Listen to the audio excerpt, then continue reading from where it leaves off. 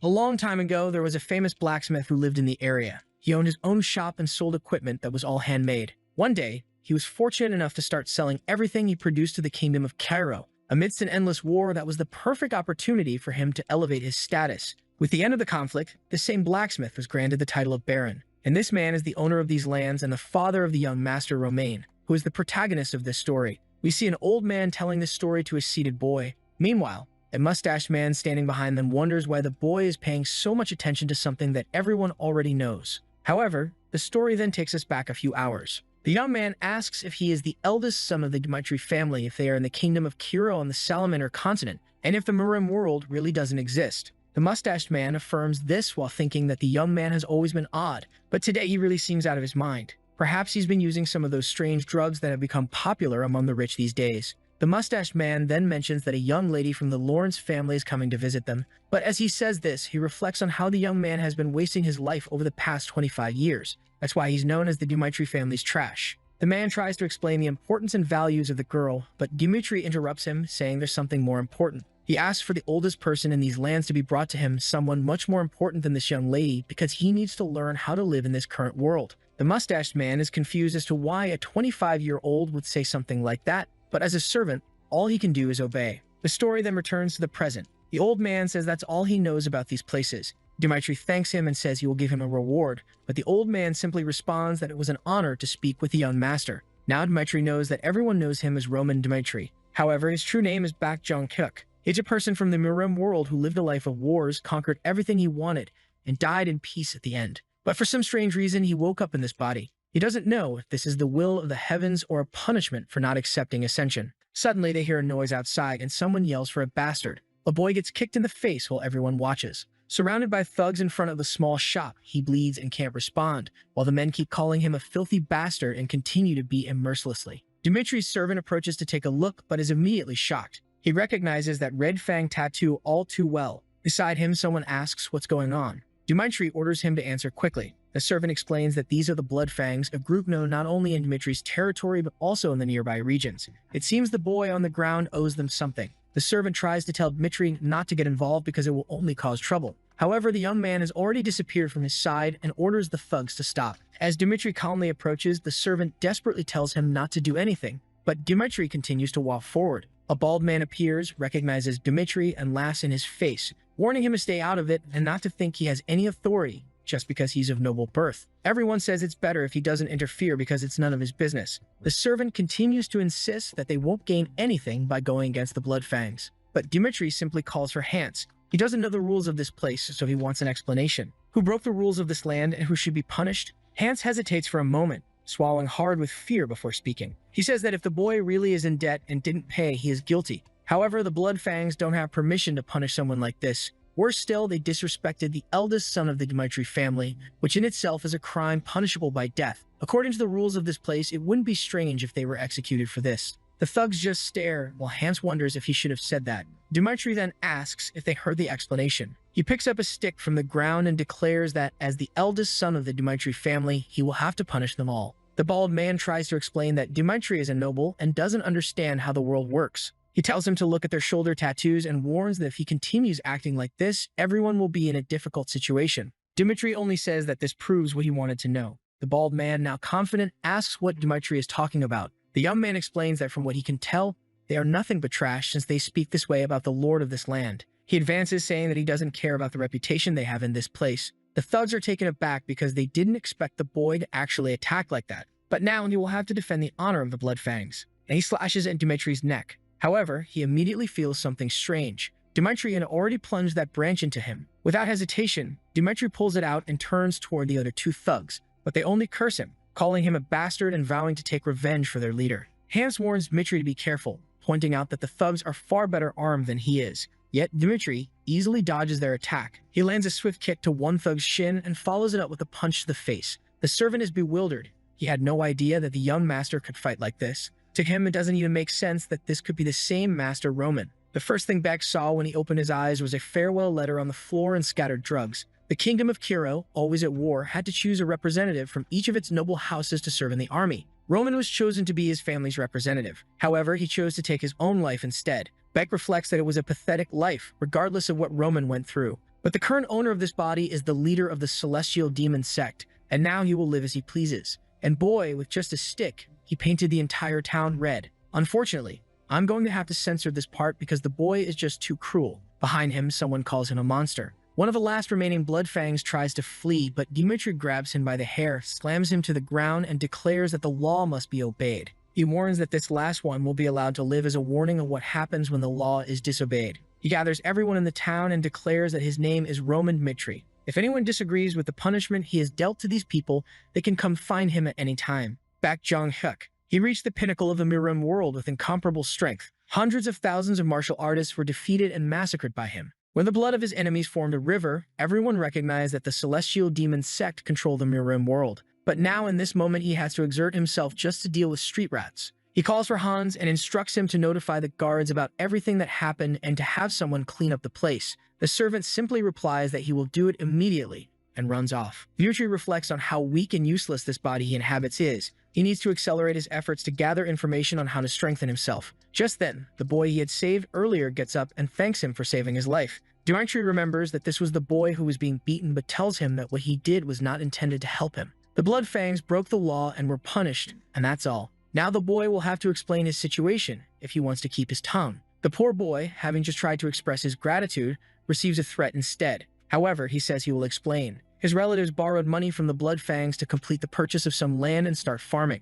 They would have easily been able to repay the amount they borrowed by selling their crops. But the damned Bloodfangs went to the land and destroyed all the crops so that they couldn't pay back the debt. Only later did the boy discover that they did this to blackmail his family and take his younger sister. The boy screams that the world isn't fair because even though they didn't have much, they never harmed anyone. The only thing he begs for is for Dmitri to save his sister. But Beck just observes the boy's eyes. That look reminds him of the Mad Demon, one of the 4 superior kings and someone he also met in a place as wretched as this. He then asks the boy his name, to which he replies, Kevin. With that, Roman says he will look into the situation and take care of everything. The boy shouts his thanks, while Dmitri senses that he will have a long relationship with this boy. The scene shifts to a carriage approaching. Someone inside informs Miss Flora that they are nearing the Dmitri estate. The blonde sighs, saying she understands. It seems she will have to meet this Roman Dmitri. A month earlier, someone shouted in a castle, demanding to know why there is an arranged marriage with the Dmitri family. Her father tries to remind her that their lands have been in terrible condition due to the ongoing war. However, Flora is confused, questioning whether the marriage was decided this way, and worst of all, it's with the Dmitris, a family full of old miners and a bunch of blacksmiths. She tries to explain something, but her father interrupts, saying all he can do is apologize for being so pathetic. Back in the present, the man in the carriage announces that they've arrived. Flora had hoped that at least the marriage would be with the second son, who seemed to have a promising future. But even that was ruined because Roman himself begged his father for her hand in marriage. She knows very well the reputation this man has for living a life of luxury and pleasure, and now she doesn't understand why they drenched him in so much perfume. As she walks through the corridors, she thinks that no matter how much her father needs this, she won't accept it, and she needs to make that clear. At that moment, she turns to Dmitri and says she wants him to forget about this marriage. Radiantly, he replies that it's indeed a great idea. At this point, the poor girl is utterly confused. Dmitri explains that he thought better about this marriage and realized it's foolish for someone as amazing as her to marry the idiot of the Dmitri family. Flora is left bewildered, wondering if he's being serious. He then tells her that something very important has come up and he needs to speak with his father immediately. However, she stops him, asking what's going on. She had heard that this marriage was only happening because he asked his father for it, but now he's suddenly canceling it without hesitation, which leaves her perplexed. Dmitri simply asks her if she really wants to marry him, and when she replies no, he tells her that in that case, they no longer need to cause problems for each other and he'll take care of everything. He reassures her that she doesn't need to worry because he will take full responsibility. Since he's already called the idiot of the Dmitri family, he doesn't mind being called the divorced one as well. She can understand why he seems so determined. Is this really the same idiot everyone talks about? The door then closes behind him and from inside, she hears a heated argument. Someone yells, asking what's the meaning of canceling this marriage. However, Dmitri calmly informs his father that he's just letting him know because he's already told the girl. His father calls him an idiot, pointing out that everyone already calls him the fool of the Dmitri family, and what he was trying to do was secure a good relationship for the boy. It was the only thing he needed to do as it would guarantee noble status for their family. All Dmitri had to do was marry a beautiful girl whom he himself had begged for. Dmitri apologizes, but his father grabs something from the table and throws it at his head, demanding to know if he thinks an apology will fix this. He had been planning to do something about sending him to the battlefield for the next 6 months, but now that seems inevitable, and he asks if Dmitri has anything to say. Dmitri simply replies that he has nothing to add. His father then mentions that he heard Dmitri got involved with the Bloodfangs and even punished them, but he doesn't believe it. He should know that even he can't go against that group. So now Dmitri will have to deal with his own problems. His father won't help him at all. Watching the boy remain silent, his father expects him to kneel and start crying, but Dmitri just responds that he understands and will handle everything on his own. Confused, his father stands up and asks what he means. But Dmitri simply says that the problem was caused by his actions, so he will resolve it and only return once everything is fixed. With that, he closes the door and begins to clean his face. Someone nearby asks if he's going crazy. Dmitri turns to see Flora and questions why she's still there. She tries to warn him that he's going against the Bloodfangs, who don't even fear nobles. If they see him as a threat, they'll probably kill him. She advises him to return to his father, beg for forgiveness, and give up on this. But Dmitri only asks why he would do such a thing. She explains the reasons, but Dmitri interrupts her, stating that it seems she really doesn't know her place. The scene shifts to a few hours earlier when Hans was dousing Dmitri with perfume to try to mask the smell of blood, and Dmitri was eager to take off the tight-fitting clothes. However, the servant explained that this was the only way to show respect. But Dmitri was thinking about this marriage. He's still adjusting to this world, and this would only complicate his understanding. The servant suggested they go downstairs to handle the situation. Dmitri thought that since the girl had never done anything against him, he had no reason to disrespect her, which is why he intended to end things with as little offense as possible. But now he realizes that the girl never planned to show him any respect in the first place, which gives him no reason to do so either. He then tells her that from his perspective, she seems very arrogant. However, it's ridiculous for her to show concern now when she didn't consider any circumstances while trying to break off the marriage. But when he told his father that he would take full responsibility, that's when she got anxious. He accuses her of wanting to appear like a good person after putting him in this situation. But she needs to understand that at no point did she interfere with his decision. They will now go their separate ways and each will take care of their own lives. He told his father that he would take full responsibility to prevent people from thinking that this was a consequence of the end of their relationship and because he wanted no further involvement with her. This was the first and last time they would see each other. Later that same night, someone tells another to stop drinking. It's Lehanna, Dmitri's mother. His father confesses that today, unfortunately, he used violence against Roman again. This is because after becoming nobles, he never wanted his son to go through that situation again. Lehanna tries to reassure him, saying it's alright and that their children have grown up healthy. The father acknowledges this, but admits that he still doesn't understand why the boy is like this, especially since Roman was the only one who went through hard times with him. He's at a loss for how to handle Roman. Lehanna tells him it's okay. They may have made mistakes as parents, but that's part of life. Yet even so, they are still the only ones who can correct the boy's wrong behavior. Lehanna expresses confidence that the Romero she once knew will help their son get back on the right path. Her husband asks if she's referring to the issue with the Bloodfangs. She nods, saying she surely spoke out of anger, but since he can be a bit headstrong, it might be wise to talk to Captain Jonathan to help the boy out. He then calls for the servant and instructs him to summon Captain Jonathan. The next morning, Roman is walking through the town and Hans is trying to stop him, warning him that the Bloodfangs will likely try to take revenge for what happened yesterday. But Roman simply asks when Hans thinks these men became so powerful. Hans admits he has no idea. Roman explains that in war, fame is what generates fear. Because the Bloodfangs are ruthless, that fear has made them more efficient at completing their missions.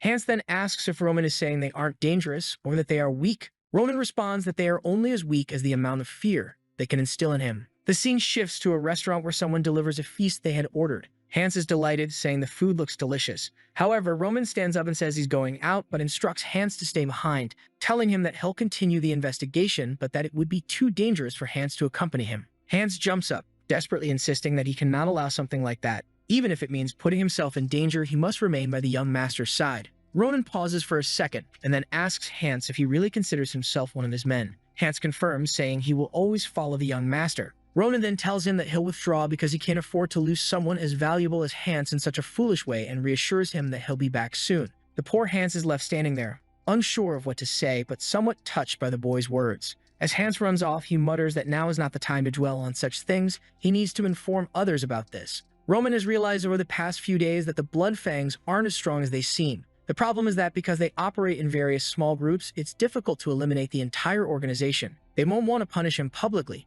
and he can't locate them easily. But if that's the case, he just needs to make them come to him. That's why he deliberately walked through the city with Hans. Besides, today is a Dmitri Knight's training day, so the streets aren't heavily patrolled. This means that if they plan to seek revenge, this is the perfect opportunity. At that moment, a few men call out to Roman Dmitri from behind, and one of them jumps forward, declaring that this is their revenge, and that he will pay the price for getting involved with the Bloodfangs. But then someone calls for the captain. A man with messy hair turns around. It's Hans, running towards Jonathan, calling out his name. Jonathan approaches the servant, asking why he's so frantic. Struggling to catch his breath, Hans tries to explain what's happening with Dmitri and urges Jonathan to find the boy immediately because he's in danger. However, Roman effortlessly dodges the first attack, lands an elbow in the attacker's stomach, making him drop his dagger, and then catches it midair with his other hand. Before the man can react, he's already been struck. Everything happened too fast, and the man retreated, unsure of what had just occurred. The other thugs, seeing their comrade fall, are equally confused. This Dmitri was entirely different from the one they'd heard about.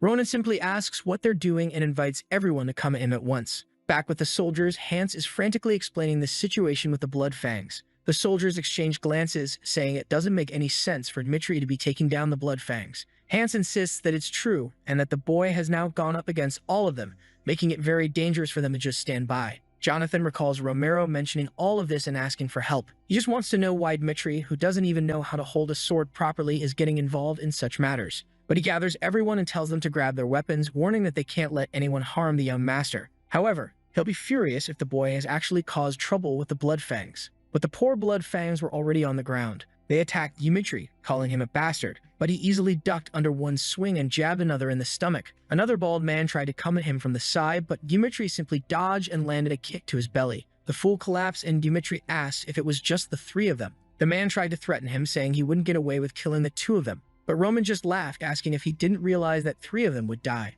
Roman then lightly stroked the man's thigh, telling him that it would be best to answer his questions, starting with who their leader was. The scene shifts to another part of town at the same bar from earlier. Suddenly, everyone inside is startled as Roman returns. The bald man at the counter turns to welcome him. He greets the young master, who responds with a cheery wave. The man wonders why Roman is acting so strange today and why he's even there. The bartender decided to ignore Roman's odd behavior and asked what he wanted to drink. Roman asked for a tear of the dawn. The bartender explained that they didn't serve such a drink there and asked if he wanted something else. Dmitri then requested the strongest drink they had because he had something to take care of in the morning. Earlier, someone had mentioned that everything was connected to the dew of the dawn at a bar in the middle of the city where they took on all their missions. All they needed to do was pass the special code. Roman asked what that code was, and the man had given him the exact code Dmitri had just used. At that moment, everyone fell silent. The bartender called out to the others in the bar, and just as he was about to give the order to attack, he was struck in the face. Everyone was shocked that the young man would do something like that in front of everyone,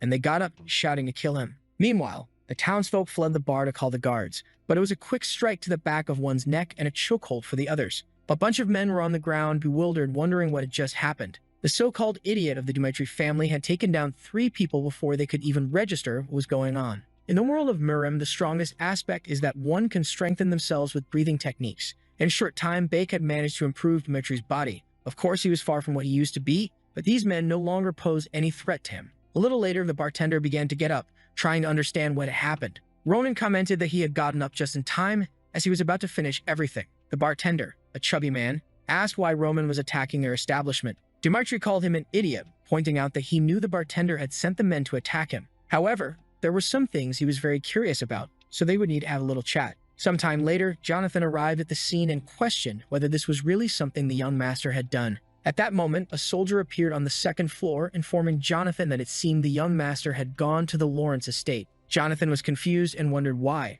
The soldier reported that it appeared the base of the blood fangs was located there. An hour earlier, Dmitri had told the bartender that it would be better if he confessed everything immediately. At this rate, he would be running out of fingers before he told the truth. The bald man warned that he had nothing to say to the boy, that Dmitri might kill him, but the blood fangs would take revenge. Roman then smiled, saying that now he liked the man's attitude. The people who resist the most before telling the truth are the ones he enjoys making talk the most. The old man commented that it was a waste and urged Roman to kill him already, but Roman responded that this was what they were there to find out. He then stated that it was time to resolve this and that he would need to test whether the man really wouldn't say anything. Roman held up a photo of the man with the boy beside him and asked what would happen if, by chance, he found the boy in the photo and killed him. The bald man claimed that wasn't his son, so it didn't matter. But Roman remarked that he was a terrible liar since the boy was the spitting image of his father. The man cursed at Roman, asking how a noble could dare use family as a threat. Roman replied that he had learned that the Blood Fangs members often sacrificed their lives for revenge because the group itself usually corrupted people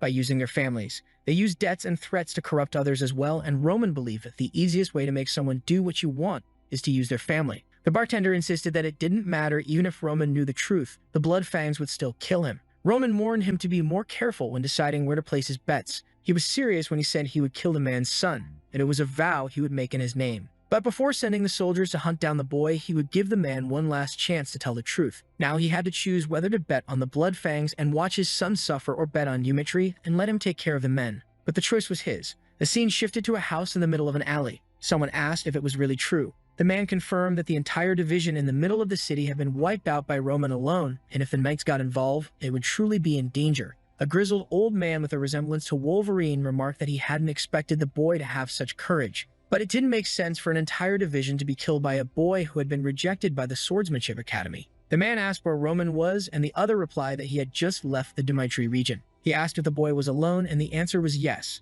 The man commented that it was good, as it seemed Roman intended to attack the entire place by himself. He then ordered everyone in the group to gather with the goal of killing Roman before they had to face the Dmitri Knights. After that, they would stretch the boy's body out in the town so that everyone would know what happens when you go against the Bloodfangs, thereby reviving their infamy. The scene then shifted to another castle. Someone asked what the Barco family was up to. It was a meeting of elders, and they were discussing how that family had borrowed a lot of money, which likely meant they were preparing for a war. And if that was the case, they would need to consolidate their forces before these men grew stronger. The blonde man remarked that it seemed war would be inevitable, something he never expected to happen. A bespectacled man added that the central government also appeared to be supporting the Barcos. The old man in the red suit slammed his fist on the table, declaring that they couldn't afford to lose any territory since the Lawrence family relied entirely on fertile land. Another tried to argue that the documents proved past debts, but the man dismissed this as lies. Someone interrupted the discussion, telling everyone to be quiet. The blonde man emphasized that they couldn't give up the territory,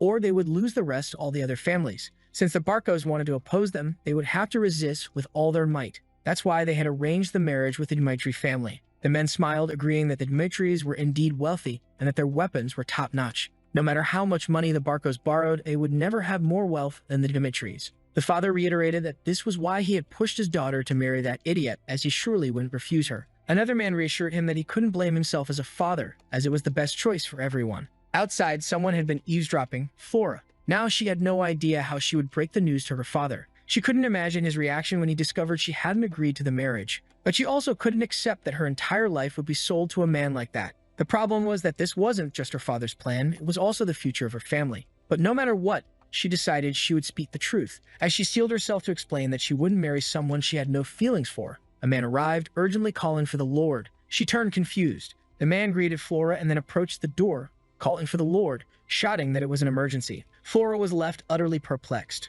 Meanwhile, elsewhere, someone was pounding on a door, demanding that a bastard open it. It was Jonathan trying to enter the Lawrence territory, but the guard insisted that he follow the proper procedures. Jonathan warned that if Roman was harmed because of the delay, they would pay the price. At that moment, another man arrived at the gate, informing the captain that they were facing trouble. It seemed the Lawrence Square was also in chaos. Jonathan feared the worst and threatened to break down the door if they didn't open it. Back at the square, people were terrified by what was happening. Someone was hanging, and they were unsure whether they should intervene. It was the old Wolverine figure begging for someone to spare his life. He had been confident that defeating a single noble idiot would be simple. All they needed was anyone from the gang to handle it. But in reality, they had multiple armed men. He had been sure there was no way they could lose, or at least that's what he had believed. That is, until he saw everyone dead in front of him. Then he knew he was going to die too. He began to stumble over his words, pleading not to be killed, terrified of losing his life. Stuttering, he begged for mercy, grabbing Roman's leg and asking not to be killed. But Roman simply threw him into the middle of the city in front of everyone. The man pleaded, saying that if they spared him, he would serve as a dog for the rest of his life.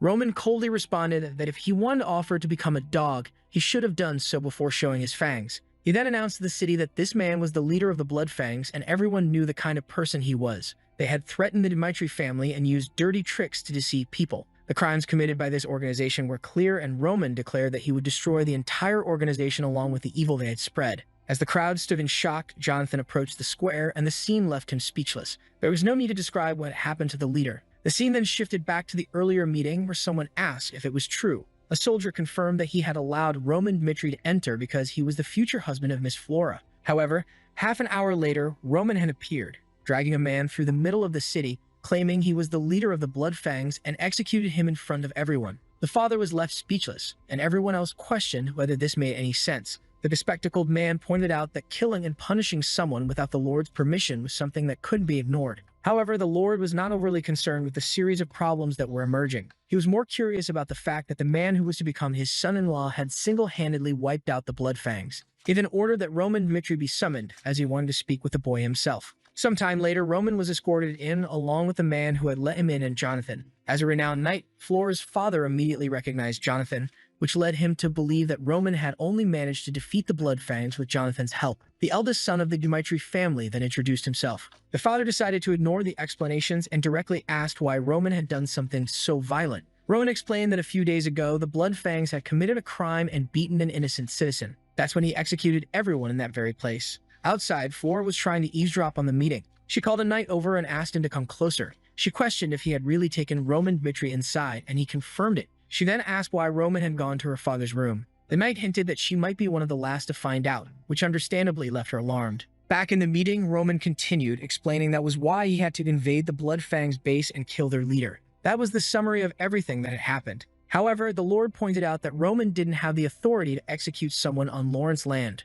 Roman acknowledged this but doubted their ability to handle such men, given that the Bloodfangs were infamous in the region, abusing the local citizens while nothing was done about it. That's why he took matters into his own hands, because he couldn't trust the Lawrence family to do it. The two servants on either side were shocked and drew their attention to Roman. But Roman expressed disappointment, saying he had expected to be called here for praise for doing the job they had ignored. He then asked the Baron if what he had done was truly wrong. The Baron asked the man beside him if he knew about Ben Miles. The man responded that they were aware he wasn't a good citizen, but they never imagined he was the leader of the Bloodfangs. At that moment, the Lord concluded that was enough, deciding there was no point in continuing the discussion since it wouldn't have been a problem if the Lawrence family had taken care of the man themselves. He then said he would reward the boy and allowed him to leave. With that, Roman departed. The room fell silent, broken only by the Lord's laughter. The man beside him even wondered if the Lord had gone mad. The Lord seemed impressed, never having imagined that this was the true Roman Dmitri. The advisor attempted to argue that they couldn't leave such actions unpunished, but the father dismissed his concerns,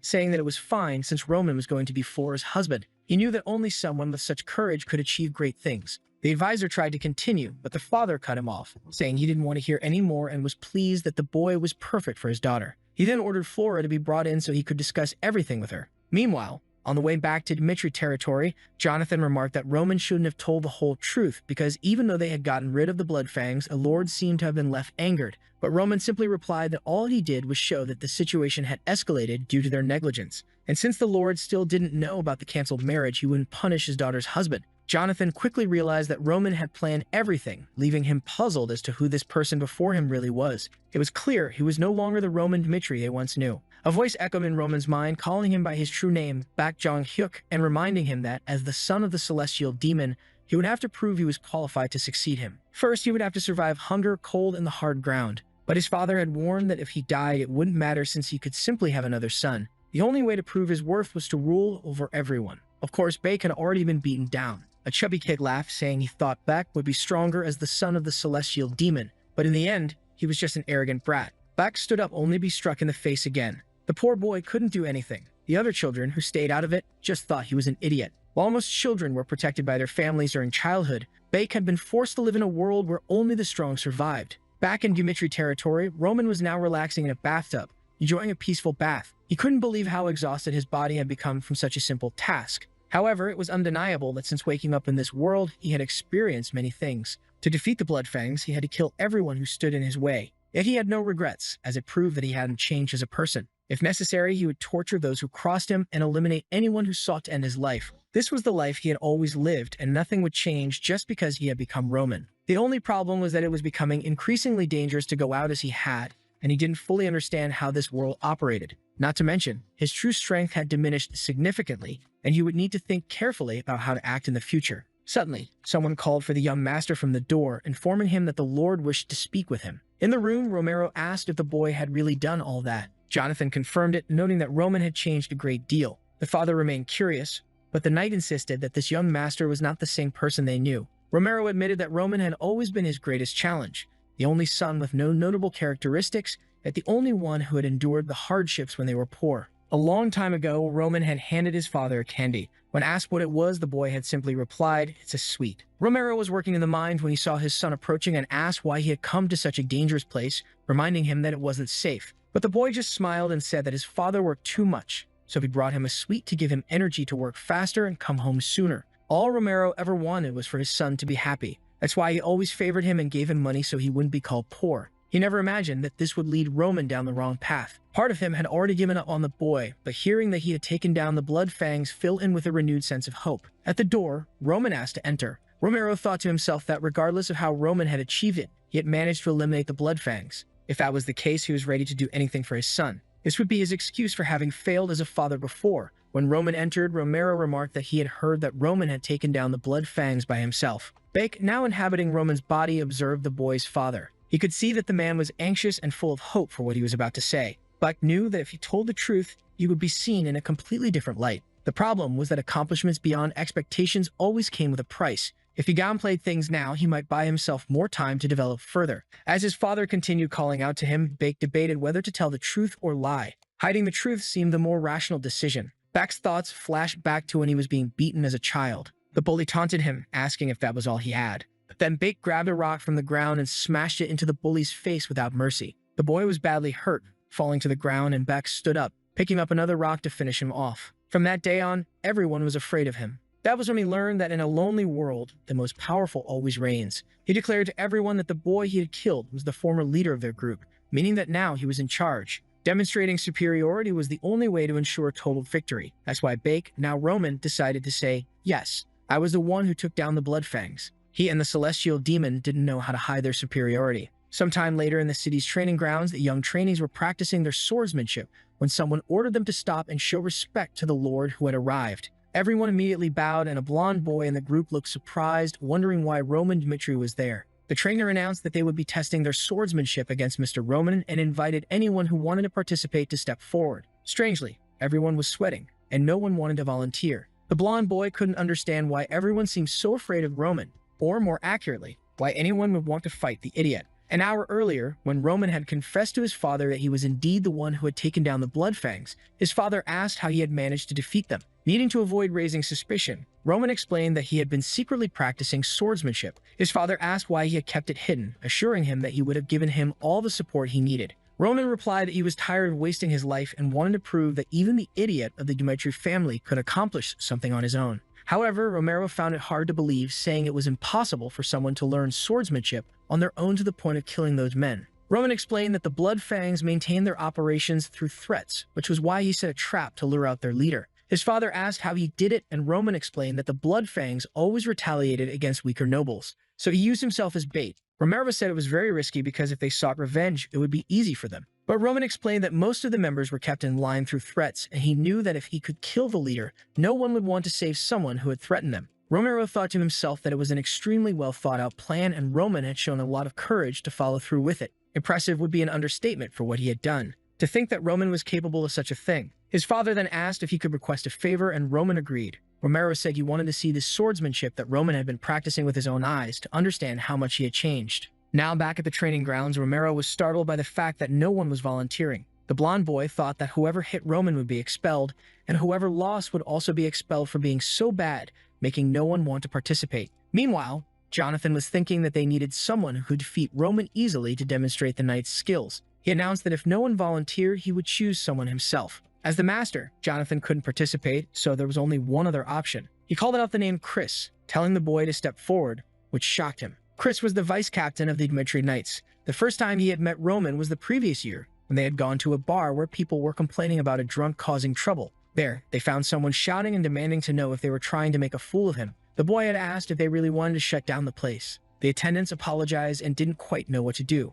However, it was the drunken Roman who said that trash like them shouldn't even speak, and he ordered the guy to come over to him once again. They tried to say something, but he threw the bottle against the wall. That's when Chris told the boy that enough was enough, but he just asked who they were. Chris reached out to grab his wrist to get him out of there, telling him he was embarrassing himself. But he received a slap in the face, and Roman asked how a lowly knight like him had the courage to lay his hands on him. Well, with just that slap, Chris already knew that this boy had never trained a day in his life. His strength was at best below the average of a man. He felt sorry for the Lord for having a son like that guy, and he was absolutely certain that this was trash, better off dead. So why were they telling him to have a duel with this Roman? He tried to tell the captain that he didn't think it was a good idea and that there might be other more suitable people for it. However, Jonathan warned that the boy had taken down the blood prisoners, so it had to be him. Chris was about to say something, but Jonathan just cut him off. So he said he understood. Everyone was eager to see the duel, and the two calmly observed each other. Jonathan told them to wait, but at that moment, Chris said he had a request. He warned that he had a vow to be merciless in a duel,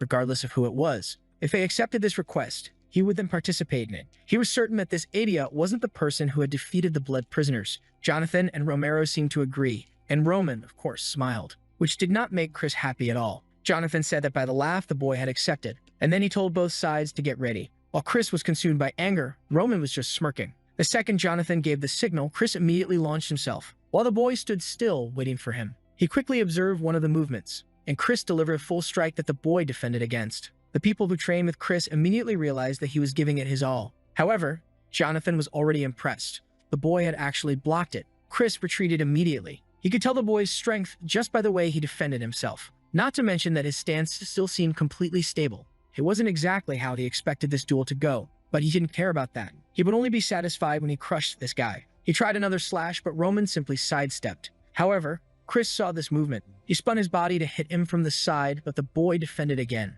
Roman seemed calm, observing the attacks. When Chris found an opening at his back, for him the match was won now. It was just a matter of landing this blow and it would be over. But Roman simply crouched. He saw an opening, and at that moment, Chris knew he was going to get hit. The attack brushed past his face, and the guy even got a new haircut. Terrified, he retreated. He realized how dangerous that had been, while the Lord and the captain couldn't believe it. For the people who trained with Chris, it made no sense that he was losing, and he himself wondered if this was really the skills of Roman Mitri that he knew. From defense to evasion or attack, nothing was lacking. Could it be that he had really defeated the blood prisoners? Because if so, at this pace, at that moment he said he was overthinking and Roman was still the same idiot as before. But that's when Roman said that was enough warming up, and he said that this time he would go first. And the poor guy hadn't even reacted yet. Too late when he realized it. He managed to defend himself the last second by sheer luck. While he couldn't believe that the boy was that fast, he made a move backward, but Roman kept closing in. All Chris could do was defend bit by bit, and the people around were scared by this sequence of attacks.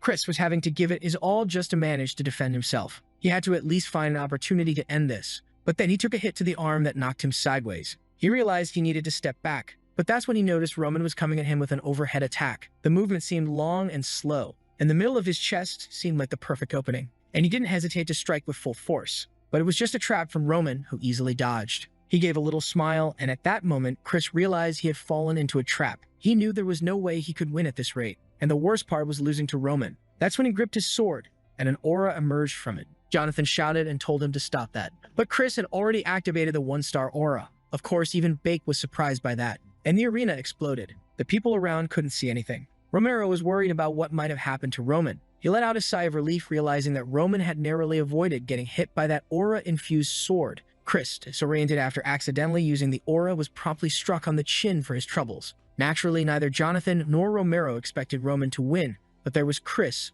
lying on the ground. Everyone always asked who this new young prodigy of the captain was. The others would respond that he was one of the best they had ever seen. Despite being so young, he was already a 2-star knight. Rumors circulated that he had started sensing mana after just 6 months of training and had reached 1 star in less than 3 years. Moreover, his swordsmanship was said to be incredible. The women were all curious, wanting to know the boy's name. After practice, Jonathan would often say that was enough for the day, but Chris would get up and ask to practice just one more time. That kind of determination excited Jonathan because the boy not only had talent, but also worked hard. To him, Chris was a genius. But there was his genius now being thoroughly beaten by Roman, who cruelly watched him lying on the ground. While Chris lay unconscious, Romero called out to Jonathan, asking what happened, as he had heard that Chris was a 2-star knight. The problem was that not even Jonathan could grasp how strong Roman had become. What Roman had displayed was the skill of someone who should have had years of training. Considering that just a month ago he had been doing nothing but complaining, it seemed impossible that he had changed so much. But nothing made sense, so Jonathan simply told Romero that Roman was a genius in swordsmanship.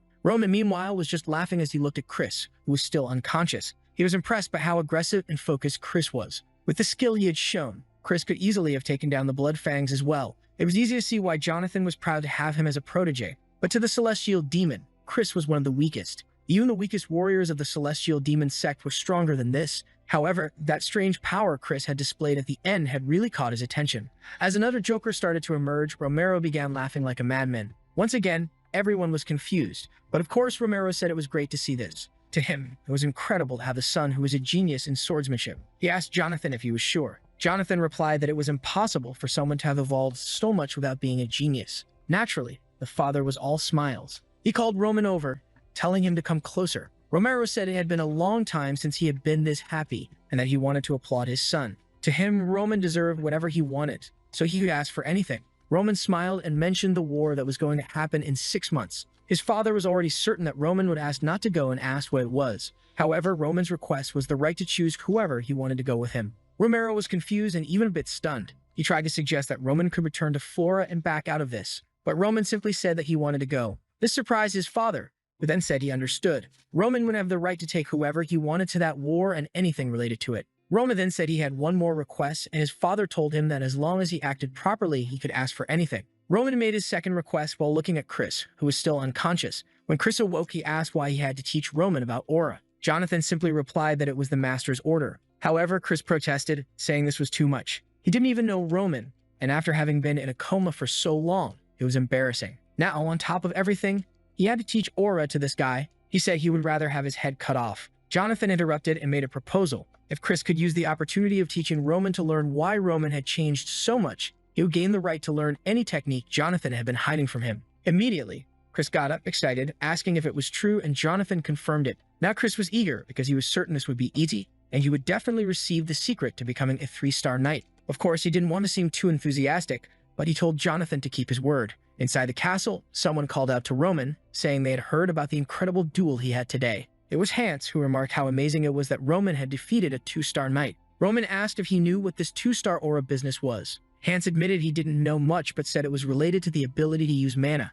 Our protagonist then mused that it seemed to be called mana in this place. He was sure the power Chris had used was a key explosion, but the way they utilized it was completely different from how it was used in the Mirror world. Here, it was called aura, and one detail he had noticed was that it was a total waste. Even though he didn't understand why they used ki in this way, he knew he needed to learn more about this power and how people utilized it. But during tomorrow's training, he was confident he would get the answers he needed. The next morning, Roman stood face to face with Chris, who was clearly not happy. However, Roman wasn't much different, until the boy let out a little chuckle, which immediately made Chris angry. He tried to calm himself down and said he would explain what aura was. He explained that aura was nothing more than the use of mana from a knight's perspective. Mages also use mana, but they create circles and spells to do so, while knights use it around their bodies. The first person to explore the use of mana was Emperor Alexander. He was the first to discover that it was possible to use mana to strengthen the body, and aura was the ability to release it instantly. This allowed someone to use much more strength than normal. However, Chris mentioned that the history wasn't very important since only a few people could use mana.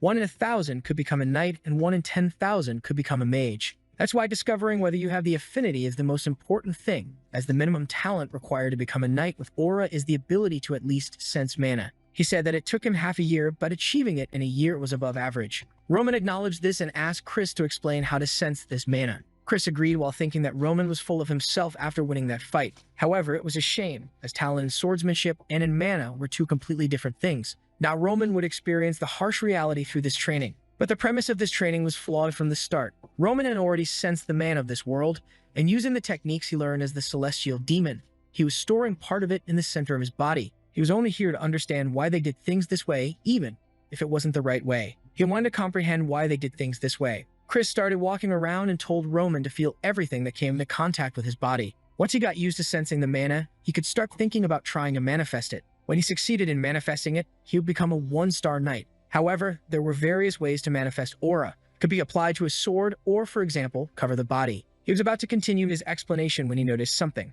Roman was already standing beside him with his mana activated. Poor Chris didn't even know what to say. The boy was actually manifesting aura, but Roman could only think that he knew very well that the way people use ki in this world was garbage. In his world, you purify the energy and concentrate it within your body, whereas in this world, they simply expect mana to naturally accumulate in their bodies. In the Mirim world, mana is scarce and dense, meaning it's difficult to accumulate, but also doesn't move much. Here, however, mana is abundant but extremely light, causing it to escape the body as easily as it enters. The two methods weren't even comparable since in Mirim, you usually strengthen both the exterior and interior of your body. In this world, the exterior isn't strengthened and mana isn't accumulated. Not to mention that spreading energy everywhere is completely inefficient. If Roman used such a method, he wouldn't reach the top 10 even in 100 years. Shocked, Chris asked how Roman had done it. Roman replied that Chris probably already knew the answer. Chris insisted that this was exactly why he was asking, since it took him at least half a year. He demanded Roman tell the truth, accusing him of pretending not to know how to use mana just to show off now.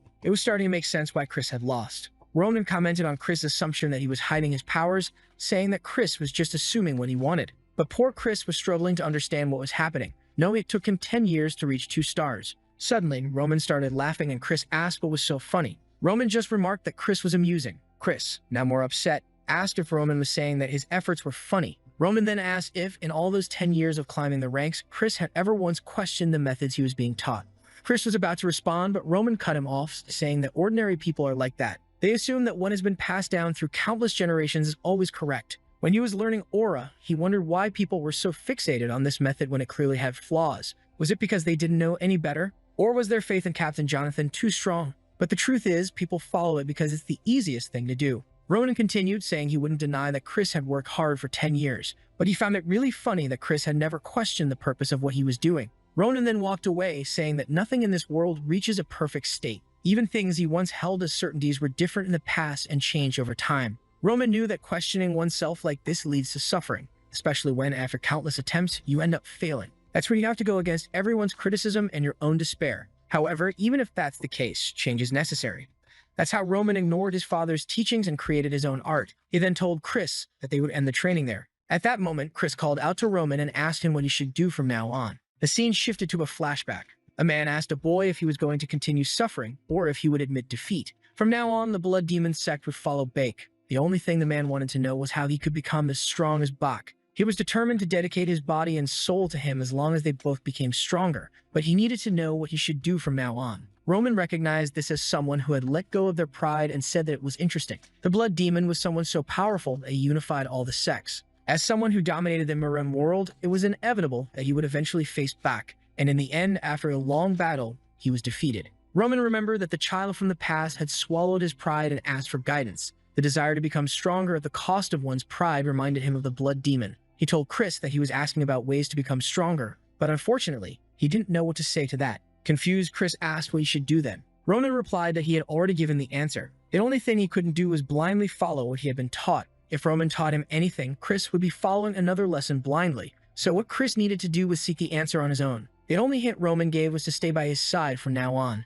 In 6 months, Roman would go to the battlefield, where Chris would see him defeating countless enemies and becoming stronger. And if in 10 years Chris was still by Roman's side, Roman was sure that by then, Chris would have found the answer. That same night, Chris lay isolated in bed. He recalled everyone saying that the right thing to do was to train until he began to feel human. He remembered the teachings passed down to him by Jonathan, even the time when he was told he had become a 2-star knight. But Roman's laughter, mocking him for never questioning, filled him with anger. Someone asked what this was all about. Jonathan wanted to know if Chris was sure, as Chris had just said that he would go to the battlefield in 6 months with Roman. Jonathan asked if something had happened, and Chris confirmed that something had. They locked eyes for a moment, and the captain admitted that it seemed Chris had a reason for doing this. From now on, Chris would no longer be part of the Dmitri Knights. No matter what happened, Jonathan hoped that Chris could protect Roman on the battlefield. Chris simply thanked him. But at that moment, Jonathan realized that Chris was no longer the little boy he had found on the battlefield, desperately clinging to a dead woman. Jonathan said that if the Chris he knew really wanted to follow Roman, then it seemed that Roman was no longer an idiot. He told Chris to follow him, as from now on he would be prepared. If Chris wanted to survive on the battlefield, he would need a secret weapon that he could call his own. Now the knight was excited. The scene shifted to the city, where everyone was talking about a certain rumor that the idiot of the Dmitri family had wiped out all the Blood Fangs. Kevin, from the beginning of the story, was there listening to people saying that Roman had really kept his word. He believed it might be true, as he had seen Roman take down 3 men with just a stick in his hand. But could it really be that Roman did this because he had kept his word? Kevin concluded that no, Roman wouldn't go that far just for someone like him. At that moment, his boss asked why he was standing there thinking and told him to get back to work. Kevin thought about how all he wanted was to be strong enough to protect his family. He knew that there were still dozens of people like the Blood Fangs in the world. But as a peasant, how could he become stronger? Training wasn't an option, he wouldn't even get a chance. Just then, someone called out to him, causing the crate he was holding to fall to the ground. It was Roman, who said that it had been a while since they last saw each other. Kevin asked what Roman was doing there, but then quickly corrected himself and threw himself to the ground, thanking Roman for saving his family. Roman asked if things had improved, and Kevin confirmed that they had. The Blood Fangs were no longer pursuing them, and he had even found a job. The only thing Kevin didn't know was how to express his gratitude. Ronan told him not to worry because there would be an opportunity as soon as Kevin heard his proposal. His family would never have to worry about money again. Additionally, they would have a house and good food. They wouldn't need to work in exhausting places anymore. Kevin's entire family could be blessed with this new life, but the price was that Kevin would have to swear loyalty and live for Roman. Kevin was silent for a moment before he bowed his head to the ground, saying he would live for Roman. He would die if Roman asked and kill if Roman commanded. If Roman promised to take care of his family, that would be more than enough. Roman saw that Kevin was the kind of person who showed loyalty with his own blood. In his past life, the Mad Demon was someone who could wipe out entire clans with just one word. Maybe that's why as soon as he thought of summoning someone, Kevin's name came to mind. It was truly worth it to see the boy again, and Roman said that from this point forward, Kevin was his. Back at the Dmitri castle, Roman handed Kevin over to Hans and asked him to help the boy adjust. Roman mentioned that he would return later, and Kevin expressed his gratitude for everything. With that, they left and Roman headed to the library. Roman began studying the path of the Aura Knights. The first stage was the manifestation, which qualified someone as a 1-star knight. To reach 2 stars, one would need to cut through steel with their aura. At 3 stars, one transcended logical comprehension and was treated as someone special in any kingdom. On the Salamandra continent, there were a few 6-star knights, but no one had ever heard of someone reaching the 7th rank. Even among the 10 strongest in the world, not all were 6-star knights. Roman mused that given Chris's strength, Jonathan must be a 3-star knight, and that 6 stars in this world were practically incomprehensible. The aura of someone like that could reach 12 meters in height and impact the entire world. Currently, there were only 12 6-star knights in the entire world. Roman realized that these individuals were indeed powerful, especially if they could achieve such feats in an inefficient way. On the other hand, there were the so-called Archmages, a title given to a sorcerer who reached 7 circles. In this world, they were considered half-god, half-human, as they could bring destruction wherever they went. A single spell from someone like that could split the sky in 2. Unfortunately, magic was something that didn't exist in the Mirim world, and now he at least had some idea about it. As unlikely as it was, he knew he couldn't afford to make an enemy of someone like that for the time being. The fact that he couldn't predict anything about them made everything more dangerous. But Roman wasn't someone who could live in a bubble. He enjoyed experiencing everything and reading overall. This would indeed be interesting. Now it was time to truly begin. The scene shifted to Hans opening a room. Roman asked what it was for. The servant explained that it was the old forge, and no one had access to that place anymore. Roman remarked that it was the perfect place to train. He told Hans that he would be staying there for the next week and that no one should enter or bring him food. Roman made Hans swear that unless his people were in grave danger, he wouldn't let anyone inside. Hesitantly, Hans agreed. With that, Roman was left alone. He noticed that the room was filled with straw because Hans had put it there to make things more comfortable. Roman appreciated the gesture but preferred to do without it. All these days, he had been accumulating energy in the center of his body, but it was time to start developing the techniques he used in his past life. He activated the first stage of the Celestial Demon's art. First, he would circulate all the energy to remove impurities from his body. The cultivation process was aggressive, with blood pouring out everywhere.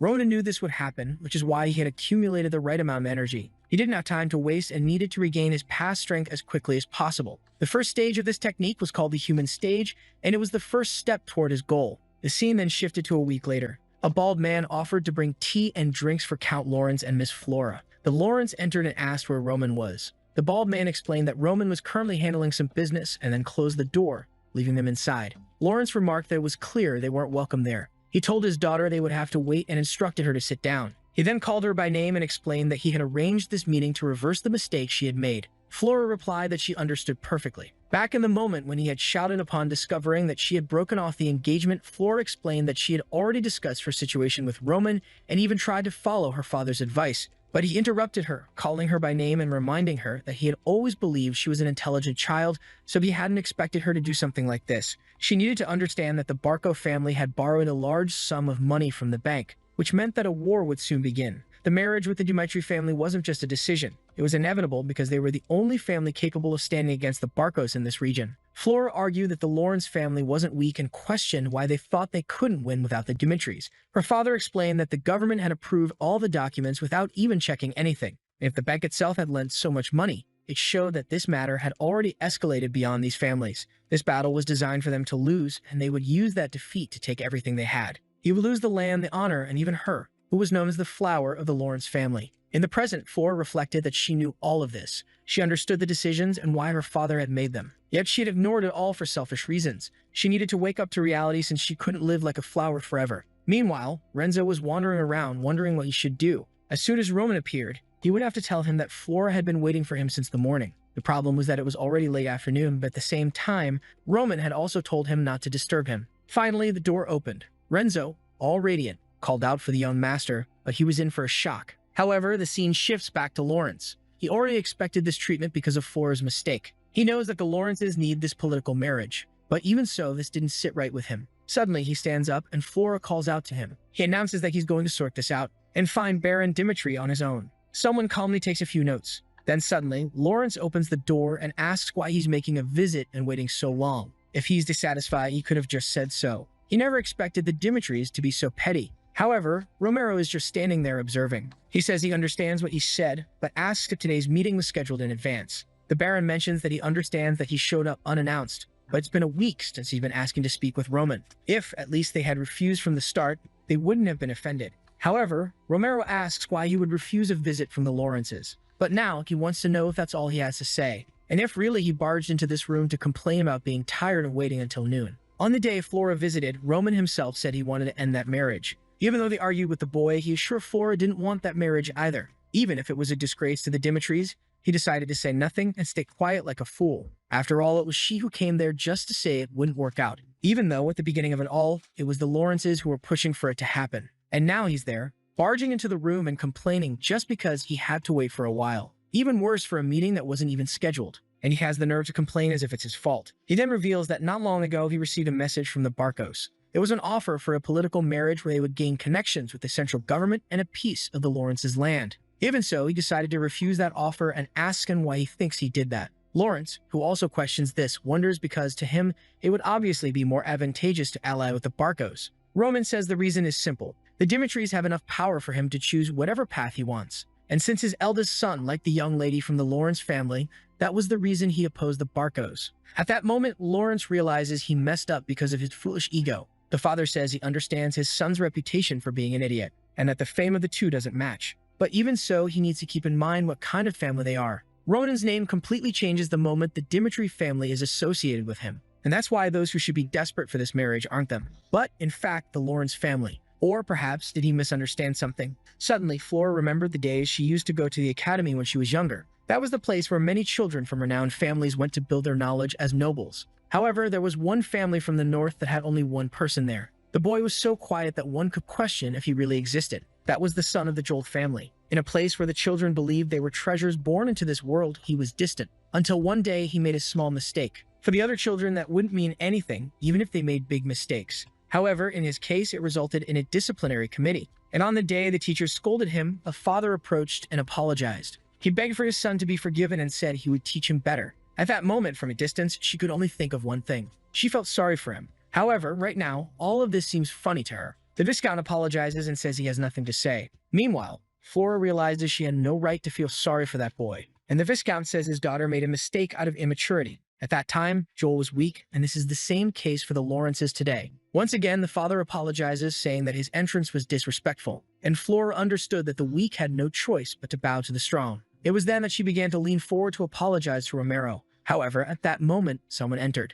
From the door, they announced that Master Roman had arrived, and Flora realized she had learned this lesson too late. Roman had dyed his hair white, and he was all dark now. He entered the room and announced that Roman Dimitri greeted his father. Everyone was confused, and the father asked if he had finished his training. He said yes, so he replied that they could discuss it later. He was called there to discuss the marriage with the Lawrences. All of this had started because of a decision he made, so he would respect any choice he made. Roman quickly understood what he was trying to say. He knew the significance of the alliance between those two families. At this moment, when the Lawrences are in danger, the wealth of the Dimitris would serve as protection. The father asks if he requested this marriage even knowing that. Roman said that at the time he thought that was enough of a reason. However, everything changed when he met her for the first time, and she immediately talked about canceling the engagement. She had certainly heard the rumors and decided she wouldn't marry someone like him because of that. This means that all of her decisions were based on what others said. Regardless of how society judges them, he wants to be with someone who only believes in what they experience and see. And it is for this reason that he votes to end the engagement. At that moment, the room fell silent. Lawrence thought that now it was the end of everything, as this marriage was the last card they had. No other family would accept a political marriage in this situation. This means they would have to solve their problems with their own power. The problem is that if the Dimitris and the Barcos really combined forces, it wouldn't stand a chance. He needed to do something to at least prevent that. He then bowed and said that the Lawrences took full responsibility for this. As an apology, they would no longer collect any taxes from a Dimitri merchant passing through their territory. He knew this wasn't much for someone as wealthy as they were, but it was a way to show they were sorry. Romero said he couldn't accept that, as the Dimitris couldn't profit from his son's future. All they would need to do is announce that it was Flora who canceled, and they wouldn't join forces with the Barcos. Lawrence simply thanked him. Of all his fears, this was the greatest. And with that, they left the room. Not before he looked back just to see Dimitri standing there. If he had known the potential of this young man a little earlier, he would have been more assertive when he spoke with Flora. In the end, he too had made a big mistake. Romero then called Roman and asked what had happened to him in the past week. In that training, all he did was remove impure energy to advance the human state. This is the basis of the techniques he created, and it's nothing impressive in the Miram world. The problem is that, since this place has abundant mana, it accumulated in the body, and the purification of something like that created a miraculous effect. From his outward appearance, like the skeletal changes, it was evident that he had become a different person. He then simply tells his father that he achieved an awakening on his own, and that this change occurred because he started to feel mana flowing through his body. Romero was startled since this was supposed to take years. He had heard of a natural phenomenon where mana starts to circulate, but it had happened to very few people. However, the boy was achieving one feat after another since he managed to take down the Blood Fangs. All of this defied logic, but he couldn't forget that the boy was still his son. Romero then said that regardless of the challenges he faced, he would not leave him alone. And the boy should never forget that his name is Roman Dimitri, because his father would always support him. At that moment, Baker recalled a flashback. On one of the days when he was being trained, his father always thought he was a pathetic bastard. The man in front of him wasn't cold or cruel. He didn't even push him to the brink of death. He then thanked Romero, while thinking that it wasn't so bad after all. When he left the room, someone called out to him. It was Floro, all awkward, not knowing what to say. She apologized for judging him so hastily and causing trouble for both families. He simply walked away, saying she didn't need to apologize. After all, he hadn't planned on accepting it from the beginning. She continued, saying that she understood he didn't like it. Even though it was something meant for both of them, she was the one who decided to break that promise. However, there was something she wanted to say while she still had the chance. The reason she broke off the engagement. It was at a social gathering in the north where the nobles gathered. The moment they found out she had been promised the Dimitris, they started spreading all sorts of terrifying rumors. And the worst of all was discovering that he and Roman Dimitri used drugs. This one came from Dare. She knew that drugs eat away at reason and intelligence. She just wanted him to know this. She didn't know if they were true or false. It's just that she couldn't ignore it. Roman cut her off and said that whatever happened didn't matter since it didn't change the relationship they had. She didn't need to worry about him anymore. The poor thing was left there abandoned. Later that night, she had a conversation with Hans. He found it strange that she mentioned drugs since he didn't feel anything like that in this body. Even though there were some impurities, that metamorphosis had already removed all of that. He then called for Hans and asked if he had ever heard of him using drugs or doing anything like that. The guy was all confused, unsure if he should answer or not, but Roman said he wouldn't reprimand him. He was just trying to understand better the choices he had made in life. Hans, excited, said that not with his own eyes. However, there were moments when he thought the boy's behavior was a bit strange. Roman then asked when that was. Hans explained that the last time was 15 days ago when he saw him returning from a social gathering. Nothing major happened at that place, but the moment he returned, he seemed to be in a strange state. After that, he seemed to have lost the will to live and stayed in his room all day. Not to mention that every night he asked for an excessive amount of alcohol. This was one of the reasons Hans suspected he was using drugs.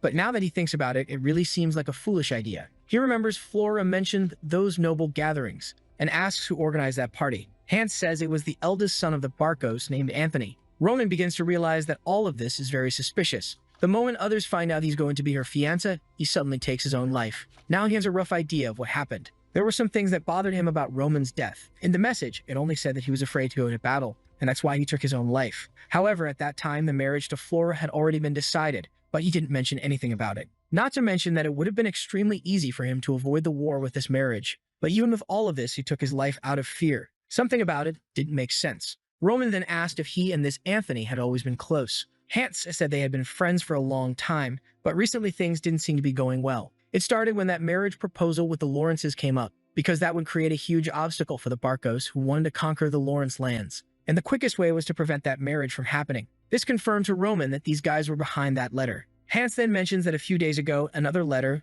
with an invitation to a Barcos party arrived. This makes Buck curious. Hans explains that he didn't deliver it because Roman was in isolated training and asks what he should do with it. Now Roman laughs because it seems these guys are underestimating him, and that's one of the things the celestial demon hates the most. He asks when the party will be, and Hans says in 2 weeks. With that, Roman orders him to inform him that he will definitely attend. The scene shifts to the next day. Kevin is being guided to speak with Roman. However, Hans had already warned him not to be surprised by his change in appearance. He entered and asked if Roman had called for him. Roman turned and confirmed, but at that moment, Kevin was startled and asked what had happened to the young master. Beck ignored this and asked if he was adjusting. Kevin said yes, that the place was very good, and he had no problems. However, there was just one detail. He was still trying to understand what his role would be in this place. He offered to live for Roman's sake. but he didn't know what an ordinary and commoner like him could do. Roman simply said that he would be used as one of his swords. Kevin asked what that meant. Roman once again ignored him and said that it was impossible to choose someone's path for them,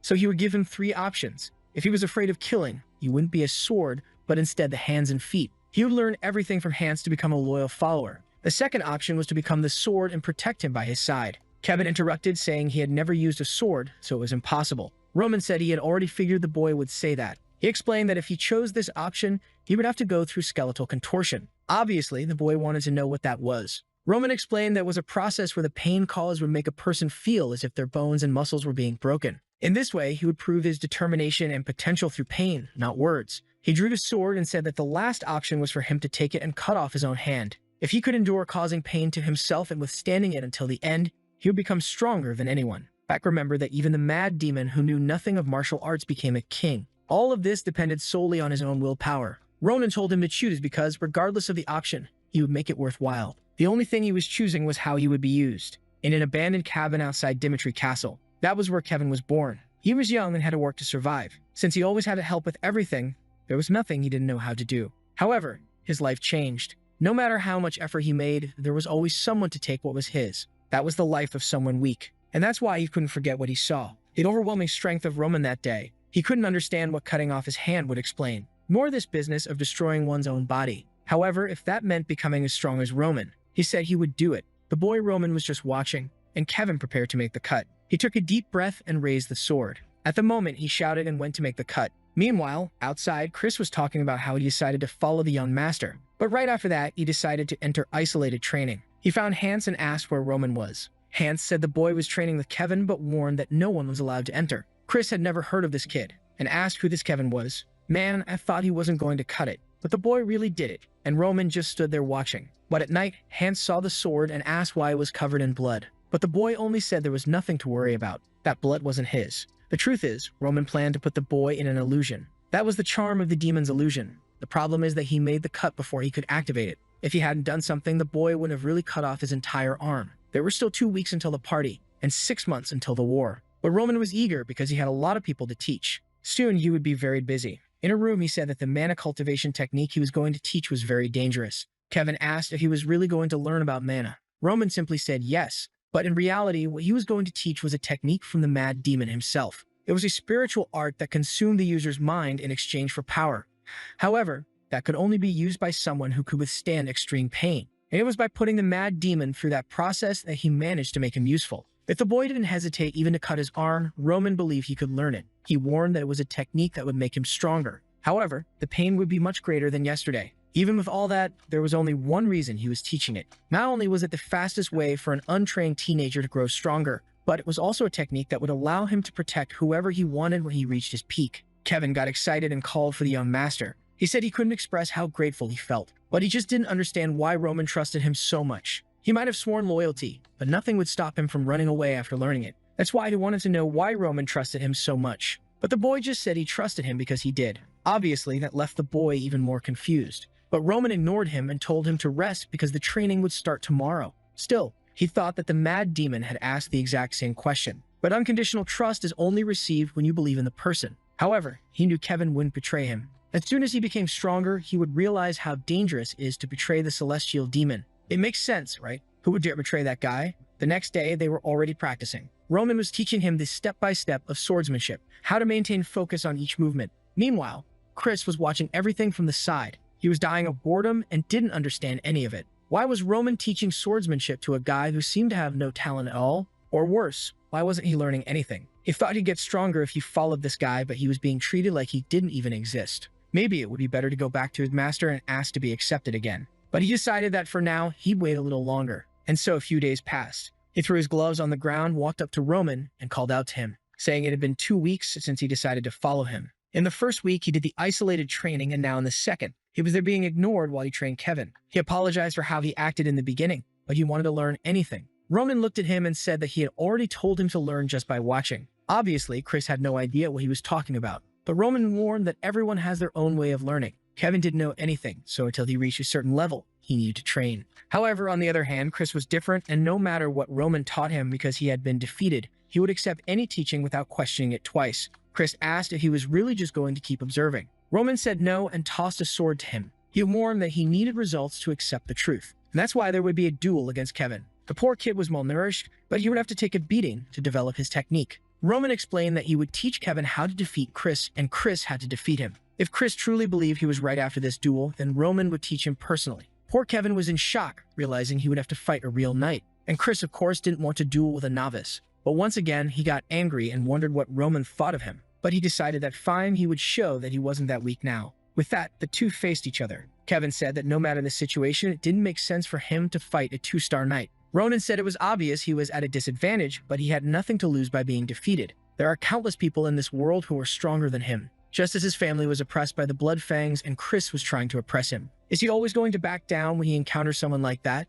Kevin, determined, said that he would try once. That made Chris even angrier, seeing a novice thinking he had a chance to win. He couldn't understand what Roman thought he would gain from this fight. But whatever, a duel is a duel. The second Roman gave the signal, Chris was already in front of him. There was no way he could lose to this beginner who had only a week of training. And with that, he landed the first attack squarely. Kevin noticed something and thought about making a move with his sword. However, Chris immediately knocked his arm aside and landed a hit right on his stomach. The poor kid was thrown far away, and he landed all twisted on the ground. Chris even thought it was weird that the boy was so weak. He thought there was a reason behind this duel that Roman would help with, but he was just standing there doing nothing. He couldn't understand what that madman was thinking. But either way, he was going to end this. Time passed, and our boy was just smiling, while poor Kevin was being beaten. Once again, he fell to the ground. Chris admitted that he was much better than he had thought, and for someone without mana, he really did much more than expected. But it was time to give up. After all, in the attacks he blocked, Chris hadn't even used all his strength. He could have split the boy's head in half, but in a duel, he avoided doing that.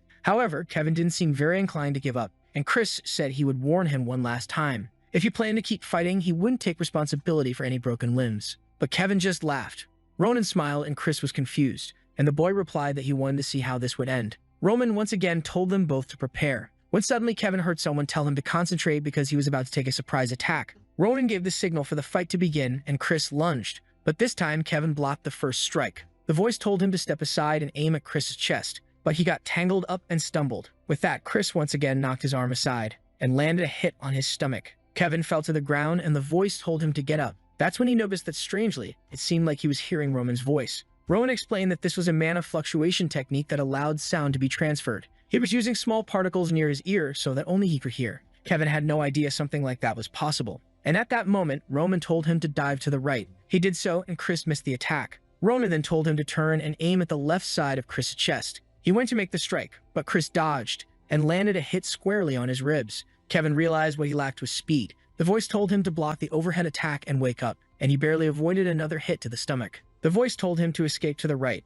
but once again, he took a hit to the face. The boy was really getting beaten, even with instructions. Chris remained impressed that the kid wouldn't give up, and Roman realized that the boy didn't stand a chance, since he couldn't respond quickly enough to the commands. However, for Roman, the situation was quite interesting. This was because Kevin was smiling, thinking that Roman was omnipotent. Even though Chris was a 2-star knight, Roman could give him the perfect commands to win. Kevin knew that the problem was his own body. If he had been following the tips correctly, he would have been winning.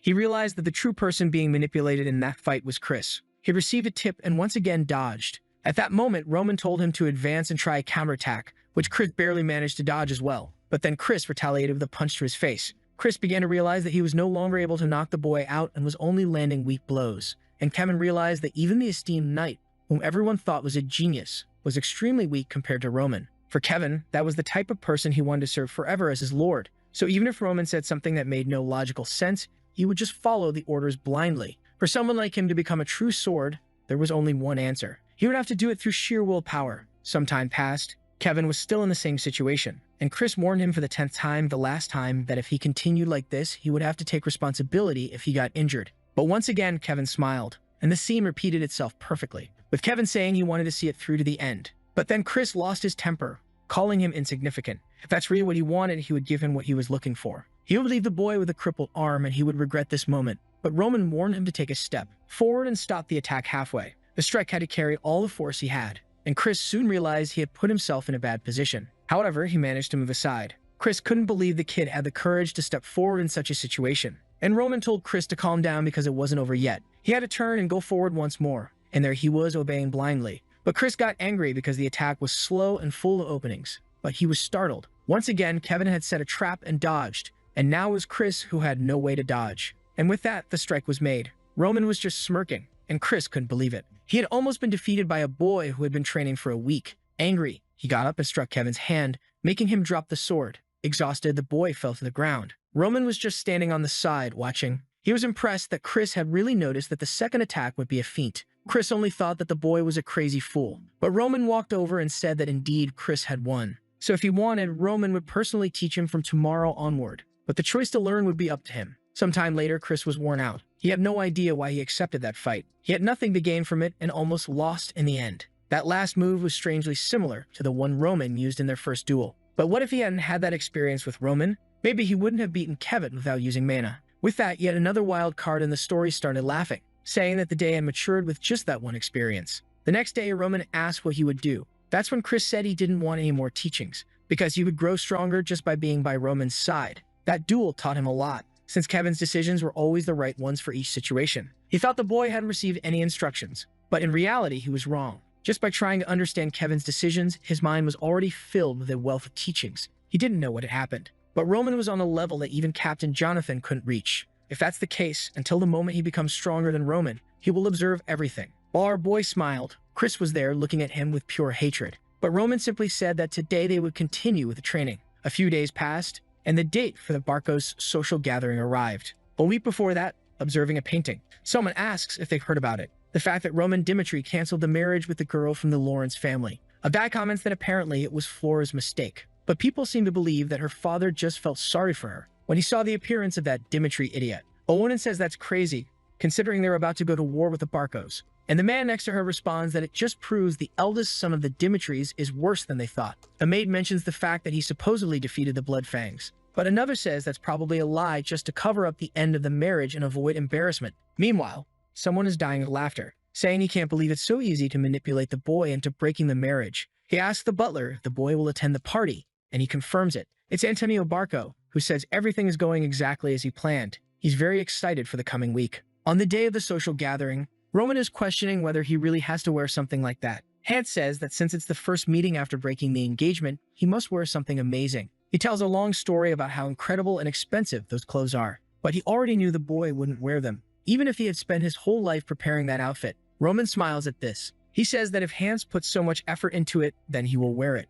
Meanwhile, in front of the carriage, Chris says the boy is taking too long. At that moment, he comes running, apologizing. It's Kevin, who now indeed looks like a child, saying he didn't know how to put on armor. Chris asks why he's like that, and Kevin explains that there was no armor that fit him perfectly. Chris, however, couldn't forget that he almost lost to this kid just because he received help from Roman. The poor boy was all clumsy and didn't even know how to put on a helmet. But at that moment, Chris told him to pay attention. They were not only Roman's escort, but also the face of the Dimitris. This meant their reputation also depended on the actions they took. Kevin said he would keep that in mind. Sir Knight. Chris loved being called a knight and beamed, saying it was good to know Kevin had learned. The scene then shifts to a castle. Inside, many nobles were gathered, all from the most distinguished families in the region. One of them, holding a glass, asked if it's true that Roman will really show up. It's really funny that he's showing up after breaking the engagement that he himself wanted, especially knowing that the Barcos are targeting the Lawrences. A girl says that's why everyone considers him an idiot. Now the Dimitri's position had become completely ambiguous, all because of Roman.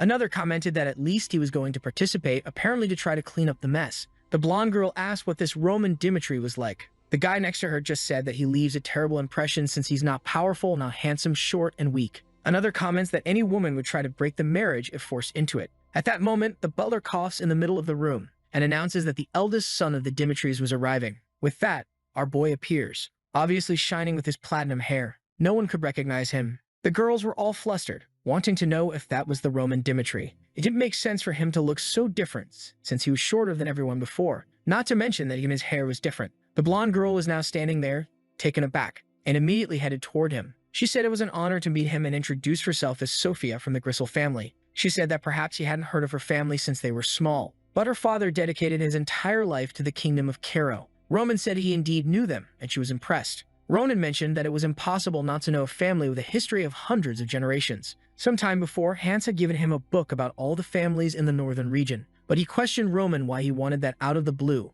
Roman responded that it was the least courtesy to know a little about the people he would meet. He would know the legacy of each person there and where they came from. That was an effort required for him to win the favor of others, especially for him, who was considered the Dimitri idiot. The boy studied extensively because he even knew they were famous for the quality of the wood they produced, and that one of her brothers recently learned to sense mana. He said he truly congratulates them on these achievements. People were just observing the conversation, wondering what on earth was going on. At that moment, another man introduced himself as the magnate of the Volt family. Roman said it was a pleasure to meet the eldest son of that family. He knew that Viscount Volt had achieved various victories in recent battles. The young man replied that he was grateful that Roman fought that way. Another person with pink hair came to introduce herself, saying that he had changed a lot. But the young man said that Lady Eris was as beautiful as ever. With that, a lot of people continued talking to him, all with smiles. Another approached and said he had judged him wrongly until now because he always thought he was drunk. Roman said he had been thinking of drinking, but if that was the case, he would abstain for a bit. Suddenly, the butler called for Roman and informed him that the young master was calling him to the back room. Finally, Roman was about to discover who was causing trouble for him. Outside the gathering, it was full of knights. Each of those families had brought their soldiers. Kevin asked what the deal was with this social party. Chris told him not to be interested as he would never attend one and ordered him to fix his helmet. A knight was watching what was going on, and one with green hair said that was the Dimitri escort. Kevin was innocently adjusting his helmet when someone burst out laughing and loudly said that it was a joke. He knew the eldest son was abandoned. He just didn't imagine he would bring a child who didn't even know how to hold a sword. Chris just told Kevin to ignore it. However, one of them asked what could be expected. Was that really the level of the Dimitris? The scene shifts to Roman a long time ago. At one of the social gatherings, he saw something. Flora for the first time. That's when Anthony approached and asked who he had his eye on. Roman asked if he knew the blonde-haired girl. His friend replied that she was Flora, known as the flower of the Lawrence family. Obviously, the boy fell in love. And now here's our Roman entering the room. All excited, he asks how much he's changed since they last saw each other. Roman was just observing. Anthony said he knew he had changed, but not this much, and told him to sit down and tell him everything that happened. Roman immediately noticed traces that some other people had been there. The fact that he made everyone leave as soon as Roman arrived meant he had a secret to share. Since Roman decided to make the guy comfortable, Roman then said that he wasn't sure either. He spent a fortune to make some changes in himself, and now, even he had lost track of how much he had changed. But in any case, it was good to see his old friend. Anthony was just observing, and said that indeed, it could be seen positively. He didn't know what the boy was thinking back then. Roman asked what time he was talking about. Anthony mentioned the time he was caught sleeping with his cousin, when he was already promised to the Lawrence daughter. It was truly an incredible time. He found it crazy that he would go so far with his future marriage considering that happened. But if he was here today at this party, it meant he wanted to accept the proposal, and he assured Roman not to worry, that he would keep his secret. They should discuss his marriage to the Barco family. That was information Roman had no idea about, when suddenly, he felt something strange, and seemed to recall a memory. He remembered betraying Anthony Barco, and begging his father to create a political marriage with the Lawrence family. But even so, he didn't want to avoid his friends, and would use this chance to rebuild the relationship he had with them. That day, Anthony introduced him to Emily Barco. He asked if it was okay for her to drink with them there that day. Roman said Cindy here was part of the family. Anthony told them to serve Roman, but he said he knew how to serve himself. At that moment, the guy changed and asked if he was getting full of himself just because he was going to get married. Roman was confused, but Anthony said he was joking, since they didn't even care about that family anymore. Roman was happy to know there wouldn't be a problem then. And of course, Anthony told him to drink as much as he wanted. And so the poor guy did. What happened next you already know. The boy woke up the next day in bed. He had no idea where he was or what was going on, when suddenly someone burst into the room and shouted his name. It was Anthony, furious, asking what he had done. Roman had no idea because he had just passed out. He didn't remember anything. Sometime later, Anthony said he didn't care who the boy slept with, but this time it had been with Miss Barco, and he couldn't let the matter slide easily. He gave the boy the chance to end that marriage unilaterally, or he would have to marry a direct descendant of the Barco family to improve relations between them. Even though he was furious, he would forgive him because they were friends. However, he would have to give an answer. Back in the present, Back now knew exactly what happened. If what happened that day were discovered, the honor of the Dimitris would be ruined, and Roman didn't have the courage to face his father and confront his anger. On the other hand, he couldn't break the marriage because he truly loved Flora. Since it had been forced by him, it would defame the princess. That's why his decision was to take his own life to resolve the situation. A weak man who never achieved anything with his own hands. That was Roman Dimitri. Truly a miserable and pathetic life. Anthony asked why he was hesitating so much and said that the union of their two families would create something extremely powerful in the region. No one could stand against them, and together they would have all the power in the north. But Roman simply asked if that was the only reason. Confused, Anthony stood still for a moment, and Roman asked if he had to accept this political relationship just because of that reason. Anthony tried to remind him that this wasn't a choice. If he refused, everything that happened that day would be exposed to the world. At that moment, Roman simply put his foot on the table and said that apparently Anthony had forgotten, so he would say it again. Dimitri had no reason to accept the Barcos' proposal. Meanwhile, outside, the gathering was going on smoothly, until something caught Sophia's attention. Of course, it was Roman again, and she asked where he had been. He replied that he had something to resolve, and unfortunately, because of that, he would have to leave. She looked sad, saying she wished he could stay a little longer. He said it was urgent, but everyone was asking him to stay, saying they wanted to talk about many things. But Roman just excused himself and left, until he heard someone telling another to take back what they said. He recognized the voice and tried to get closer. That's when he saw something he didn't expect. A helmet hit the ground, and one of the knights had hit Kevin. Just before that, the man had said that was the level of the Dimitris. Chris just told him to calm down because it wasn't worth it. But the men seemed to have noticed something. They approached, asking why they brought a child whose helmet didn't even fit his head. They got closer and said it looked like they picked up a kid from the street and put armor on him to call him an escort. Chris asked if they were training more to be clowns than to use a sword. The man ignored him and said he was confident he could beat this kid without any training. That's why everyone calls their lord an idiot. Kevin told him to take back what he said because he shouldn't refer to Roman like that. The man was confused, but Kevin just grabbed his hand and told him to take back what he said. That's when the man slapped his helmet. The poor kid didn't even react, and Chris thought about drawing his sword, but he knew those were Barco's knights. If he really did that, it would cause chaos between the two families. He wasn't just causing trouble for the young master, but for everyone there. From the ground, Kevin said he was Roman's knight, and that he never wanted to be a knight if it meant being like the bunch of thugs they were. The man just chuckled and moved toward him, saying he wanted to see how far his pride would take him. That's when someone grabbed his wrist. Everyone was in shock. It was Roman, calmly asking what was going on. He just took a look. The moment the man started to say his name, he got slapped in the face. He was completely confused, not understanding what happened. Not only did he get slapped, but he couldn't even react. He was about to say something, but got slapped again, not understanding. Once again, he didn't know where the slap came from. It was becoming a joke. He tried to speak again and got slapped in the ear. The poor guy was already shrinking, and now he was about to kiss the ground. He was starting to get traumatized, not knowing what sequence this was. But Roman simply told him to lift his head again. Meanwhile, in the room, Anthony was there. He couldn't understand what had just happened. At the meeting, he warned Roman that if he didn't accept the proposal, he would be making an irreversible mistake. But Roman just replied that his reputation was already bad, so having one or two more rumors wouldn't change anything. And he warned Anthony that he should behave a little better. He had chosen to cancel this marriage on his own, not because of that threat. But since the Dimitris were no longer allied with the Lawrences, in a way, Anthony's goal had been achieved. However, at any moment, Roman could decide to help the Lawrences, and that would interfere with the Barcos. And maybe he should do that just because of those threats. Roman had already researched a lot about the Barcos. They had an influence with the central government that couldn't be ignored. But that's all they had and nothing more. If one were to truly consider wealth and power, the Dimitris were the real force in the north. He then asked Anthony what he wanted to do. Anthony, fearful, only asked if he was no longer going to help the Lawrences, and Roman replied that he was correct. With that, Anthony said it would be better to forget about this matter. However, he couldn't understand why this boy had changed so much. The way he acted, looked, and even spoke had completely changed. He was no longer the idiot he knew. What he wanted to know was what the hell had happened to this boy. At that moment, someone called for Anthony, who said he didn't want to talk. But the person insisted, saying there was a problem with the knights he had brought. Outside, something was still going on, and everyone was scared. The Barco knight was at Roman's feet, begging for forgiveness and saying he would never do it again.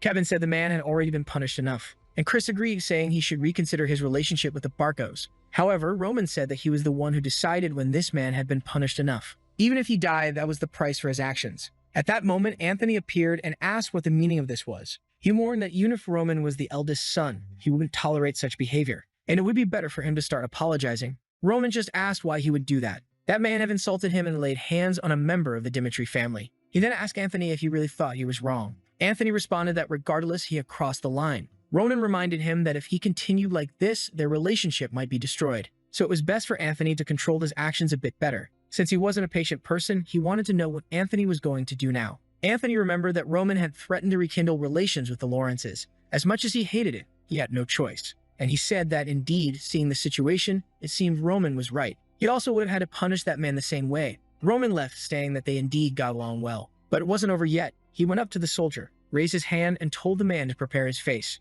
This went on for a while. The old Roman was a person everyone disrespected, even though he was from the family that was the greatest power in the north. He called Chris and Kevin and said they were leaving. But now, everyone who was present had no choice but to recognize that the idiot they had heard about no longer existed. On the way back in the carriage, there was silence, and Kevin apologized since Roman had been insulted because of him. And Chris apologized for not doing anything when they spoke ill of the Dimitris. Roman stayed silent for a moment. He said he knew it couldn't have been easy for them to endure that until he arrived. So it was a good job that they managed to hold on. Being hasty would only have led to the worst-case scenario. But that wasn't the answer he wanted. since no one in the entire North should have the courage to lay hands on the Dimitri family. They've got to remember the faces of those men and never forgive them, because Roman doesn't accept anyone being above him, and the only ones who can follow him are those who are above everyone else, and they would have to adapt to live that way. Back at the Dimitri mansion, someone handed over papers about the Barco family. It was Hans, who mentioned that lately those guys had been taking some strange actions. Roman already knew that the Barcos had appeared in the northern region over 100 years ago, but they only started gaining relevance when someone from the family entered the central government.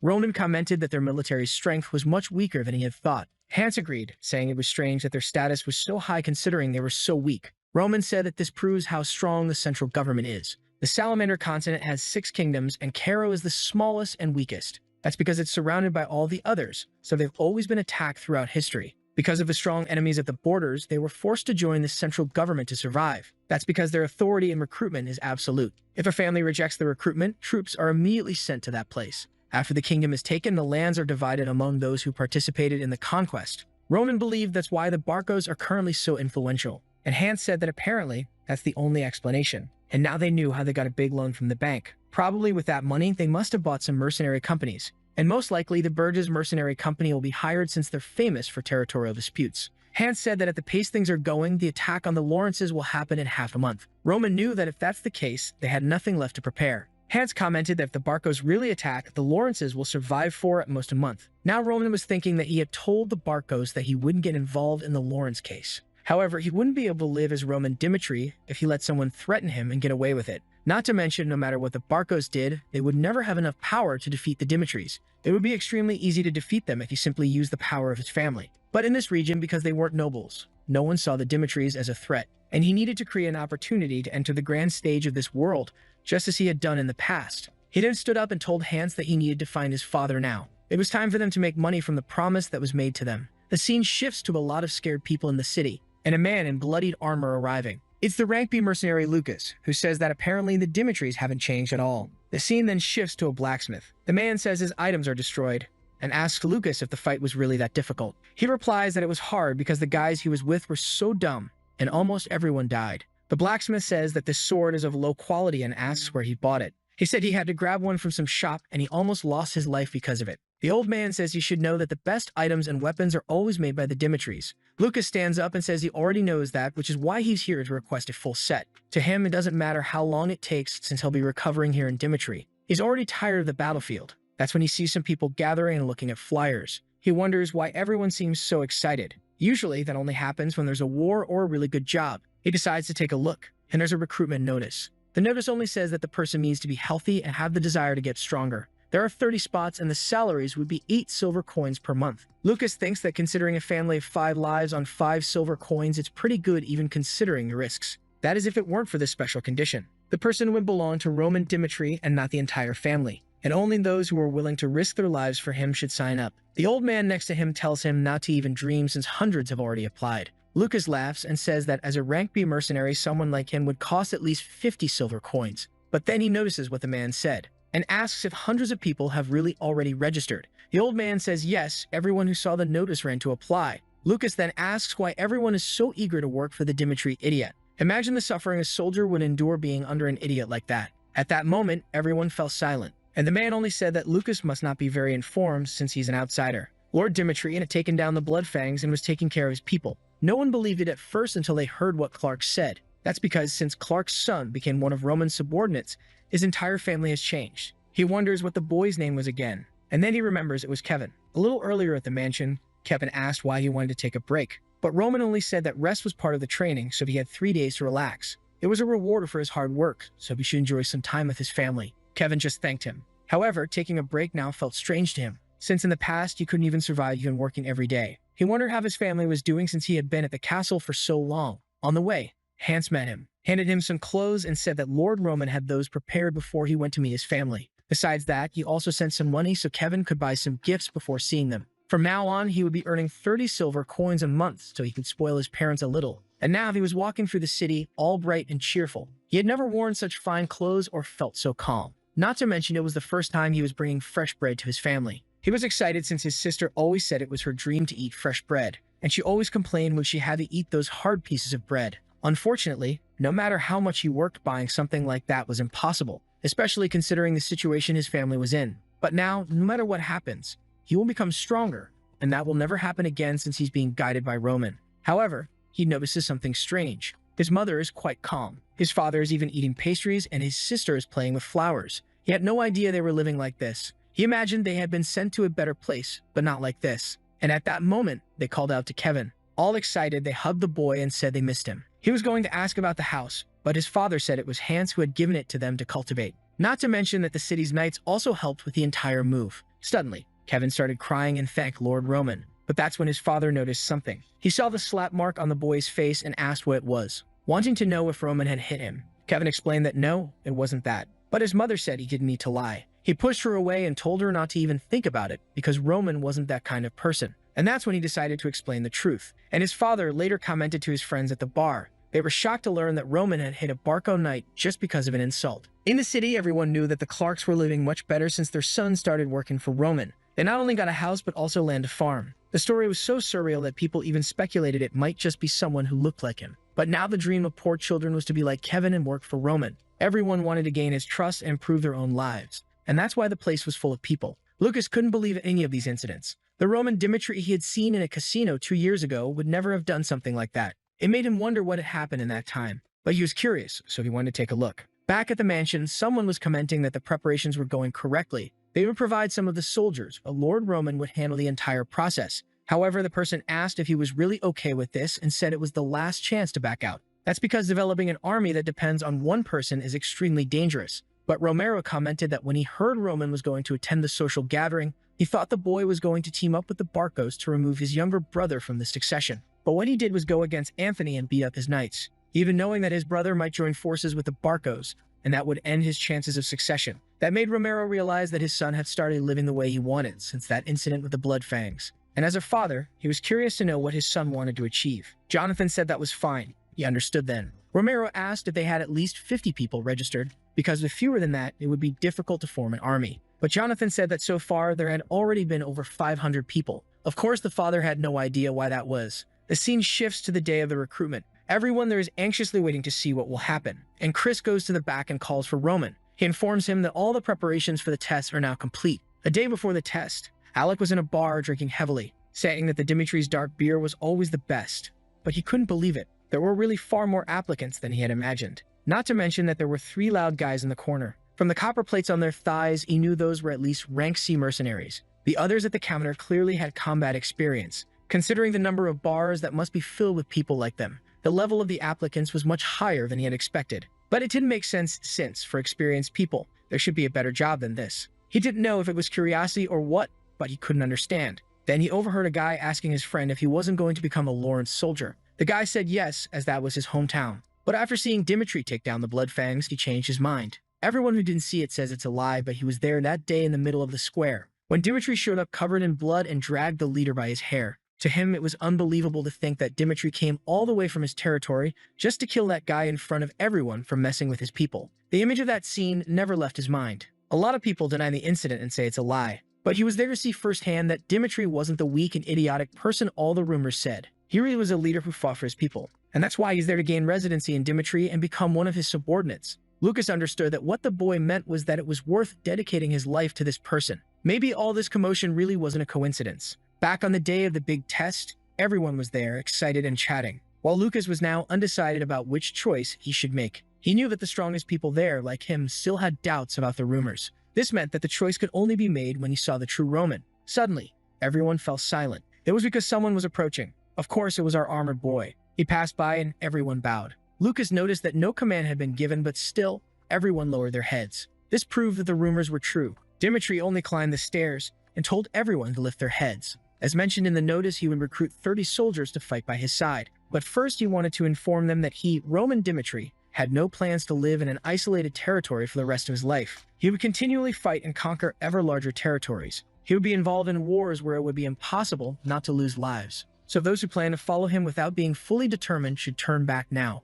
What they should think when their head flies on the battlefield is not resentment for being sent there by him, but regret for not being by his side at the moment he reigned supreme over this continent. The entire crowd fell silent. Lucas just couldn't understand why someone with his position in his own family at risk was being so arrogant. But for some strange reason, that man made him believe it. With that, Chris stepped forward and said he would explain the instructions for the test. The test was extremely simple. They would stay in a designated spot and the archer would fire 3 arrows at them. Maybe they would graze their body, or hit the wood right behind them, or even hit them directly. Only those who didn't move an inch after all 3 arrows were fired would pass the first stage of the test. With that, the first name was called. The man stood in front of the wood and the archer prepared. However, the others were wondering if they were really going to do this. It didn't make sense to put a soldier's life at risk for this test. He knew that Archer was extremely talented. Surely he would never make a mistake. The first arrow was fired, and it struck right next to the man's neck. Seeing this, the man thought it could only be a psychological test. He just had to stand still and be sure nothing would happen. After all, he knew the arrows would miss.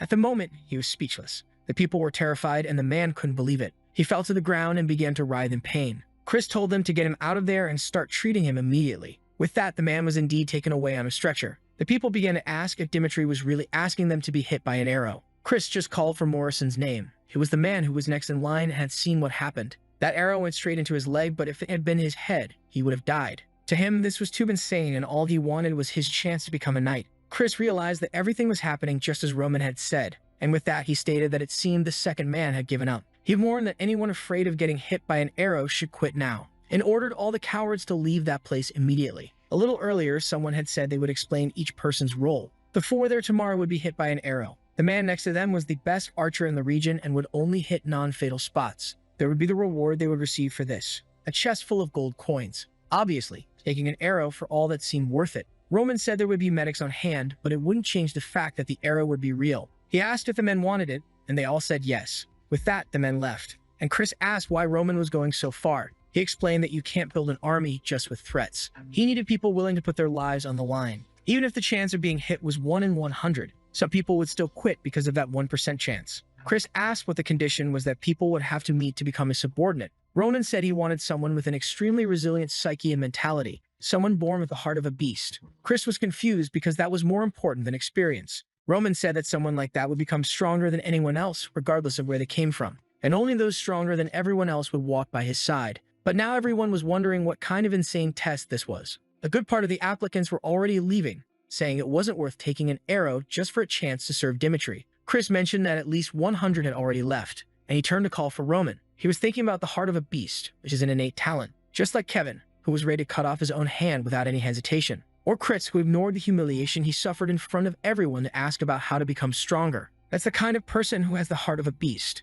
No matter how strong someone's physique is, when they are born, they can't defeat someone like that. That's the type of person he wants to find in this test. So he gave the order for the test to continue. The next participant was panting heavily. Lucas remembered the guy from the bar. It seemed he really meant it when he said he wouldn't give up, but he was trembling a lot. He was terrified, but this was his only chance to show loyalty. There was no way he would quit without even trying. The first arrow nearly grazed his head. He looked at it and knew he could have died. Another arrow was being prepared, and he wondered if he should give up. The second arrow hit right next to his arm, and he knew it would all be meaningless if he left now. But the last one was coming, and there was still time for him to back out. He wanted to say something, but the fear was overwhelming. And with that, the arrow struck the middle of his leg. Chris announced that Henderson had passed. Lucas realized the man was about to quit, but got lucky. Arrow was fired in time. And so the tests continued. Out of 500 participants, after 100 fled, 400 remained. And out of those, only 120 had the courage to endure all 3 arrows. Roman observed each person who passed. Those who trembled but still stood their ground,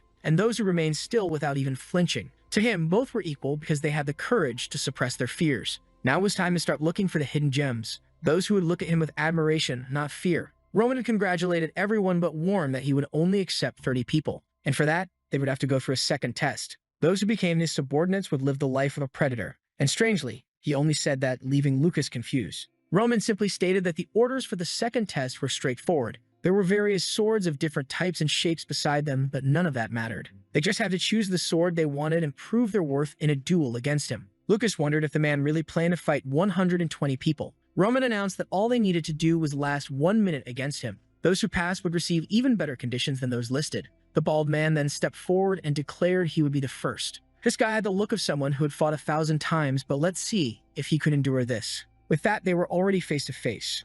Roman asked for his name, and the man said it was Vulcan. He questioned if the sword was good, and Vulcan said it wasn't a problem. Vulcan thought that Dimitri's confidence was a bit overblown, but although it was true that Roman had taken down the Bloodfangs alone, it was impossible for him to be defeated in a minute. Chris then told them to prepare. For Vulcan, surviving a minute would be easy, and he was more interested in testing the person he was going to serve, and Chris said they would start. Vulcan immediately lunged, saying he would find out what kind of man Roman was, and launched an attack with all the strength he had. But in a second, Roman dodged and was already at his side, and just made him look like a fool by tapping his foot, making him fall. Vulcan tried to get up, but at that moment, the sword was already at his neck. Ronan simply called for the next one. At that moment, Lucas realized that this man was on a completely different level. This test was entirely incomparable to the first. When everyone saw the volcano being instantly defeated by Roman, they knew how strong he was. However, they all thought the same thing. As more and more duels took place, he would get tired. Then, it would be easier to defeat him at that moment. However, half of the duels had already happened,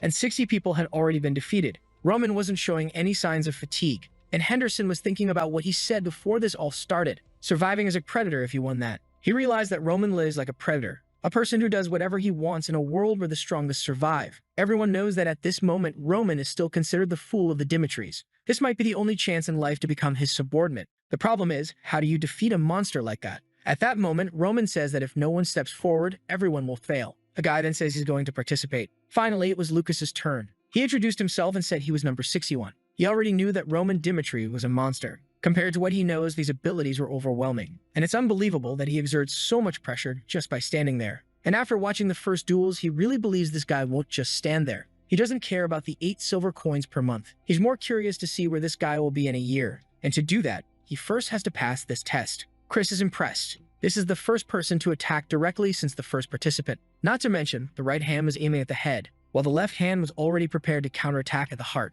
Roman easily blocked the first strike, and Lucas noticed that the backward movement put him out of reach of the dagger. However, he wanted to know what he would do with it, and he sent the dagger in Roman's direction while launching another attack with the sword. However, Roman blocked the attack and deflected the dagger with the scabbard. As soon as Lucas saw this, he retreated once again. From his experience, every knight eventually starts to have some opening as they get tired. However, at this moment, Roman was like an impenetrable fortress. But he couldn't stop now, as it would be over for him if he hesitated for even a second. If he wants to pass this test, he has to keep the initiative. Ronan smiles and asks if his name is Lucas, and says that it's not bad at all. This isn't the right attitude on a battlefield, but it is the correct one in a duel. Clearly, the boy had a natural instinct. However, it's obvious that he wouldn't let the guy hold out for a minute that easily. This 1 minute is actually to show how powerful the squad he's going to create will be. And the purpose of this test is to establish the difference in strength so that they always remember it. And to do something like that, you would have to end this once and for all. At that moment, Roman goes on the attack while Lucas is still dodging.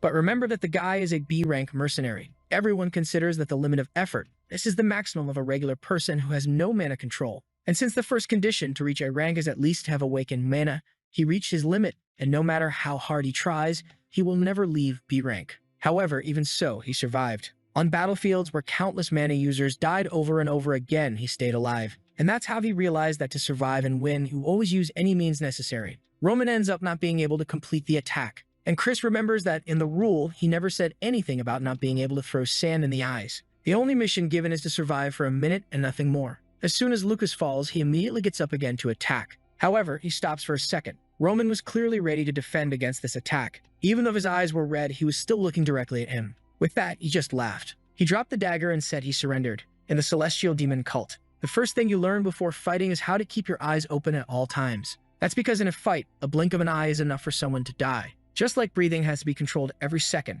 blinking is also something that has to be considered. And that's why they always train to keep their eyes open in any situation, no matter what happens. A person should never give in to fear or try to escape without observing what's going on. He then hands Roman a bottle of water. As Roman washes his face, he stands there desolate. He wouldn't have used sand if he had known the guy wouldn't change his expression. It just made him look pathetic for using everything he had available and still failing. He wonders if Roman would be disappointed, but then remembers that he had no expectations. Maybe then he would be punished for it. But Roman only called for the next. Lucas was confused that the guy didn't even comment on it, and the people in the audience wondered the same thing. Why didn't he mention that dirty move? But Roman already knew about that plan. The moment he dodged, he saw the movement, his hand going to his waist and grabbing that sack. However, he decided to continue to see what he would do in the best situation. The hell Lucas experienced and the amount of blood he saw, he has no doubt. The blood seen by Bake was enough to create an ocean. That's how a celestial demon is created. He then asks if no other applicant will step forward. And with that, time begins to pass. And another guy enters the field. Once again, he dodges the attack. However, now everyone was trying to play dirty. So he tried to throw a stone at Roman. Chris noticed that Lucas's influence is making everyone want to last at least a minute. However, even so, none of that was enough. Lucas realized that the dirty move didn't disqualify anyone, but at the same time, Roman didn't feel any pain. And now was the next person's turn. The problem is that none of this was making sense. 2 hours had passed with duels and his breathing was still steady. In the battlefield over a sea of bodies, no one goes easier on you just because you're tired. Your movements become slow and your breathing unstable. That's how you become just another corpse. That's why, for someone who wants to survive on the battlefield, breathing must be perfect and continuous. However, Roman knows how to circulate nature's mana to alleviate the body's fatigue. Combining that with skeletal change, he manages to keep his body in perfect condition. During his times at Bach, he participated in wars that lasted up to 3 days. So of course, he wouldn't get tired from light training like this. Chris then tells all the applicants to gather, and he says that the number of people who pass the second test is equal to 0. However, that doesn't mean no one will succeed because they need to select 30. He tells them all good job and says they're dismissed. A while later, Roman hands in the list of participants who passed and informs Chris that he will have to train those. He says he understands and takes a look at the people who passed. Vulcan, who lost in one move, had enough courage to go before everyone else. He finds it strange that Henderson passed since he didn't find anything special in the kid. Maybe the master saw something he didn't. He finds the rest understandable, except for one. He asks if Lucas really passed, and Roman says yes. Roman asks if there's a problem with that, and Chris responds that he acknowledges Lucas is very talented for a B-rank mercenary. But not only did he commit a grave foul in the middle of the duel, but he also gave up before being attacked. A guy like that would only cause problems on the battlefield. It's not even about honor. It's because the average mercenary would abandon comrades to survive. However, Roman says that's precisely why he passed him. Of course, the poor guy is totally confused. But Roman says it's exactly because he isn't a coward who knows honor that he passed. At the moment when everyone was worried about Roman's judgment, he saw an opportunity and acted instantly. That's the kind of person who survives on the battlefield, doing whatever it takes. So he asks Chris why he was so sure Lucas would betray his comrades, just because of a foul. He remembers that Jonathan once said that those who survive on the battlefield aren't the ones who know how to use aura, but rather those who calmly analyze each situation and act accordingly. He needed to keep in mind that no matter how strong he was as a knight, there was always a chance he could be killed by one of these. Those who hide in the shadows and look for a chance to strike. Chris realizes that in that situation, it really was the most realistic thing for Lucas to do. Once again, he was the one who couldn't see things clearly. However, he then tells Roman there's one more thing he doesn't understand. The battlefield won't start for another 5 months. And it's not like the nobles were 100% forced to go, since there's always a political way to avoid it. So why is he already gathering his soldiers when he could escape? Ronan says it will be announced soon. The official letter from the Barco family. In it, they said they had been waiting a long time for the Lawrences to fulfill their past agreement. However, they betrayed their honor and commitment to the nobles. And that's why the Barcos decided to raise their swords after much patience. The sins of the Lawrences were clear, and they weren't willing to pay the debts owed by their ancestors. They even had the nerve to declare that they wouldn't surrender any land as collateral. And that's why this notice was to inform everyone in the kingdom of Kiro. The Lawrence family has 1 week to surrender the lands, or else the central government will support, and a territorial war will be waged against the Lawrence territory. When Chris hears this, he asks if that's what Roman is preparing for. Roman says that's exactly it. This troop will get involved in the war between these two. Meanwhile, someone remembers failing the family. The person who was responsible for making the Dimitris no longer support the Lawrences. To Flora, she was the one to blame for everything happening to the family and the territory. She wakes up in the middle of the night.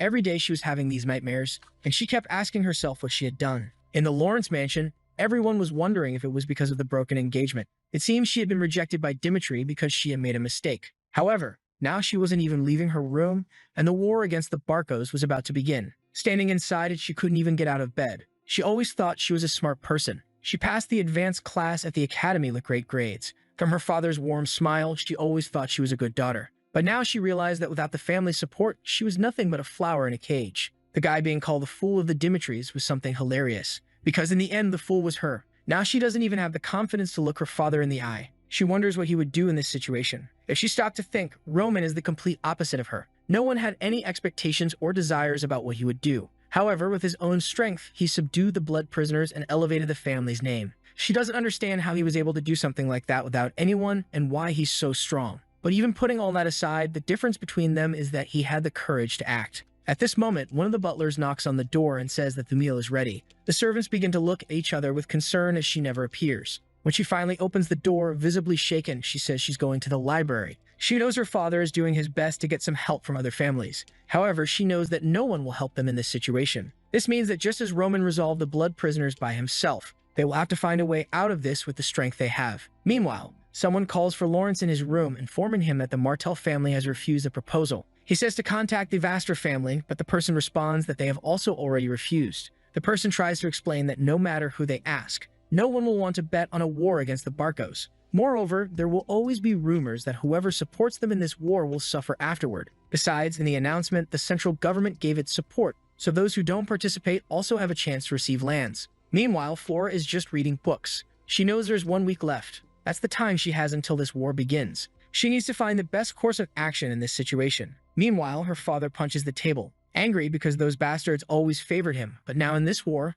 no one is supporting them in the conflict. He asks if the gold bank will lend anything, and he says yes, but the investigation will only be completed in a week, which makes it obvious that they are basically siding with the Barcos. He wonders if there really is no solution, and one of the men at the table says that perhaps it's just better to surrender to the Barcos. All the support they would receive from neighbors has been cancelled, so by surrendering, they would protect some innocent soldiers and not lose everything. No one in the room could argue against that. Even Lawrence said it was something to consider. However, that's when someone at the door said Miss Flora wanted to talk. He was going to say he was busy, but she opened the door at that moment. Her father asked what she was doing there. She said she had something to say. However, this story likes to jump back and forth, so now we're back to Roman's conversation with Chris. At the moment, he said that Roman Dimitri would get involved in the war between the Barcos and the Lawrences. Actually, it's not Chris, it's his father who asks if he really knows what that means. He says yes, and his father asks why he wants to go through with it. This is a legitimate war of the Barcos, confirmed by the central government. And since he canceled the marriage with the Lawrence lady, they have no right to get involved in this. If they get involved in a war without any reason, all the nobles will break ties and they will be subdued. His father says it seems that the son is not as rational as he thought he had become. However, Roman calls for him and asks how he wants him to live from now on. His father, confused, questions why he's bringing this up out of nowhere. But Roman says he's not getting involved in this war just because of a change of heart. He tells his father that he received a threat from Anthony Barco that complicated the marriage he was going to have. He has no way to plan, but when he heard that, one thing came to mind. People say that the Dimitris are the true strength of the North, but for some reason, the Barcos still think they are above. As he is the lord of that place and does nothing, he believes that he must be satisfied with the situation. However, Roman Dimitri is different and wants power. He won't stand by and watch the name of the Dimitris be tarnished, whether by the Barcos or anyone else. He has more than enough reason, just as the Barco War is merely a non-existent excuse to gain more power. In this new life, Roman feels as if he's in an endless ocean, but his identity as Bach hasn't changed. He will live a life of domination. He tells his father that he's not asking for the family's help, as he will participate in this war only as Roman Dimitri. All his father has to do is watch. The path he will show is the life he will live from now on. His father knows that your birthplace never changes no matter how great you become. Even if he has a lot of money and a prosperous territory, the fact that he's a commoner doesn't change. In this conversation, Lehanna asked if anything happened with the nobles when he went to the capital. He sat down and said it was nothing much, but he noticed it just from the looks. Clearly, they looked at him differently than the others. Lehanna asked if he wanted to change that. However, he replied that he was content with his current life and didn't want to stray from his path just to gain a bit more. The hope he had, at least, was that his children would be different. Unlike him, who was content with ruling a remote land, he wanted them to surpass their origins and reach an even higher place. His father realized at that moment that the look in his eyes wasn't one he could change. However, this was the moment he had long dreamed of. His troublesome son had grown up without him even noticing. He then replies that Roman can do as he wishes and ask for any help. He was Roman, son of Dimitri, and that means no matter what he doesn't need to carry the responsibility alone. The scene shifts to a blacksmith. The entire street is extremely busy, with numerous shops. Roman realizes it wasn't a joke when they said they were truly the biggest in the capital. In that place, there are factories where multiple blacksmiths work at the same time. Just this one Dimitri street has 30 blacksmith shops open and functioning. If anyone wants to understand how the Dimitris made so much money, they just need to see this place. The steel mines behind this territory are the largest on the continent, and that's why the blacksmiths can sell equipment at much lower prices. And that's why no noble in the Cairo region dares to be hostile to the Dimitris, not only because of the wealth they possess, but out of fear of losing the equipment they provide. And Roman is already looking for a certain someone. The person who is the symbol of the Dimitri family is considered a master blacksmith. In the conversation, he told his father that he would handle it alone, but he wanted help with the equipment. His father said he would need to speak with Master Hendrik. When it comes to blacksmithing, he was surpassed by Hendrik shortly after becoming a noble. If he says it's a request from Romero himself, he will certainly get everything he needs. However, he had to keep in mind that the Dimitri blacksmiths were extremely proud. They wouldn't be nicer or kinder to him just because he bore the Dimitri name. Only someone who can distinguish the quality of steel and the skill to use it can earn blacksmith's trust. Everyone is staring on the street, and Dimitri realizes it's exactly as his father said, That's to be expected considering the actions of the past Dimitri. In the shop, someone says to take a look at the person who arrived, and Hendrik asks what he's doing there. Roman says he believes his father sent word about his arrival. The blacksmith asks if it's about the equipment for 30 people. The blacksmith says he thought he only said that to steal some items and then sell them because he's out of money. He told him to grab some equipment on the side that was more than enough to arm 30 soldiers. Roman asked if those were the only items available, and the guy said yes. So he then questioned if that was the best Hendrik could do. He said of course not, but if he wasn't satisfied, he should just disappear from that place. But Roman picked up the sword and said that apparently the reputation of the blacksmiths in that place was exaggerated. To think he would call something like that equipment for a soldier. He says he will ask one more time. He wants to know if this is really the best work of Master Hendrik. Hendrik, of course, lashes out at him, saying that the equipment there is of the highest quality in the entire Cairo continent. And the boy who never sweated in front of a forge was trying to judge their work. If it weren't for Romero's request, he wouldn't even receive anything. While his brother worked a long time in the forge to succeed the family, he was covering himself with women in the streets. That means the biggest trash in that place is him and not the swords on the floor. It was just the eldest son who knew nothing and couldn't do anything either. Roman knew he would have to deal with this again. He replied that he understood the reason for the anger. What he wanted to know was why this sword had been hammered so much that it changed color when placed under the sun. This could only have been done by an inexperienced blacksmith who didn't know how to strike the metal. This proves it's not the work of the Dimitris, and the old man cannot deny this fact. He makes a cut with the sword and says that with this, one of his soldiers died on the battlefield because it didn't pierce the flesh. Another soldier had the blade stuck in the enemy's muscle and died with a frightened expression. He asks if that isn't an injustice. He made the best choice on the battlefield but died like trash because he was armed with trash. Hendrik still doesn't know where he's going with this. However, Roman picks up a chainmail from the ground and asks if that is what they call armor. That wouldn't defend against a single attack, not to mention that the weight distribution was all wrong. This means that anyone who trusts in that will die on the battlefield. The organs of soldiers who relied on this chainmail would be torn apart. Dimitri continues to ask what nonsense he is talking about. Roman asks if he really doesn't understand. Roman can understand this guy's frustration since he showed up out of nowhere and started criticizing the equipment. He can accept those thoughts and feelings. However, he crossed the line. He says that if he had really taken that pile of trash from the ground, soldiers who trusted their lives would have died. Hendrik's feelings couldn't lead to such retaliation. That's because 30 lives were at stake, and even knowing that Hendrik fled from the truth, he asks if someone like that can really be called a craftsman who represents the Dimitri family. Because of personal feelings and this pile of trash, 30 innocent people who did nothing wrong died. His intentions and feelings shouldn't be important. He asked for weapons and armor with his father's name at stake, and the response was to receive this pile of scraps. These actions should be seen as insubordination to his father. He says he knows he's not doing this on purpose, but he needs to understand what his actions represent. Since this wasn't a personal request, but an order from the Lord for him to deliver good weapons and armor, Roman knows that the hierarchy must never become ambiguous. Loyal people, and even those you consider your friends, the moment they cross the imposed limits, they must be severely punished. He says he will ask again if this can be seen as insubordination. Hendrik says, of course not, and Roman then asks why he's trying to deliver that pile of trash. At that moment, other blacksmiths start asking what's going on. They all begin to curse Roman, saying he has no right to come there and humiliate Hendrik. It's even worse that he's holding a sword. They want to know what he's thinking of doing against Hendrik, and immediately, they order him to be stopped. However, Hendrik orders everyone to stand still. The guy asks why, but Hendrik just yells. He turns to Roman and apologizes. The blame was entirely his in this matter. Hendrik remembers when he used to get beaten by his master for trying to make his own swords, who warned him that he would never set foot in that forge again if he intended to do something like that. A little later at home, he was seething with rage at that pig. The guy didn't teach him anything, called himself a master, and just kept beating him every day. That's when he heard someone asking if they were charities by any chance. The guy with the coin in his hand said he knew it wasn't enough for a decent sword. All he wanted was any sword, and he promised to repay much more when he achieved what he wanted. His body wasn't healthy and he needed a weapon to make money. The master replied that he wouldn't deliver it, and the guy kept begging while Hendrik listened to everything. However, the master ordered him to disappear from that place immediately. With that, the guy went back home devastated. However, on the way, Hendrik called out to him. He asked if he really would take that sword for free. Hendrik said yes, and that he heard his situation at the blacksmith's. The guy wanted to pay, but Hendrik responded that it wasn't necessary since he was going to throw it away.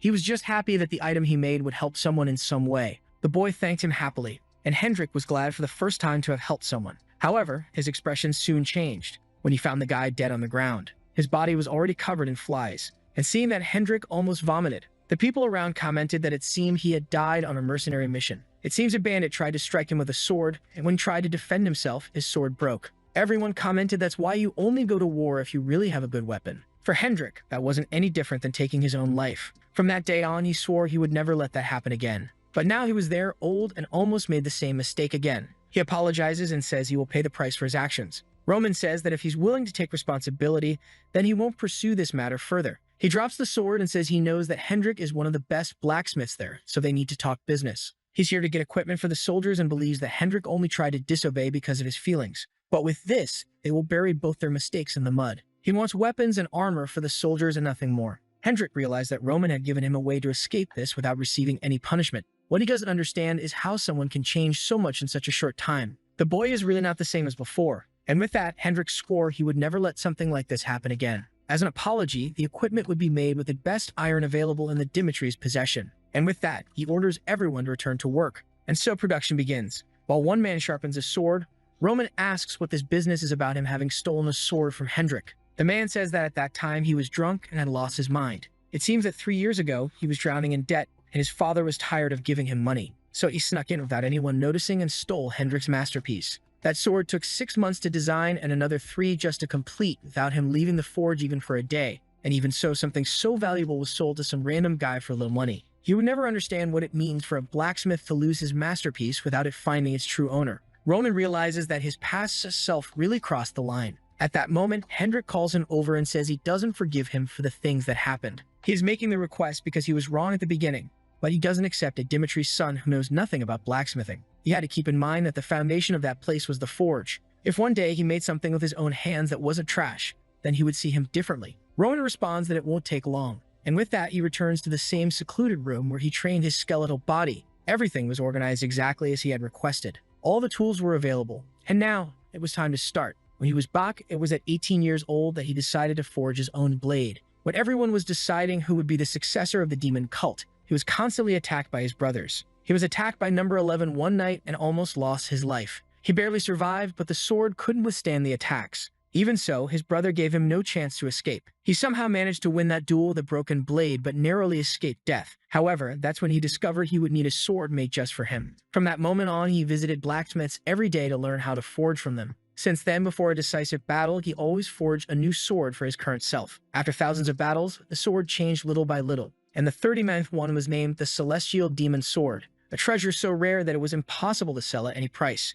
And now for this upcoming war, it was time to make a sword for his new self. And with that, Roman began to work. He had repeated these actions thousands of times, and understood the rhythm and strength needed, the concentration required to focus on a single objective. To forge something like this, you needed to be in a trance. While forging, he asked himself what he was living for. In that world, he was forced to survive because he was born as the son of the celestial demon, and battles fell upon him. However, he never saw this as a bad thing, and at this moment his mind is the same and he will remain true to his reality. However, this life he now leads doesn't necessarily mean he has to go against everyone, and this shows that his training needs to be even firmer. This only shows that he still has no idea of the most powerful forces in this world. Defeat could not be tolerated. He then makes a breath of flames. That was the art of the infernal demon. It transformed all accumulated mana into heat. Even though it wasn't the best that existed, it was the only one this weaker self could use. He couldn't forge many things because his organs would be damaged. However, he desired a power that could face all variables. Back at the Lawrence mansion, Flora says that at this moment they are trapped and out of options.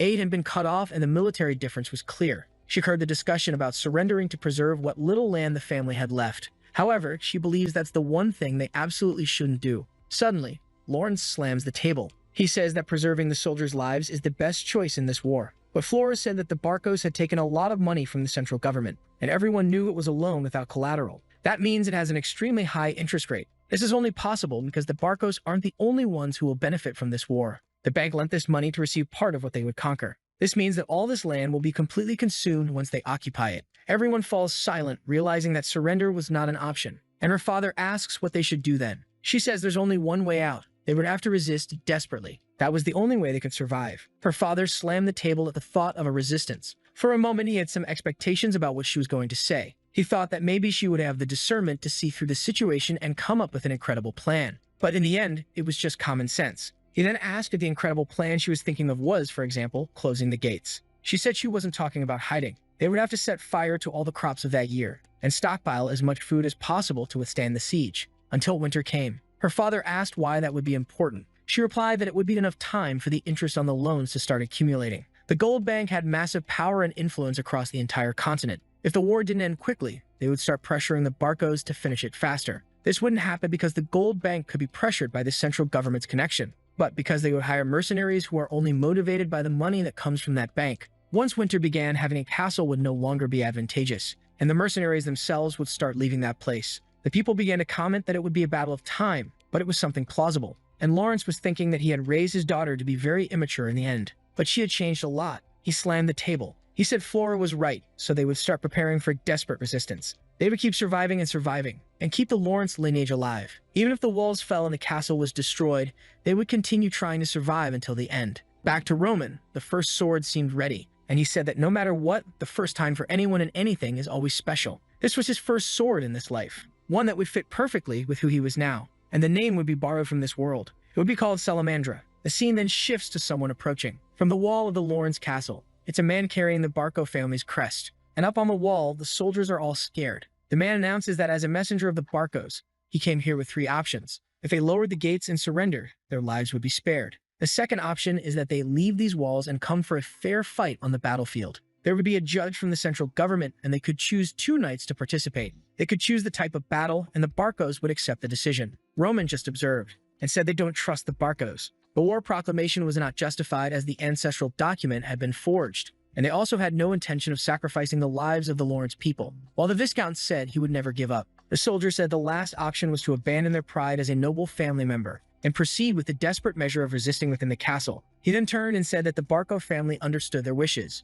and that they would exact the price for the blood that would be shed in this siege. On the wall, the soldiers were trembling, and Lawrence was frightened. The war had already begun. He immediately ordered the archers to fire. The first arrows were shot, and the Lawrence army was already advancing. It was classic medieval warfare, face to face. Meanwhile, someone was throwing their helmet to the ground. It was the Barcos who were furious with these insolent people for not respecting them. They had prepared 3 times more soldiers, so why weren't they surrendering? The soldier behind expected it to be decided in an hour, but the pace of the battle was quite different. The man replied to the lord that the Lawrences seemed prepared to stretch this fight. They had dug around the entire wall and given access to the river so the soldiers couldn't get close. And from the number of arrows fired, it was clear they had enough war supplies. The leader couldn't understand why these damn people chose to resist desperately in just 1 week. They had calculated everything perfectly so that they would simply surrender. So why were they risking locking themselves inside this gate? He couldn't understand where the plan went wrong. The knight asked the lord what they would do. The man said it was obvious. They would use that.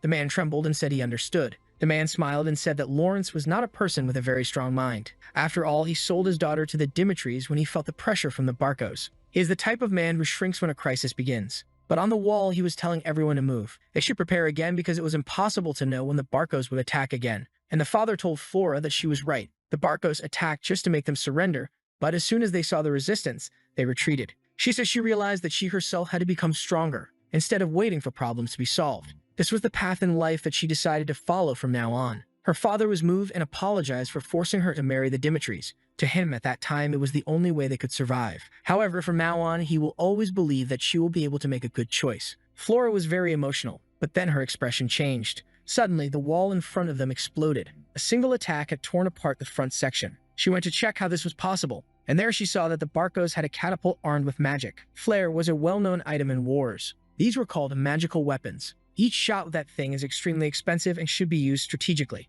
Not to mention that it cannot be used without government permission, no matter how much money someone has. She never imagined that the Barcos would have the resources and connections for this. And the worst part is that there are only 2 ways to defeat a flare. Either you use another magical weapon of the same rank, or they would have to leave the castle and destroy it. The problem is that both options were impossible. But of course they didn't want to give up just like that. At that moment, a maid announced that they had received a magical message. This wasn't just a very rare means of communication, but also very expensive. The maid said that Roman Dimitri had said he had a way to help, so she should accept the offer. Flora had no idea. Why was Roman Dimitri getting involved in this? The scene then shifts to her asking how he plans to save the Lawrences from danger. Roman says he will make it clear that he's only doing this to get revenge on the Barcos for personal reasons. It's something he had already decided on, and this is the perfect time for revenge. If the Lawrences follow his plan, he will actively participate and destroy the Barco family for them. She asks what they will have to do in this plan. He says the Lawrences will first have to create a stage for him by making a certain sacrifice.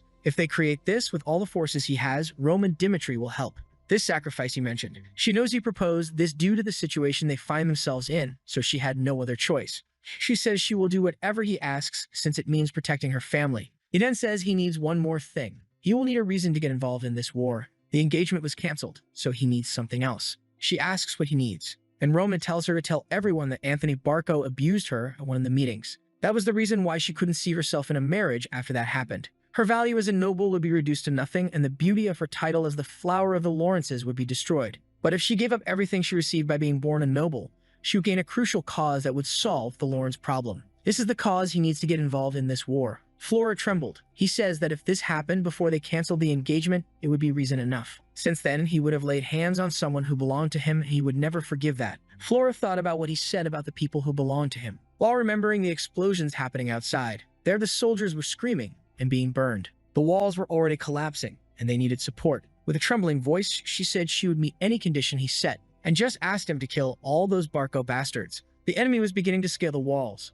and Lawrence gave the order for them to defend and keep resisting. But at that moment, a hooded man appeared and lunged to take Lawrence's life. He saw that he wouldn't be able to dodge in time, but then he was struck in the face. Flora had shot an arrow. Her father turned and asked what she was doing there, but she only said that they would have to open the gates and face the Barcos head-on, and he asked why she was saying that. She explained that Roman had promised that he would help them. As the troops entered the castle, they would destroy the flare. Her father asked why Dimitri had changed his mind now. She said there was no time to explain, but she was sure. He was a man who kept his word. In another place in the forest, Roman was observing a magic crystal, when Chris approached and asked if they would attack already, but Roman replied that they wouldn't. Chris said that at this rate, the Lawrences would be defeated before they got involved. The flare was an extremely powerful weapon that would destroy that wall. They needed to launch this attack at this very moment, but Roman just asked why he would do that. Whether the Lawrences fell or not was of no importance to him. He then told Chris to pay attention. Among the deaths of hundreds of people he doesn't know, ensuring that none of them shed blood is much more important.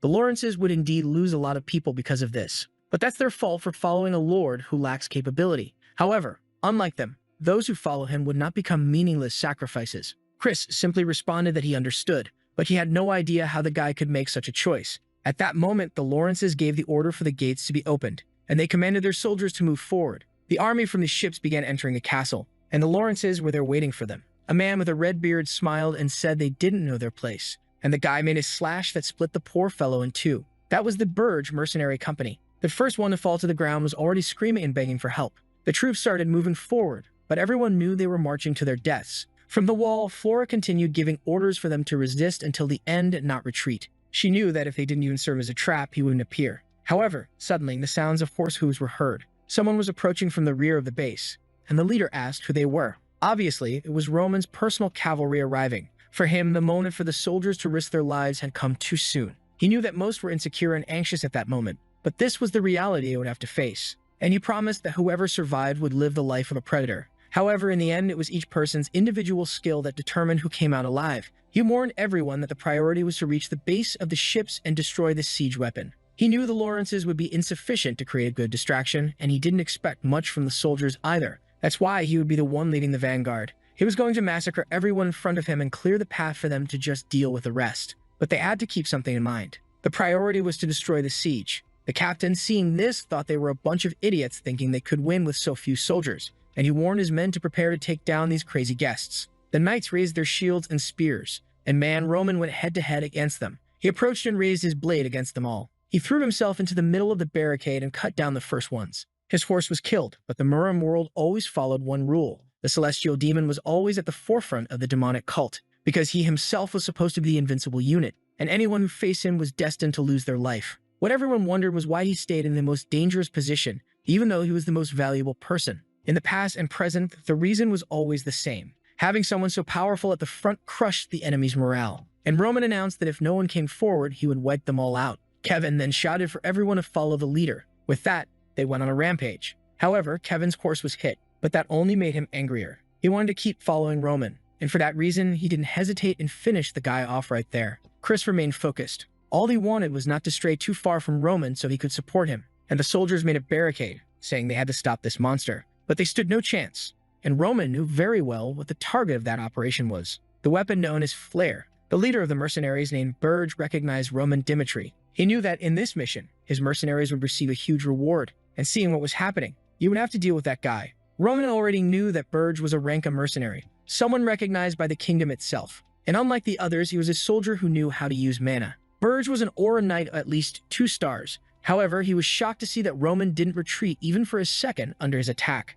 The boy's blade was already surrounded by a purple energy, and man, he struck the guy full on. Burge managed to defend himself but realized Roman was too strong. With that, he started retreating, trying to protect himself. But the slash went through, and it took 5 seconds for him to fall to his knees. That was the amount of time the rank of mercenary could resist against Roman. The enemies were terrified to see the captain die like that, while the allies were all ecstatic. The leader of the ships ordered everyone to kill that bastard, but he was just thrashing about, and the men said it was too dangerous. Roman was curious about something else. This weapon called Flare, the product of something that didn't exist in the Mirim world. He then activated the Art of the Heavenly Demon. That was the first form of the sword technique, and with that, he tore Flare in half. The soldiers of the ship realized they stood no chance. The expensive item they had brought had been destroyed. Roman called out to the Lawrences and said that he would destroy the siege weapon. He had destroyed the Barco's siege weapon. From the wall, the people were cheering, but there was someone more emotional than anyone else. It was, of course, Flora, impressed that he had said it and then done it. To her, it was clear that with the destruction of the flare,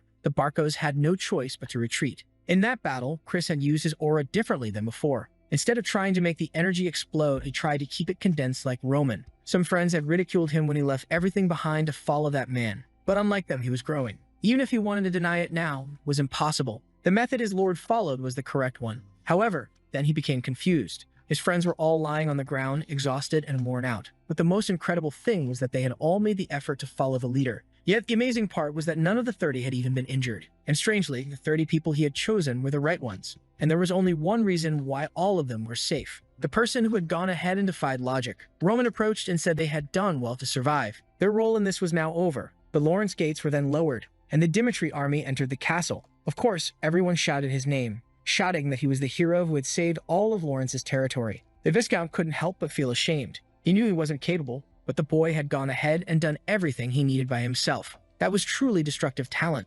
Romero had raised a terrifying tiger, and if he had made any mistakes, that man would have been his son-in-law. It was a pity, but that was the past. He then called out to Dimitri and said that he was also the hero of that place. He thanked him for his presence and said it was a pleasure to see him there. Ronan simply smiled and shook hands while the people cheered. He entered the castle and was about to go into a room when someone asked him to wait. It was, of course, Flora who wanted to thank him. She said she knew they hadn't fulfilled their role as bait properly, but even so, he hadn't abandoned them in the end. So she wanted to thank him from the bottom of her heart. Ronan simply replied that he had fulfilled his part as promised. The Lawrences had done as much as he expected them to do. Flora said she wanted to repay this favor no matter what. She didn't want to just offer words of gratitude. So whenever he wanted, all he had to do is ask, and he would receive it during his conference. She would stand by his side and ensure that he received whatever it was. Then he smiled and said that if she really wanted to return the favor, he wouldn't refuse. He opened the door and told them to enter the conference room. He sat in the chair and listened to the conversation between the nobles. Their plan was to propose ending the war with the Barcos because they would accept it.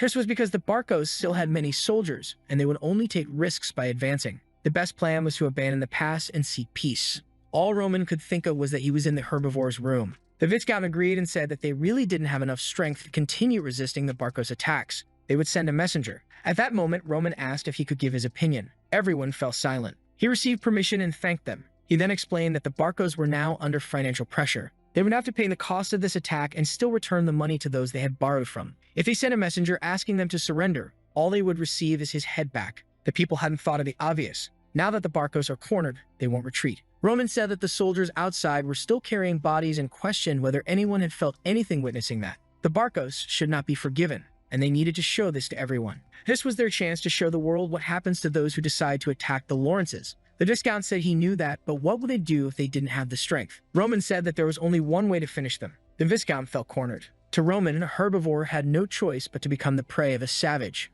Meanwhile, on the Barcos side, someone was shouting. It was the captain banging on the table, asking why the damned Roman got involved in this war. A large-scale attack would be too disadvantageous. Now he only had one option left, a one-on-one combat. Each family would send a representative, and the central government would appoint a judge to oversee everything. A true duel of warriors. The Viscount said that warrior battles had already deteriorated due to connections and money. The Barcos, despite being affected, still had a lot of money and connections with the government. It was unpredictable which master they would call to participate in something like that. Ronan said he understood what he was saying, and that's why he would provide the certainty he was seeking. The room fell silent, and the Viscount was confused, asking what certainty he would deliver. Roman said that the certainty that a warrior's battle would be the best option. The Barcos have a 3-star knight, and he is probably the one who will fight. He would represent the Lawrences and fight for them. He was certain he could guarantee at least one victory regardless of who the Barcos sent. The problem was that it wouldn't matter if he won one and they lost two. So their subordinate, named Chris, would participate in the final battle. He was a genius who could defeat even a 3-star opponent. If they emerged victorious in this combat, the entire reputation of the Lawrences would be resurrected. He looked at Flora and told everyone to make their decision. That's when she remembered the conversation they had before entering. Apparently, this was the favor he wanted to ask. She could understand the implications. He would take on the role of defending them, but the Lawrences would have to deal with any unknown variables. She was only afraid of what this would lead to because she felt that man was very dangerous. But now she couldn't go back on her word, so she said she was in favor of this combat. Soon after, the agreement was made by both parties, and everything was organized for a week later. Now things moved forward. A man introduced himself as Count Eretz and said that the Warriors' Battle was an event blessed by Valhalla. Both sides would have to accept all the rules, and anyone who broke the rules of this combat would be attacked by the entire kingdom of Cairo. He then ordered both sides to submit their list of warriors. At another table, someone poured a glass of wine. Roman was just observing the calmness of the Barcos. He soon noticed something, and warned Lawrence that they would have to change the order of the combat. He was a bit startled since this had been decided a week ago, but he said the problem was this past week itself. He thought the Barcos were afraid of paying more interest, but the truth was they had delayed this on purpose. He knew something was wrong because those guys weren't anxious at all. Lawrence said that apparently they must have called in a great master then, and nearby there was a man about to pass out from drinking and dying of sleepiness. But Roman noticed something different about him, and the Viscount asked what he wanted to do. Ronan's plan was to win the first, lose the second, and have Chris win the last. But now he decided to change it and said that Chris would go first. Both father and daughter were startled. He said he would go second and face the card the Barcos had prepared. He would modify the plan to make it overwhelming. The audience was all anxious, and Chris was already in the arena facing his opponent. The man introduced himself as Jansen of the Barcos, a 3-star knight. Chris also introduced himself and said that today he represented the Lawrences. Everyone in the audience recognized the name of the 2-star knight and knew that now a talented person would die for no reason. But Chris was certain that to become stronger, risks had to be taken. That was the reason he had left the pit. He was in to follow his lord. The flag was raised with the order for the duel to begin. Immediately, the two moved, and Jansen went straight for a mana slash. But there was something Chris had learned in his first duel with Roman. Aura is irrelevant until it touches the opponent's body. As long as he wasn't hit, the guy's 3 stars were irrelevant. He needed to keep dodging until he found an opportunity. Jansen kept slashing and asking how long this rat would keep dodging. He lunged forward and told him to die. Chris realized that the guy had expanded his entire aura across the field. It was something he couldn't dodge, so what would he do? But then he remembered that Roman had told him to distance himself from the logic that others followed. And then he remembered one detail. A meaningless explosion of mana doesn't show the true potential of an aura. The entire movement of the attack should follow a single direction, and the whole power of the aura should be concentrated on a single point. The two faced each other at the moment of the final blow, and Chris's concentrated aura sliced the man's in half. The stump just fell to the ground, and the entire crowd immediately shouted his name. To them, it was surreal for a 2-star knight to defeat a 3-star one, while Roman was just smiling, the ones obviously trembling with Barcos. Their plan was to end it all in the second fight, but now the final had become the most important one. But they didn't care since they didn't need to worry about the second match. After all, they had a guarantee in the person they had spent a fortune on. The blue-haired man asked if it was his turn. He went to the arena and yawned, dying of boredom. He then introduced himself as Homeros, representing the Barcos. A 4-star knight, everyone there was shocked. Homeros was a well-known name in the region. This guy was in the rankings of the best. So what was he doing in this small town? He was currently considered number 49 in the most powerful people on the continent. The ranking system originated from the Valhalla Empire, the place where warriors believe they are sent after combat. Because of this, the results of the victors were always recorded, and the names of the powerful were always remembered. That's how the rankings were restarted. And as the Valhalla Empire began to dominate all the continents, the temple began to rank the top 100 strongest. Now the Viscount was certain that there was no way to win this second fight. There wasn't a single person in all of Cairo who hadn't heard that name. Everyone knew that this man roamed the continent, defeating everyone. He was known as the Wandering Swordsman, and now it was clear that this second battle wasn't even worth watching. It was even pity for the Lawrences to have to face this. However, someone was obviously smiling. Ronan was excited about the fact that the man was a 4-star knight. He had tried to gather information about who the Barcos would send, but it was all superficial. That man in front of them was the trump card the Barcos had been hiding. But he was eager for this. Just as they had hidden their strength, they had no idea how powerful he was. However, Flora grabbed his arm and told him that he had to surrender. His opponent was ranked 49th, not to mention that he was young enough to reach the 30s or even higher. She told him to stop dreaming of defeating someone from the rankings because otherwise he would lose his life. All they should do was pray that they could win the next fight. Homeros was just watching, and Roman knew that was how someone who felt absolute looked at others. and it was something he obviously didn't like. Flora said this was the unpredictable situation they had talked about, so she would send their soldier. There was no reason for him to risk his life in a meaningless battle. But of course, Roman simply pulled her hand away. He said he had no intention of explaining the details, so she shouldn't bother him. He then presented himself on the battlefield. As Roman of Dimitri, defending the Lawrences, the two drew their swords, and Homeros knew that if the guy had destroyed a flare, he was at least a 2-star knight. To him, it was ridiculous to have to face someone like that, especially since he would soon be competing for the 30th rank. So he decided to finish it quickly. In a second, he lunged at Roman, and the soldiers around noticed how fast that movement was. Roman defended against the attack, but the blade came extremely close to his neck. As soon as the block was made, the man was already behind him. Homeros was even excited, saying that the boy was interesting. He slashed again, and Roman defended while condensing all of his mana into the blade. Homeros, intrigued, asked why he was manifesting aura that way, while Roman was getting angry because that man was clearly underestimating him. Tired of it, Homeros activated his 3-star aura and said he would face him seriously. The energy began to generate electricity throughout the arena, and the people in the audience were even having to hold on. But Roman was thrilled to know that this guy was ranked 49th. To him, there was no reason to drag out this fight any longer. He then stepped forward, activated his aura, and told the man to resist it if he could. The celestial demon techniques have no form. All Homeros could see was a sudden black wave in front of him. He didn't even know that something like that could be created with mana. Indeed, the attack had no form, and that's why the moves were only identified by numbers. And that was known as the third move. We saw the noble trying to convince Homeros to participate in this duel and give up the fight with that Fernando ranked 30th. It was his guild leader saying they would receive a lot of money if he participated in this duel between two remote families. He thought about it, realizing he had refused all missions since becoming a rank A, so maybe it was worth it. Since he needed money as well, he decided not to refuse.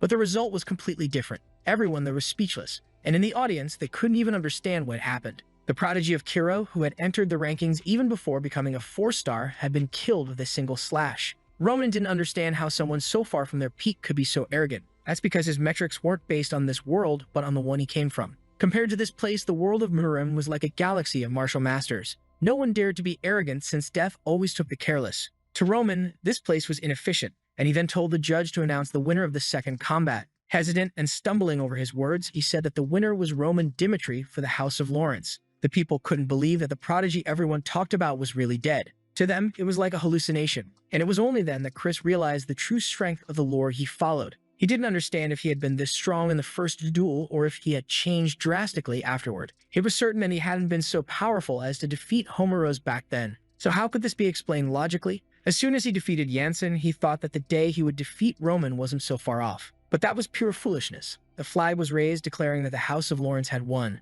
With that, the last fight was irrelevant, and it didn't matter who was sent. Aretes announced that both families could send another warrior. The Barco representative was seething with rage. It was over now, but he couldn't understand how Homeros had died. He wasn't just an average knight to the warriors of the north. He was one of the few true soldiers in the kingdom of Kiro. So why are the mercenaries sent to fake Homeros? The man asked who they would send now, but the Barco representative simply said that they couldn't afford to lose any more strength. He then told them to just send Benson. The man was shocked. He knew this was revenge for the shame Benson had brought upon them when he was beaten by Dimitri. The problem was that Benson was a knight with no stars, so he was being sent to die. But he had no choice, so he simply said he understood. Benson presented himself on the battlefield, trembling all over. No one in the audience had ever heard of this name, but Chris knew very well who this man was. Someone suddenly stepped in front of Roman. It was Kevin, who said he would face that man. To Roman, in a world where the strongest survive, the only thing given to losers is death. Even if Benson was a starless knight, it would still be very difficult for Kevin. He knew the boy was trying to prove he was useful in some way, and if that was the case, he gave him permission.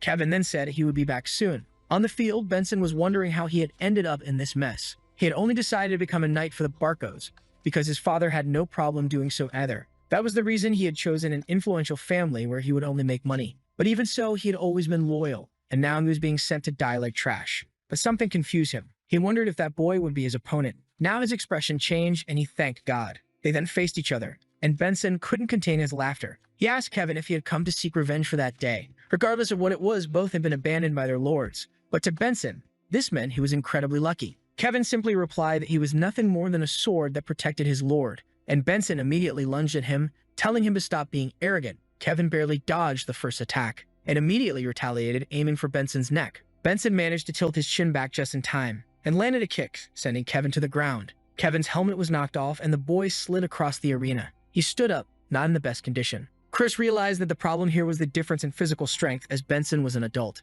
and he couldn't understand what Roman was thinking by letting Kevin participate in this. Once again, Kevin took a hit to the chest armor, and only didn't lose his arm because the blacksmith had done a good job. Kevin was being humiliated, but little by little, something was building up inside him. A voice in his head told him to kill that man. That was the bastard who had hurt him, and it was time for revenge. He remembered that Roman had explained that from the moment he cut his hand, the art of the spiritual demon had been implanted in his mind. All he had to do was bring this demon out. And suddenly, something strange began to happen to Kevin. A strange dark aura appeared around his body. He was about to take a blow to the head when a strange voice told him to look up. He barely dodged that strike. He stood up and faced Benson. The voice laughed at him for almost getting cut in half and said it was time to tear that man apart. Kevin couldn't understand why there was a voice screaming at him. What he wanted was to be useful to his lord. He wanted to be more useful than Chris. He hated the feeling of inferiority, and those emotions began to create a vortex of rage. That was the art of the spiritual demon, and the moment the voice told him to kill that man, he, in a second, lunged at Benson.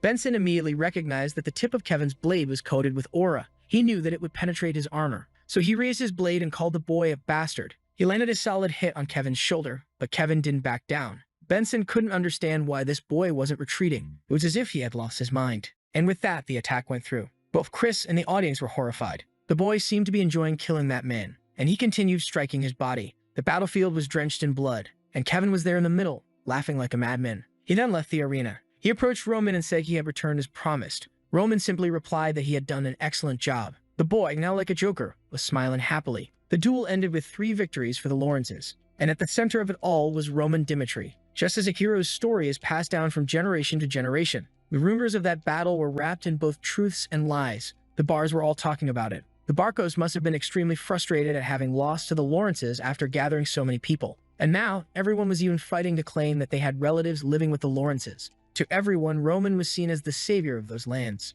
Everyone knew that he had massacred the enemy army and even destroyed the Flare with a single attack. Not only did he prevent the Lawrences from being defeated, but he also cut the 49th ranked knight in half. To the children of the Lawrence kingdom, Roman was like a hero. And now the first tales of the Dragon of Dimitri were beginning to accumulate. The scene shifts to the Barco castle. With 1 million papers piled up, they knew it was the end. There was no escaping from the mountain of loans they had taken. The interest letters piling up from the gold bank and the messages from the mercenaries because of Homero's death. He was furious with all these bastards. Before, all the nobles wanted to get close to the Barcos. But now, everyone was pretending he didn't exist. None of this would have happened if that damn Dimitri hadn't gotten involved. To him, it was really Roman's fault for doing something that shouldn't be done in an aristocracy. He had found the only chance to save the Barco family. A few days later, at a meeting, he thanked all the nobles who had decided to attend. He started talking about the future of the North, but everyone just told him to stop stalling. He then said he would talk about the Barcos' attack on the Lawrence castle, which had a valid cause. And a valid cause is extremely important in an aristocracy.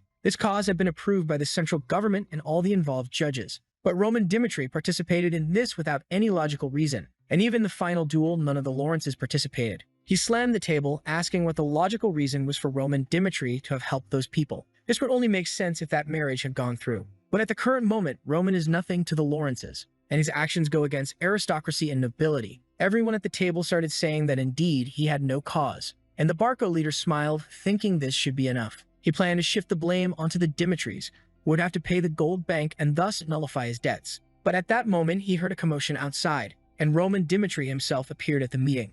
He said he knew they would have complaints about him, and that's why he came. The Barco leader didn't understand why he had come in person, but Roman responded that he came in person to see the like on this video. And do you remember that the last chapter ended right when Dimitri entered the Barco's meeting? He looked straight at him and told him to say it to his face. A little while earlier, Chris was scared, asking if he was really considering visiting those guys. He mourned that it was a suicidal act, as the Barcos wouldn't let him leave alive. However, Roman asked how he thought the relationship between him and Barco would end now. Chris says that in the current situation, he's a mortal enemy, and that's why he thinks the best option is for them to avoid each other. But Roman simply disagrees. They were the ones who started this, and that's why Dimitri has to see this through to the end to find out what will happen, especially since it's clear that the Barcos have always had something against him. And that's why, in this extremely critical moment, it's the perfect chance to understand the root of this vendetta. He says he'll go alone, but Chris isn't keen on letting that happen. However, back in the room, he asks what's going on in that meeting. Barco is already seething, wanting to know how that damn kid dares to come there and ignore the difference in status between them. He then tells Roman that since he doesn't understand aristocratic laws, he'll explain. Interfering in a war without cause was not allowed in the kingdom of Chiron, and he warns that no noble from the northern region would let this slide for free. But Roman then asks if he's done talking, and says it's time to explain his cause. He says that the Lawrences and Dimitris were planning to unite through a marriage, but now he is seen as a fool. That's why he wants to ask everyone why they think he broke off that marriage. Some thought it was for reputation or because he wanted other women. However, none of those rumors are true. The reason he did it is because he was threatened by the eldest son of the Barcos, Anthony. The father stands up and Roman says it happened at a social gathering. At that time, he was invited because he was close to Anthony Barco and fell into a trap. They put something in his drink, and when he woke up, he was next to the Barco girl. And Anthony used that as a threat to cancel the marriage with Miss Lawrence. It was clearly a trap by the Barcos to separate these two families. The other nobles of the northern region begin to murmur. And for Roman, the best way to deal with a weakness is by exposing it. However, the Baron yells, asking who would believe something so nonsensical. Everyone already knows what piece of trash he was, and for him to keep trying to hide that was disgusting. But our guy just smiles and says he knew he would say that. And that's why he also has one more reason for interfering in the war against the Lawrences. The father asks what else he had to say, and then Roman says that Dimitri went too far by molesting his fiancée. Because of the trauma and shock this caused, she decided to call off the wedding. And he then says if the man wants to confirm this, he can just talk to Flora Lawrence herself. Roman thinks that since everything was set up with a lie, it's with another lie that he will also get out of it. He warns that's why he participated in the war only with his personal guard to avoid involving his family. He then opens his arms and asks everyone in the room, did they really think that wasn't reason enough to have interfered in the war? With that, no one would stay loyal to the Barcos anymore. The Baron already knew that in this situation, there was no way he could prove anything. He at least needed to buy a little more time. The goal was to get out of this situation and look for another solution. He sits down and says that he doesn't believe those words to be true, so they would confirm that later. For now, the boy could leave. However, our guy calls for the Viscount and warns that the man has two options. The first is to punish Anthony Barco for everything he's done. Or the second option is for this whole problem to turn into a dispute between the two families. He was giving him the chance to make the choice here and now, and none of this would be revealed to his father. Now the poor guy is completely terrified. He knows they need to avoid a war with the Dimitri family at all costs. The family was already weakened, and something like this happening would be akin to extermination. The damn bastard hadn't left any way out. He then tells Roman that this problem didn't need to involve both families, and that's why he would ask Anthony to apologize on his knees. However, our guy doesn't stop and asks when he said he wanted Anthony to kneel. The poor father doesn't know what to do anymore. But Dimitri says that in no law does the person who commits the crime choose the punishment. It was he who would decide what Anthony's punishment would be. Sometime later, someone yells for the father's name. He apologizes. While Anthony, on his knees, asks what this business about a trial duel is, he cries desperately, saying it's impossible for that bastard to let him walk away alive. He begs his father to refuse, but the man yells at him to get a grip. He was the eldest son of the Barco family, and that's why his life was tied to the family. He had to face reality and be ready to at least lose an arm. With that, he drops Anthony to the ground, defeated. Anthony can only think about our bad boy while begging his father for forgiveness. Then the scene shifts to the day of the duel, with them facing each other on the battlefield. The damned Anthony is trembling all over while holding the sword. He apologizes, saying he really liked Flora, and that's why he lost his mind when he found out they were getting married. And he was there to apologize for everything he had done. Our guy starts drawing his sword as Anthony begs, saying he had no bad intentions. But our guy doesn't respond. He keeps screaming Roman's name. He calls him Master Roman and begs him to please spare his life. If he did, he swore he'd be indebted for the rest of his life. The other nobles found it ridiculous, while the father realized that it was destroying the family's reputation. Roman comments on this business about the rest of his life, and asks how he would do that since he could no longer take money from the gold bank. Besides, after all this, they must have lost their connections with the central government. Regardless of what happened there, the Barco family had already met its end. He wanted to know why he should have mercy on someone who set such a cursed trap just to ruin him. At that moment, the father realizes what's coming. And man, he takes a blow to the stomach. Roman says he has no reason to do this. Dan, my son, this duel was a little more than the father expected, just a little bit. To the bad luck of those guys, Bake, who always lived with his brothers, was constantly attacked by them and had to kill them. A guy on the roof says he probably hasn't realized yet. The problem is that he didn't know how to give in a little. The moment he saw someone as an enemy, he made sure the person went straight to destruction. He had no tolerance for enemies,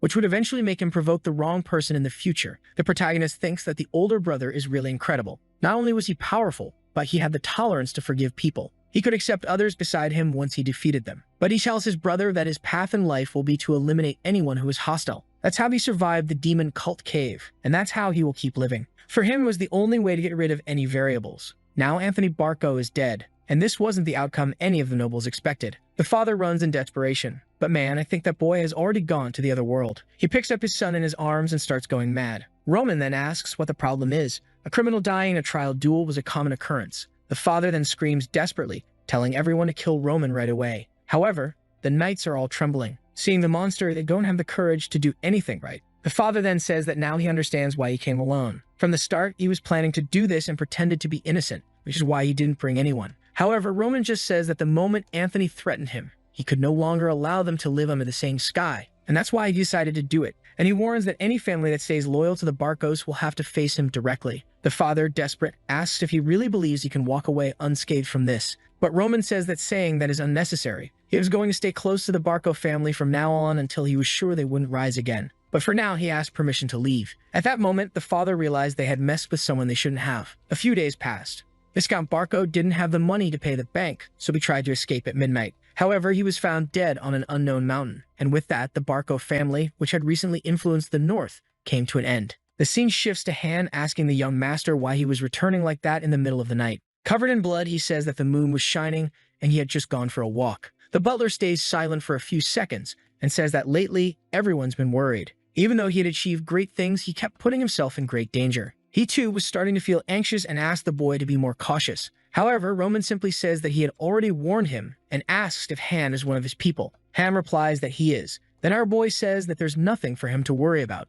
Back had collected enough blood in his life to fill an ocean. But the rule he followed that allowed him to become the celestial demon was to protect anyone under his command. One person at his side was more important than thousands of enemies. He then tells Han that he will always prevent any danger from falling upon his people. While the Barco family was wiped out, the Dimitri family was having a little social gathering. A woman named Helena Meluk says that not long ago, everyone was licking the Barco family's boots. But from now on, the Dimitri family would be at the center of the northern region. It was the perfect chance for the Meluk family to start forming relationships. She then looks to the side and says she had been waiting for her. It's Rihanna from the Dimitri family, and the other woman says she's even more beautiful now. She says that the social gathering had been prepared just for her. Rihanna Dimitri was the wife of Baron Dimitri. Her role was to interact with other nobles to create stronger connections between families. She was a crucial piece since the Baron didn't understand politics, but she was talented. She then thanks everyone for attending the gathering, and says she did it because she wanted the people of the North to start getting to know each other better. Of course, she knew very well that not everyone thought things would head in that direction. This was a subtle way for her to criticize those who had sided with the Barcos. However, by showing a little generosity and accepting that they joined this side.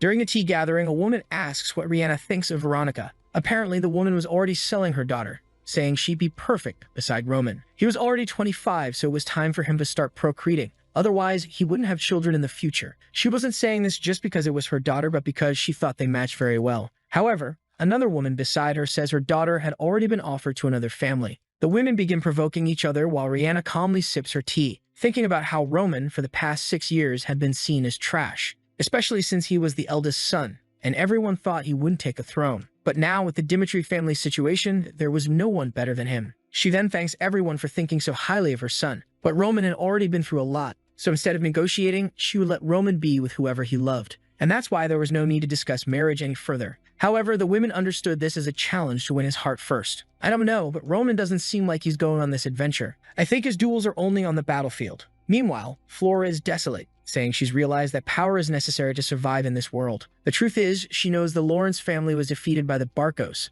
and she thought they'd have a chance if they could hold out until winter. But the reality was completely different with countless variables she didn't expect. Yet strangely, Ronan predicted everything, dealt with them, and saved the Lawrence family. I thought she was in love, but in reality, she wants to know how to become a person like him. Or maybe not, because she hates Roman Dimitri. He only does things for his own benefit. But she's just curious to know how he became so strong, right, blushing girl? She then decides to get some fresh air and goes outside at night. She's curious now that they no longer have any relationship and the engagement has been broken. This means she has no reason or way to meet Roman again. However, someone calls the girl. When she looks, wow, it's a girl with blue hair. I thought it was going to be our dear Roman or someone announcing his arrival. Whoa, this is Sylvia, one of the girls from the Lawrence family. The scene changes to Flora furiously opening the door, wanting to know why her father is hosting an event for the Dimitris without informing her. He calmly turns around and says he learned a lot after this incident. She had very clearly distinguished right from wrong when he could do nothing. And thanks to her bringing Roman into the war, they managed to win. He didn't want to devalue his daughter anymore, so he would support whatever she desired. And that's why he wasn't going to pressure her to do anything more for the family.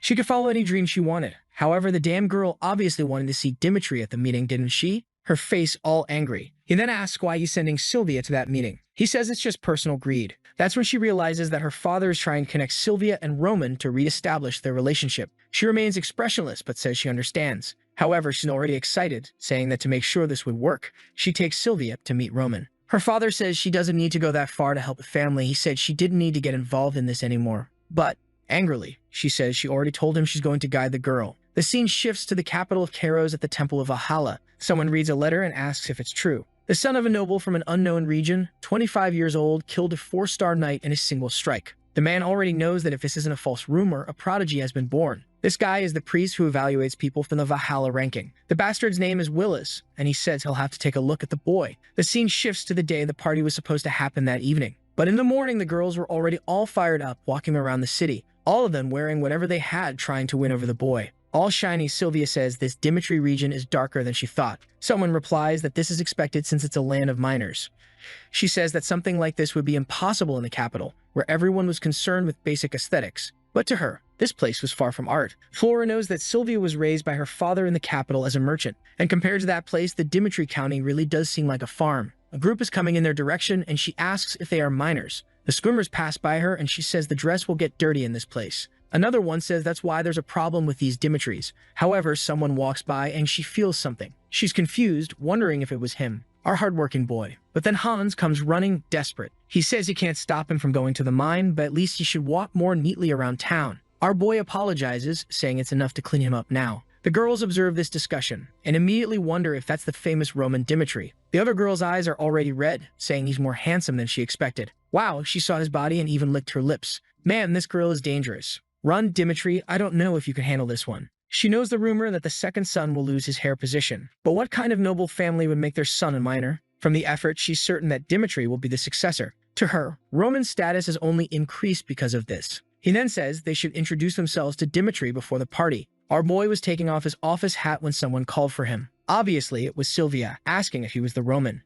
She introduces herself and says she's from the Lawrence family, and she's there to express her gratitude for saving her that time. He really was as incredible as the rumors say. The humble guy just says yes. He calls Hans and tells them to leave. A little while later, Flora is wiping away tears from laughing. With Ronan fleeing, Hans says he still has to go to the party and asks him to rest a little. Ronan says they criticize the miners, so they don't deserve to spend time with him. The butler then asks how long he will continue disrupting the mines as he has spent countless days without leaving it. To which Ronan responds that the root of the Dimitris is the forge. They needed to shed blood and sweat to extract the minerals, melt them in the fire, and turn them into steel. That's how the Dimitris lived their lives. And for him to understand how his people live, he needed to live the same life. Hans is moved, asking how much the boy has grown. If that's the case, at least he was going to make him the perfect soup. The scene shifts to inside the castle where everyone was practicing. Chris was helping the newbies who were all clumsy. At least after this war, they started trusting Roman even more. Besides that, he handed out some manuals and began training everyone to awaken and evolve their aura. Roman says that all this is so they have the basics of strength, but it's far from enough. That's because he still needed at least an intelligence force.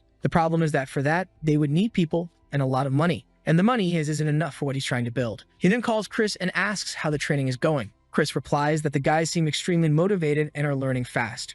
Roman is straightforward and says he'll teach a new sword technique right away. Man, Chris is excited. Roman says it's because, unlike the others, he stood on the front lines. He was about to start building a new world and accept new knowledge. The name of the technique was Simjan. The guy who used this technique in the Marem world became known as the Mountain Blade, and this would be Chris' next step. Later that night at the little gathering, someone announces that Dimitri was about to enter. The excited girls were all watching, and look at how he comes, all noble looking with that foolish face. And of course they blush, right? They swarm around him like bees to honey, wanting to know why he didn't stay to chat with them that morning. He explains that he was very dirty and just wanted to go back to make himself more presentable. But here comes the excited one again, saying that the rumors were true. She couldn't believe that the heir of a noble house was working with the miners. She wonders if things would change significantly if someone like her were his wife. Ronan simply bows and says she flatters him too much. With that, small talk goes here, small talk goes there, drink here, drink there. Sometime later, he's outside on the balcony, until someone says he's a great actor. He looks back, and you already know who's coming, right, guys? He says that's unexpected. She thought he didn't care much about relationships. He says that normally he really doesn't. However, this party was one that his parents had invited everyone to, so it was different from what he usually does. He then comments that their first meeting was just as unexpected. She says she agrees he's right in a way. Then she asks why he was doing mining work. As a future successor, there was no reason for him to be sent to the mines. But he asks her how she thinks the Lawrences reached their current position. She looks confused, and he says that people believe the Lawrences got to where they are because of abundant soil. However, it's true that the Lawrence family found success through trade. They had good lands, but they were even better at selling products. That's exactly why the Viscount became a merchant in the capital. Flora is impressed that he knew the whole history of her family. something she only recently discovered when she decided to start studying them. However, she asks what that has to do with doing mining work. He then says that the root of the Dimitris lies in mining. If they didn't sweat and work hard all day, the Dimitris would never have gotten to where they are. And that's why he prefers to stay in the mines and understand the people who live there. He believes it's his duty as someone who carries the Dimitri name. He then says he's been there long enough and will take his leave. This crazy girl is constantly impressed, saying she's now made up her mind. Her head, which had been in disarray after the end of the war, was finally clear. She gets excited, saying she knew it was a good decision to meet him. A few days later, Flora left the Lawrence Kingdom straight for the capital. It was the first time she had left that small kingdom to venture into the world. The scene shifts to the mining master, Jacob, saying that place is very good. The man in front asks how it's going, and he says it's the same as every day. They mine, and it never ends. So far, they had only developed the entrance to the mountain. Even if the Dimitris spent dozens of years in that place, they wouldn't be able to finish it all. An old man named Hendrik says he heard that Dimitri was working in the mines and asks how he's doing. The man seems excited as he says Roman's name. A month ago, people were talking about his arrival. Everyone thought he'd come just to pretend he was working and then disappear after a while. A blue-haired man named Morkan says that Lord Dimitri is losing his mind. If he wanted to educate the boy to be the successor, he should have started doing that long ago. However, to this day, the three hairs have only learned about the forge. None of them spent even a second in the mines. Clearly, this was a sign that Lord Dimitri was discriminating against them. One of the guys says he thinks he's exaggerating a bit. However, the man says that the foundation of the Dimitris is iron ore, but the blacksmiths are the ones getting all the glory. And that's why when Roman arrived, they were going to show him how hard this work was. Sometime later, they introduced our boy and announced that he would start working there. Some were sleepy and everyone was laughing. Roman just stood there observing. The man tells the group that safety comes first, second,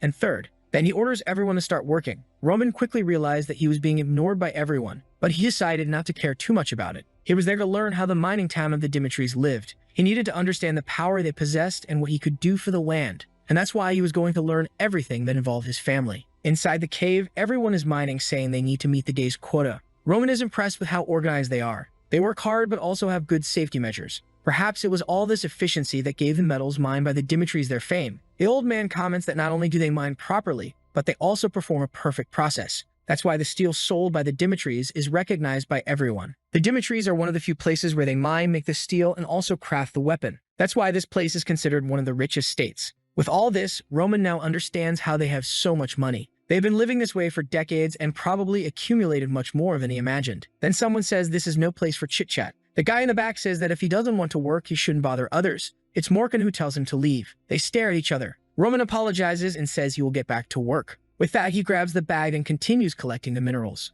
A week passes. In the mines, it's soup and bread, and Roman is impressed that he's been working there for 7 days and no one has spoken to him. Maybe that was their way of showing that this was their territory. Until Morkan sits in front of him and says he wanted to ask something. He has been watching our boy for a week and is getting curious. He wants to know why Roman is working there. Not even Rhodium, who had the highest chance of being the successor, has ever come to the mine. That's why when Roman appeared, he thought the boy was just going to slack off. He's kept an eye on the boy, and Roman has worked much harder than he imagined. Or maybe it could even be said that he was working harder than the other miners. The people in the mine are starting to realize that Dimitri wasn't sent to the mine, which leaves them confused as to why he volunteered. Dimitri asks if he wants an idealistic or realistic answer. Morkan responds that he wants both. Our boy then says he'll start with the idealistic answer. The city of the Dimitris was a city of miners, and that's how they made their living. And instead of trying to understand things statistically, he wanted to experience it firsthand. Morkan wants to know if there's really a reason for him to do that. He says yes, because since he carries the Dimitri name, it's his duty. Morkan realizes that this was truly an idealistic answer,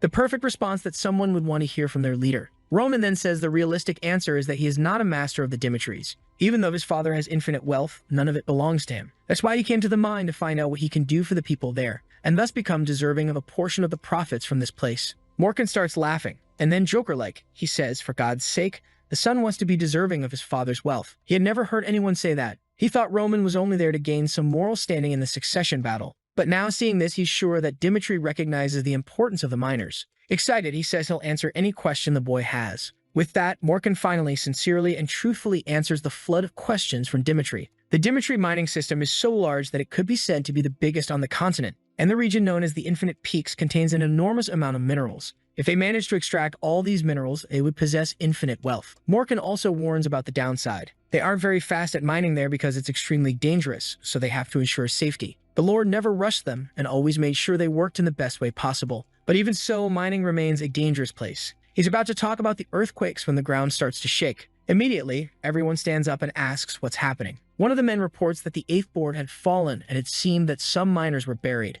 They arrive at the scene and wonder what they should do. Man, a hole opened up and it looks like the guy went through a tunnel, and our Marvel hero says he'll go. However, Morgan refuses, saying that a direct descendant cannot do something like this. They would call the knights and come up with a plan, but Roman says that would be too late. He simply tells Morgan that it's his responsibility. He orders them to get some bandages ready because he's already bringing the injured. With that, he stylishly descends into the tunnel. Sometime later, someone is coming out. It was the lad with the first injured person on his back. Man, that rescue was fast. The boy's already being bandaged. Seeing him treat the man, Morgan is impressed that the boy also knew about first aid. Roman turns and says that he's finished the first aid and they should take the man to the doctor. If he needs any potion, they should just say and Roman will buy it. With that, the man is taken away. Ronan takes the opportunity to say that everyone must accept that this is the fate of a miner. No matter how much they prepare, sudden disasters will always happen. But even though it's a difficult path, as someone who bears the Dimitri name, you will help them overcome these hardships, using any means necessary, and it won't take that long. The scene shifts to his father asking if he got hurt and why he did something so dangerous. He should know that even as a swordsman with aura, he wouldn't be able to avoid a disaster like that.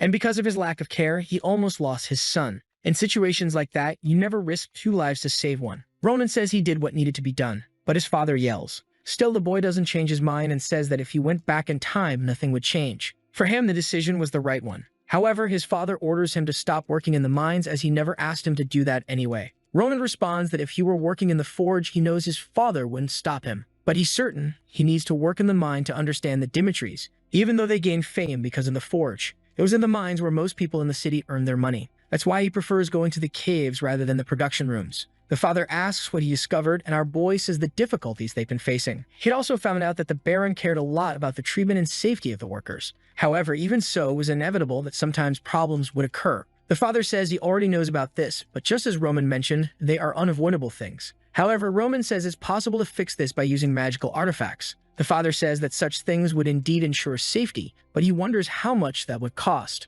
They'd have to spend a lot to protect the entire mine with a bunch of artifacts. Ronan says he understands, but it's still necessary. With the artifacts, production would increase since they wouldn't have to worry so much about safety. The cost of the artifacts would easily pay for itself with the increase in productivity. So clearly, this was an opportunity to make more money. They could also create a specialized group focused on the safety of the mines and ensure that everyone shares in the profits generated there. The father smiles and says that since he's so confident, he wants to know how much the investment will be. Everything Roman has done, he learned in the Merem world from 2 other people. One was a sort of beggar who would listen to everyone's stories to gather information, and the other would involve himself with vulnerable social groups to find out what was going on. That's why Roman chose mining over blacksmithing. And if everything went well, he would now start building the information system he needed so much. However, in this world where he's still weaker, that's not enough. He didn't just want information from the northern region, but from the entire continent. He would need a group that could capture information beyond that place. And for him, there was only one person who fit that role. The scene changes and it says that after the war, the soldiers discovered something incredible. Chris announces to everyone that from now on, they would learn to use mana. This was a gift from the master, so they should give it their all.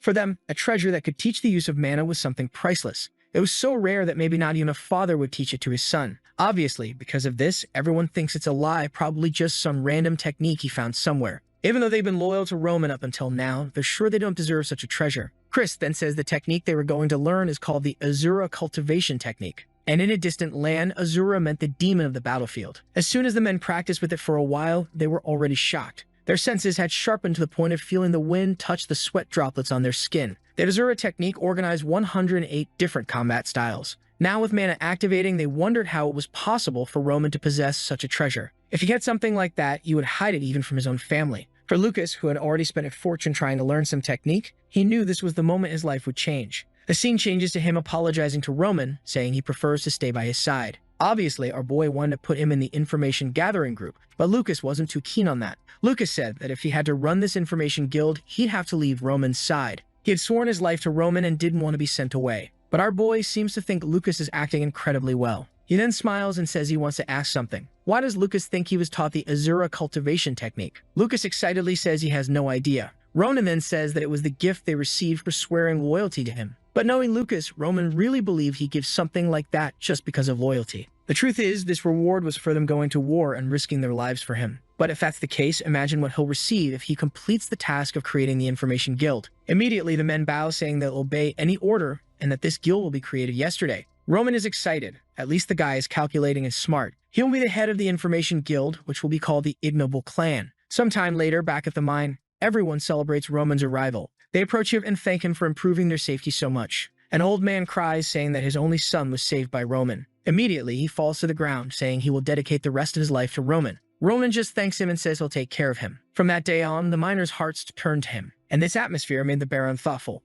A month had passed since the Barcos War. In a meeting, the people comment that there's no other force in the north comparable to them. Even the groups that supported the Barcos are now eager to ally with the Dimitris. However, as the Baron had ordered, they refused the aid of anyone who had previously sided with the enemy. But how would they handle this? The Baron says that accepting those who once sought to harm you is not generosity, but arrogance in believing you can deal with it. That's why they wouldn't even negotiate with them. He would make it clear what happens to those who choose to oppose the Dimitris. One of them then comments that this war made it clear that external power is just as important as internal power. If a large-scale battle had really taken place, many lives could have been lost. That's why the knights suggest they need to increase the size of their army and acquire magical weapons. The Baron knows that nothing brings more security and military power. He then says they have plenty of funds thanks to Master Roman. They spent a lot of money to put protections in place for the miners. But as a result, production increased by 30% in a short period. At the pace things are progressing, it will probably double in the near future. The Baron asks about the artifacts that sometimes break, and another replies that the costs are covered in the same way. Roman's decision to work in the mine on his own turned out to be the right one. He experienced the real problems and created a solution. As a result, people's judgment of Roman continued to improve, and the real issue starts to be discussed. One of the men turns to the Baron and asks how he's going to handle the succession issue. The Baron had been expecting this. The man says he knows Rhodium had been chosen as the next leader a long time ago. However, Master Roman had changed a lot, and with that, the situation has changed too. Since the war with the Barcos, the solution for the mines, and of course how brilliant he is with the sword, the young master's current actions clearly show leadership qualities. And since no official announcement had been made, competition is seen. The succession battle between Rhodium and Roman begins. The father knows that Roman has proven his worth in a very short time. However, Rhodium has been carrying the responsibility of being the successor from a very young age. He doesn't know if it's really a good idea to make them compete for it. He then responds to everyone that he'll analyze the situation. Succession in the Dimitri kingdom works differently. The vassals, the miners, and even the people from the forge have the right to vote. Only with the recognition of these three powers is the successor decided.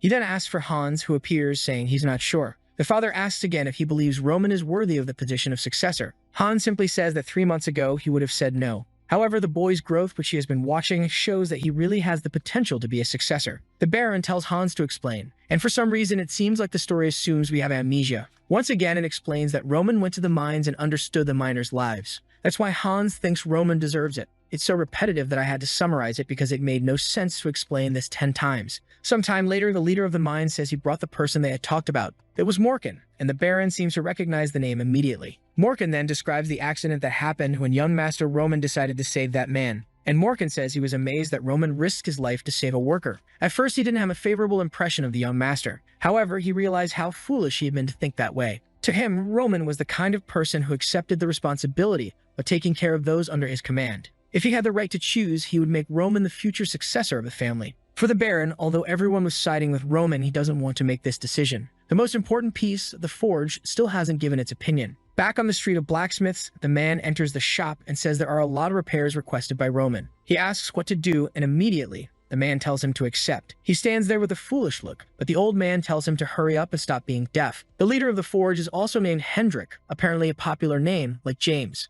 Hendrik still doesn't like Roman and wanted to refuse this request. However, he heard about what happened in the mine. Now seeing a bunch of items on the ground, he wonders what happened and why everything is so destroyed. And among all the mess was a golden sword that he had no idea about. An extremely sharp point and a proper weight. Even the sheath was a work of art. Something of such quality wasn't seen often even on the street of blacksmiths. He wanted to know where they had gotten something like that. Just by bringing the sword closer to the fire, it started to burn, showing high sensitivity to mana. Any knight who was skilled with mana would go crazy for something like this. The blacksmith was proud of his work with steel, but increasing a weapon's sensitivity to mana was a completely different story. He would have to ask where the boy got it. Sometime later, the equipment was all fixed and looking beautiful. Chris wonders why they did everything so quickly. The man who delivered it said that normally that amount would take 2 weeks, but for some reason, Hendrik told them to speed it up. The scene shifts to Hendrik asking where the boy got that sword, or at least who made that sword. Roman's plan was working, and he says he didn't get it from anywhere. Confused, Hendrik asks what he means by that, and our boy reveals that he made it himself. But Hendrik tells him to stop lying, especially since he's standing in front of the master blacksmith of the Dimitris. He sees Roman trying to lie to his face and starts reconsidering the idea that Roman has really changed.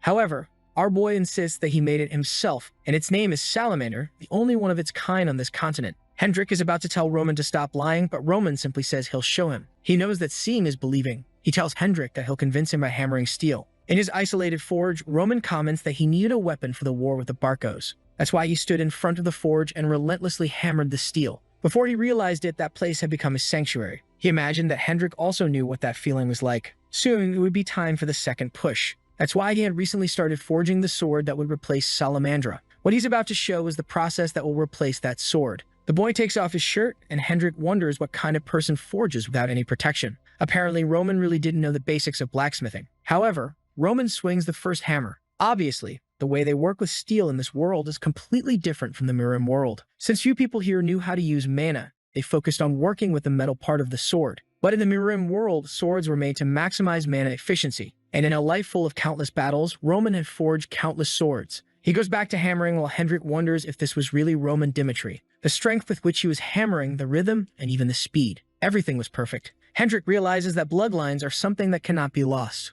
A long time passes. Hendrik apologizes and admits that Roman was indeed the one who forged that sword. Our boy smiles. Then he says he'll give Salamandra to him. As he can see, Roman was forging a new sword. He had also sold one that belonged to Hendrik in the past, and that's why he wanted him to accept Salamandra as a gift. The scene shifts to 3 years ago. In a meeting with the Baron, Hendrik was yelling, saying it was throwing the family's future away to consider Roman as a successor. The Baron remained silent as Hendrik said they had better alternatives. That's when he proposed that the second son, Rodwell, should actually be the successor. Someone correct, focused, and who had been learning about blacksmithing from a young age. Back in the present, the Baron thinks to himself that even though 3 years have passed, perhaps Hendrik hadn't changed his mind. But now he's smiling widely, saying that Roman is perfect to be a successor. The Baron asks if he's sure, and glowing with excitement, Hendrik says he would never lie to Romero. He had seen Roman shedding blood, sweat, and tears in a place where no one else would see him. He reveals the problem he had when he tried to give Roman a bad weapon. Because Roman had responded that giving defective equipment was the same as committing murder. That night, Hendrik reflected on this. He realized that Roman had the vision of someone from the Dimitri family.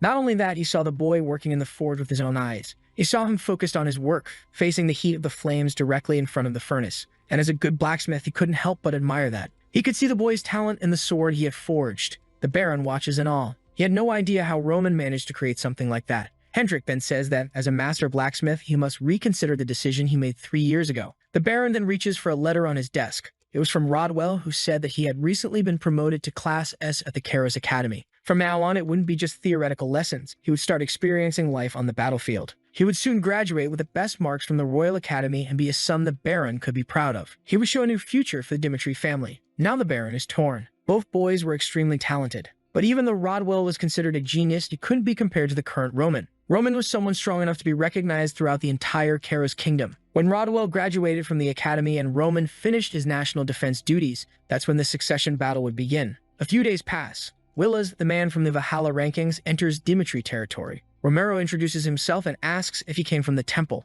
Willas says yes, and that he had heard about someone who might belong in the rankings. Throughout the continent of Kairos, families with people in the rankings were extremely powerful. The Baron explains that Roman was working in the mine, so he'd need a day to rest, so they would meet tomorrow. For now, Willas could take a look around Dimitri territory. Willas agrees and says he'll explore the place. Hans then starts walking with him through the city, explaining about the mining and blacksmithing there, until they hear someone shouting. Looking back, Willas asks if he can observe the training for a while. Hans says yes, but they would have to watch from a distance. One sword clashes against another and Kevin is thrown backward. Pucky asks how long Kevin's body will last if he doesn't learn to defend himself. But Kevin retorts that Pucky can give him lessons after he wins. The two begin to activate their aura and Pucky tells him to come at him. Willas is shocked. The two men practicing in front of him were aura knights. The truth is, among the 30 men Roman recruited, none of them were aura swordsmen. Sometime before, Roman told Pucky that he seemed to have a martial body. Obviously, Pucky was confused as no one knew what that meant. But after just a month of training, they began to understand what Roman had seen in them. And as soon as they saw the opportunity to become stronger than ever, the focus of their training completely shifted. The training there became so intense that it could be said they were risking their lives. Pucky attacks again, telling Kevin to block this. Kevin faces him head-on and manages to defend. The soldier keeps insisting, calling Kevin weird. But at that moment, Kevin's eyes turn red, and he swings his sword right at Pucky's face. Pucky barely manages to defend and is thrown backward. Startled, Pucky asks Kevin if it was really necessary to go that far. But Kevin simply replies that he should take it seriously. If this were a battlefield, Pucky's head would already be rolling on the ground. Willis is completely shocked. This is a remote city, so there shouldn't be so many soldiers with experience in using mana. It's almost as if this place were a miniature version of the Valhalla Empire. However, Willis concludes that these men must be the most promising from the Dimitri family, which is why they receive all the support. Still, it's impressive that they have this kind of power. He had already imagined that in the north, the Dimitri family was the strongest, but he had no idea of the scale of their power. The man next to Willis asks if the Dimitris are really a family of miners. Willis says yes, but he's starting to have doubts as the men in front of him are not normal soldiers. He then comments that they must be the Baron's knights. However, Hans responds that they aren't even Dimitri's knights. They weren't affiliated with any organization but are Master Roman's private soldiers. Shocked, Willis grabs Hans by the shoulder and asks how Aura soldiers could be treated as simple knights. He questions if they spent a huge amount of money. Hans says he has no idea about that, but if Willis is talking about Kevin and Pucky, they weren't Aura knights until recently. Kevin was just an ordinary boy whom Master Roman took an interest in, and Pucky was a rank C mercenary. What changed is that both of them grew stronger by following Roman's teachings. Hans thinks Roman's talent is incredible for seeing people's potential. It's as if he were a blessing to the family. Willis is increasingly shocked, wanting to know who Roman Dimitri really is. The next day, he's already telling himself that he'll finally meet this man. Maybe a hidden dragon who is about to seize a great opportunity. Then someone announces that young Roman is arriving. Willis had seen countless strong people in this world, and just from Roman's walk and the way he looks down, Willis knew that this was the expression of someone who had been used to being strong for a long time. Roman then introduces himself to Willis, who asks if it's true that he defeated Homeros in battle, to which Roman confirms. Willis says it seems Roman has no idea that what he did is extremely unusual. Not only did he defeat rank 49, but someone who had the potential to go far beyond that. What's even stranger is that he defeated someone like that at 25 years old. If that were possible, he'd be considered one of the greatest geniuses in all of Kairo's history. But Roman interrupts, saying Willis is just rambling since what he did is logically impossible. So Willis should get straight to the point. Willis says he'll explain the procedure to receive the rank before confirming the truth. That's because rank battles are divided into official and unofficial ones. An official battle is held in front of an observer who has permission from the Valhalla Temple. The rank change happens immediately after as you're verified on the spot. However, an unofficial battle is when a rank is defeated abruptly. In these battles, everyone ranked below that person moves up one spot, while the one who won the battle cannot claim the rank without verification. What happens, though, is that if the person is verified, they receive the lowest position in the rank. Now Roman just needed to prove his strength to become rank 100. Willis explains that the Valhalla Temple only believes what they see with their own eyes, and to verify strength in an unofficial way, they use aura analysis. The test was simple. Roman just needed to pass the minimum threshold they had set, and he would join the rank. They'd also do this because as soon as someone becomes a rank, they become a target for all others and the rest of the world. However, Roman asks if there's any reason for him to go that far to become a ranked warrior. Willis responds that with this, he has the chance to have his name passed down as a swordsman to the entire world. Many believe that leaving your name in the history of the strongest swordsman was worth the risk. Roman then asks if that were the case, wouldn't it be easier just to defeat a high-ranked opponent in an official battle? Willis thinks that this damn guy doesn't know how official battles work. He says it would be easier, yes, but you can't just start an official battle whenever you want. It requires various preparations, and besides, there are no official ranked warriors in the Kairo region. Roman thinks it's a shame, so they might as well start the test now as he'd at least enter the rankings. Willis explains that the orb will change color in reaction to the mana Roman possesses. Red for 1 star, orange for 2, and yellow for 3. Anything above 4 stars will show a green color. Since Roman defeated a 4-star swordsman, he would at least need a qualification of 3 stars. As he places his hand on the orb, Roman comments that in this world, mana is highly developed. Seeing that they can even develop tools to analyze mana, he wonders what kind of beings mages are. They could be sorcerers like in the Mirim world, or some sort of superhumans who have reached the realm of gods. He needed to be very careful with the variable that mages created in his plans. Willis then tells him to start channeling his mana. Ronan tells himself that the logic of the two worlds is completely different. He wanted to see what would happen if he infused mana using this world's methods. And instead of concentrating the mana in one part, he decides to explode all around his body. The aura starts pushing everything to the side, and Willis is shocked. The orb, which had been transparent, begins to turn red. Willis knows that the color change happened way too fast. But before he can process it, the orb turns yellow. He's confused. Even a 4-star knight wouldn't be able to change the color that quickly. The orb is stuck on that color, and Roman says it's time to use the methods of the Mirim world. The aura starts pulling back into his body, and the orb turns green. But as soon as the color appears, the orb begins to shatter. Willis can't believe that Roman had broken the device. That orb was the accumulation of knowledge from the greatest minds on the continent. Its durability was guaranteed even with the mana of a 6-star swordsman. Even if someone poured all their mana into it, the orb would survive by dissipating part of it. Roman says that maybe the item is defective, but Willis says that's impossible. He can't give a clear answer because he's never seen anything like this before. However, before it stopped working, he clearly saw the green color. At a minimum, Roman Dimitri was a 4-star swordsman. He wasn't a dragon just beginning to stretch its wings, but a monster already prepared. This would be the emergence of someone with the potential to reach 6 stars in the entire Cairo kingdom. The entire continent of Salamandra would probably be turned upside down. Willis then apologizes. He didn't want to make any hasty judgments, so he would need time to send in the results. He excuses himself. As he leaves, he thinks that he needs to find out more about this Roman Dimitri. As he begins investigating, he discovers that Roman had completely changed recently. He doesn't think it's possible for someone to have changed that much in such a short time. From the destruction of the Blood Gang to the war with the Barcos, Roman dealt with everything perfectly, risking his life to turn his desires into reality. Not only was he a powerful monster,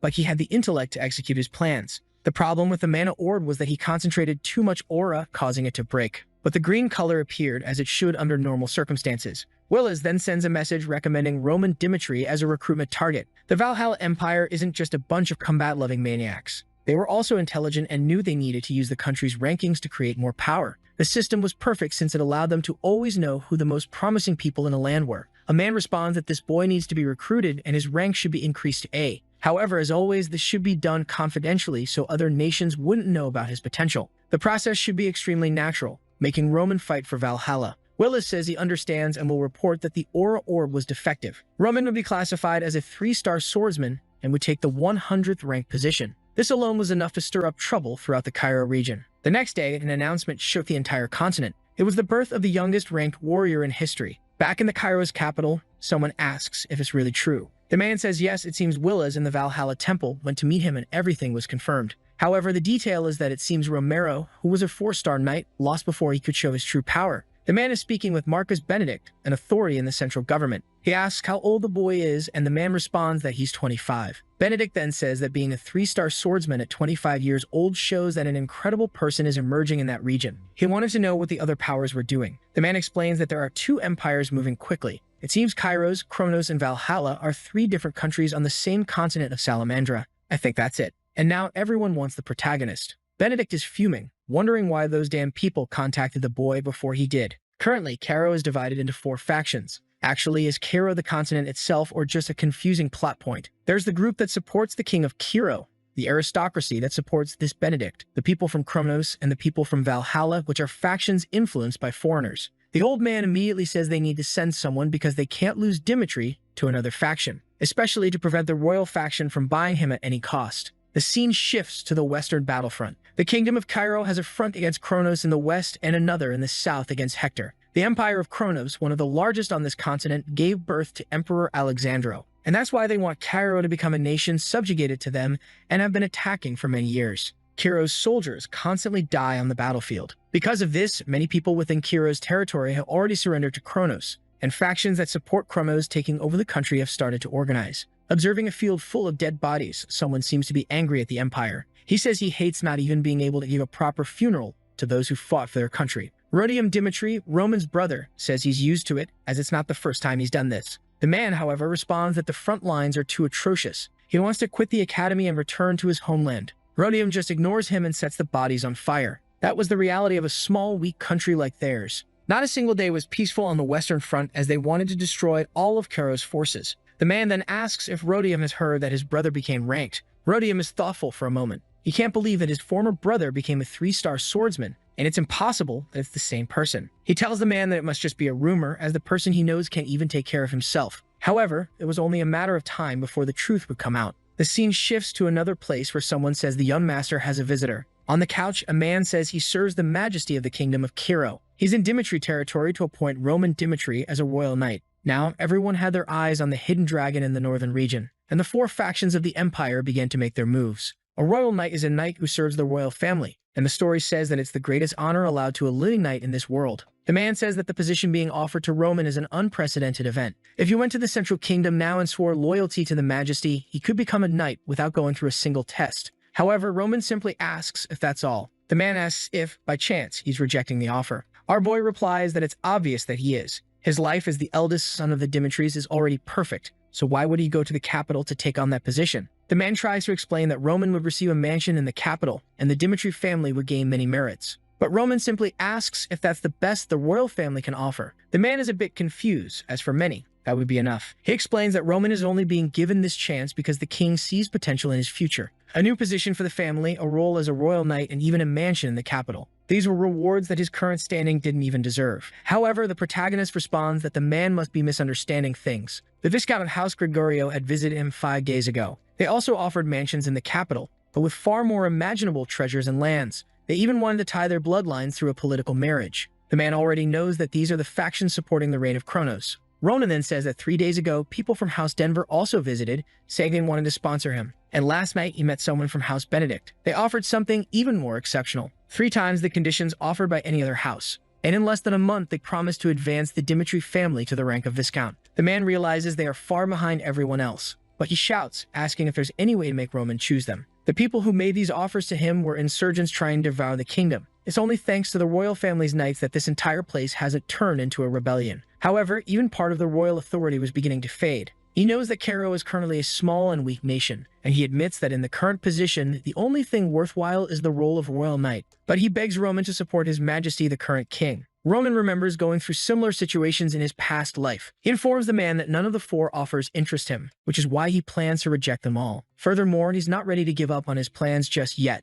The man becomes hopeful, saying that it seems there's still a chance. Ronan then tells him to return for the day, and the man understands. He says he'll be eagerly waiting for the day when Roman swears loyalty to the majesty. 4 offers and 4 rejections. Roman had no intention of swearing loyalty to any power. They would become his enemies in the future, no matter what he did. That's why he left the possibility of future loyalty open with all the factions. Sometime later during training, someone greets him. It's a man named Makin, another member of Valhalla's intelligence unit. Roman already noticed that Makin was wearing Dimitri's servant's clothing and asks him what he wants. As far as Roman knows, they had already expressed their intentions through House Denver a few days ago. Makin apologizes for visiting him in such a disrespectful manner. He explains that during their previous conversation, he had to be formal because there were many people watching. However, he now wanted Roman to consider the offer he was going to make as it reflects Valhalla's true intentions. Their group seemed to admire Roman's potential. The problem is that nationality is not something easily resolved, and Makin imagines that Roman would want to leave the Dimitris as they have an incredible amount of wealth. However,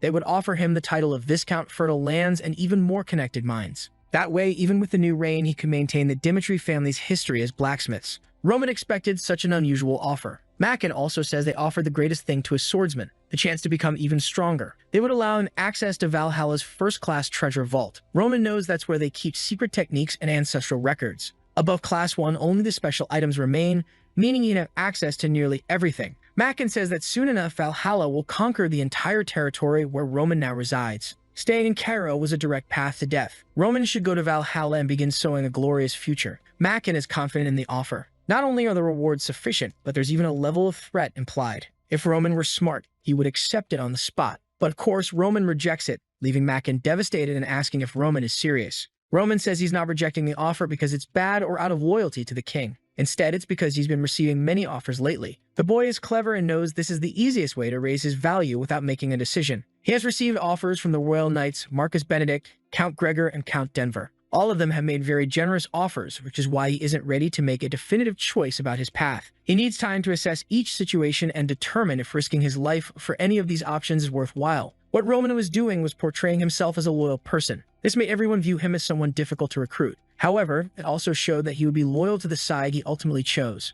Makin became intrigued, not realizing he had fallen into Roman's trap. He then says he doesn't know how Roman will prove Valhalla's intentions, but they won't wait long. That's why he begged Roman to give a response as soon as possible. Roman simply says he understood. Before leaving, Makin says he'll give Roman a gift to establish a connection between them and warns him to start being cautious about the southern borders. That region was no different from a bomb about to explode at any moment. The scene shifts to Roman's family, where Senna asks their father if Roman is really going to do this. Roman says he will return safely, so they don't need to worry. His mother tells the Baron not to worry, as it's not like Roman is being sent to the Eastern Front. He's heading to the southern border, which is considered safer. He will surely return safely. Romero says he understands, but it's inevitable for a father to worry about his son. Roman then calls for his group, who shout, "Yes, sir. Our boy was on his way to the southern front." Upon arriving in the city, he tells his men that today they will rest, and they will train as soon as the sun rises tomorrow. The group is excited, as Roman at least rented some houses for them to sleep in. Usually, other nobles would have their armies sleep in tents.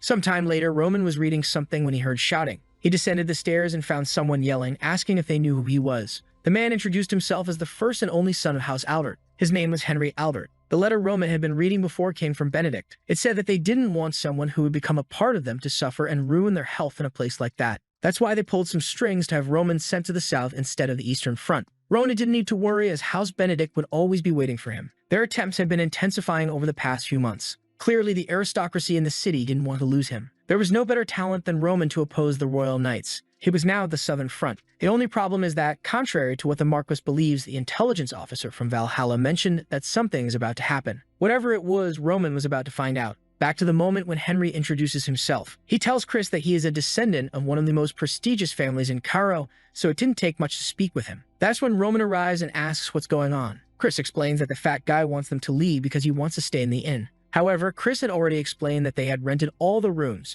but the man kept insisting. But Roman, the king of politics, already knows that the Albert family was famous in the past, but it's no longer a prestigious family. Even if it were, he wouldn't care. He then asks the fat man why they should leave. At that moment, Albert asks if Roman is the leader of these guys. Roman replies that he is. Henry then tells him not to interfere, as it seems they are both headed to the southern front. He gives Roman 10 minutes to remove this pile of trash from the place and disappear from his sight. Roman begins to understand how the Dimitris are treated when they're far from the north. However, he responds that he's not going to leave. He starts to draw his sword, saying there's an easy way to solve this situation. He then tells Albert to draw his sword too. If Albert wins, Roman will leave. The fat man seems angry, but then someone gets scared and tells him to stop. The man in front of him is Roman Dimitri, the boy who recently became the youngest ranked warrior in history. Albert freezes upon hearing Roman's name. The youngest ranked warrior of the Cairo Empire and the one who ended the Barco War. Now known as a heartless demon who even killed the son of those people. The fat man stands still, certain that if he draws his sword, he'll be dead.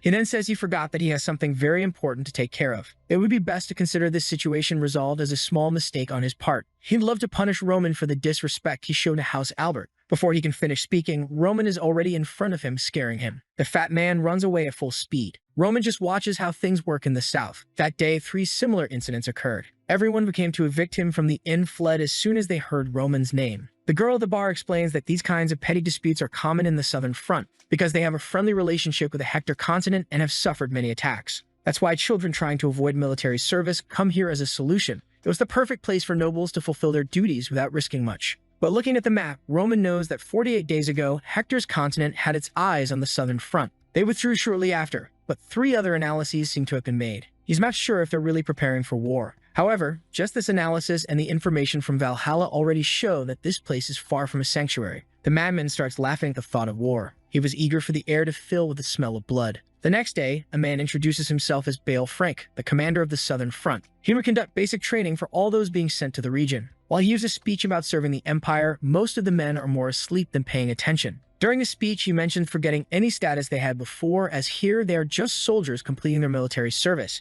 Anyone who disrespects the rules would be sent to the Eastern Front as punishment. Roman thinks it's stupid that the punishment for breaking the rules is being sent to another battlefield since it makes no difference. That is until he notices the men becoming serious when they hear this. Later, the group is dispatched. Then someone informs Roman that the commander wants to speak with him. A while later, smiling broadly, Frank asks if Roman is living comfortably in the south. Roman simply says there's no problem, and Frank tells him to feel at home. He says he has no idea how happy he was to hear that Roman was coming to this place. Roman Dimitri, the youngest ranked warrior in history, and considered the hidden dragon. Frank then says he called Roman to confirm something. He asks if it's true that Marquis Benedict pulled some strings to have Roman sent to the south. Roman says it's true, but he didn't ask Benedict to do it. It just happened. Frank immediately understands that this was, in a way, an investment from Benedict. Perhaps if Frank managed to connect with Roman, he'd also have a chance to enter the central government. Bale then says he'll be direct. He wanted to make a good impression with the Marquis. The Southern Front wasn't bad, but it was nothing compared to the luxurious life of a member of the central government. That's why he would do his absolute best to accommodate Roman while he was there. What he wanted in return was for Roman to tell the Viscount that Bale Frank made his life easy in that region.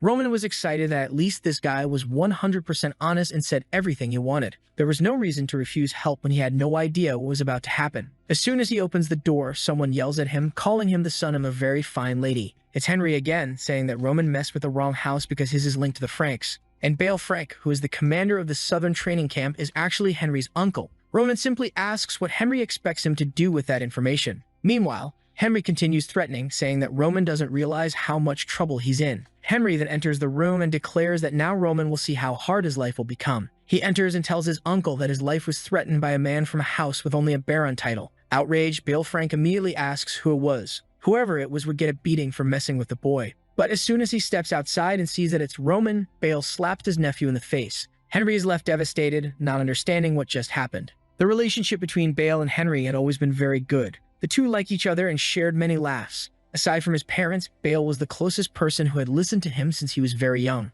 One could say that there were times when Henry liked his uncle Bale more than his own parents. However, now he was lying on the desolate ground, asking his uncle what that was all about. His uncle quickly explained that the other person was Roman Dimitri, who had the support of the Marcus and infinite potential. He then turned to the boy and apologized. He said he should have educated him better and promised to apologize on his behalf. Roman said it was all right and that he would let it slide since Bale was being so polite. With that, he asked for permission to leave and the man thanked him. The next moment, he was already berating Henry, asking who he thought he was to go against someone supported by Marcus Benedict. Henry, however, devastated, asked why he had to be beaten for it. Bale approached and said that Henry needed to grow up. If he kept acting like this in the Albert estate, he wouldn't be able to protect the boy. However, he had a crazy idea. He said that Roman probably had a wrong impression of the Alberts now, and because of that, Henry would always stay close to Roman to try to get closer to him. His job was to become Roman's friend no matter what. If he didn't, he would be sent to the Eastern Front. In his private room, Roman remarked that the guy was really trying hard. However, a person who opens up their ambitions to everyone is easy to manipulate.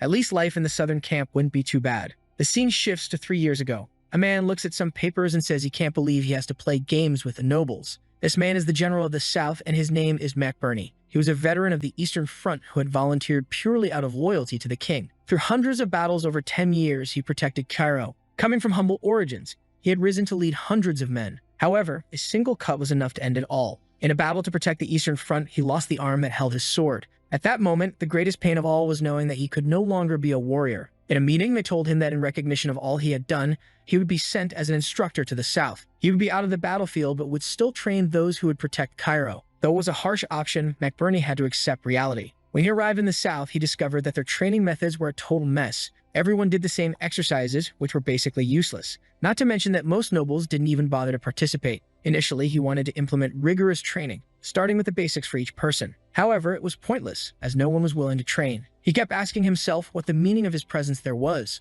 At the very least, it would have been nice if they pretended to be training. The guys outside just talked about visiting the houses of the women who sold that. McBurney walked past them without saying a word. He couldn't believe there were people so relaxed on the front lines. At that moment, he was already tired of it all. Then he saw the group standing in front of him. Obviously, it was Chris, Kevin, Pucky, and the rest of Roman's team. McBurney was surprised that they even had a commander. Maybe they didn't know how things worked in the southern camp. He then approached Roman and told him that in the south, no noble was required to train. If Roman wanted, he could relax in the shade with the others. Roman asked if he was saying that because of the guys next to him. McBurney looked and said yes. However, Roman simply stated that an enemy attack doesn't differentiate between a noble and an ordinary citizen. Furthermore, even if a commander only planned to coordinate the troops, they still needed to have good physical ability. That's why, in his opinion, it was natural for someone in a position of authority to participate in any training. McBurney didn't expect that. The boy was 100% determined. Roman then told him to stop with a fake smile because he would follow any training regardless of his status. It was the first time McBurney had seen a noble say they would commit to their training. He knew that people risked their lives for those who recognized them. He was thinking of making this training easier, but he wasn't going to do that anymore. At the very least, he would give his best effort in the next 3 weeks.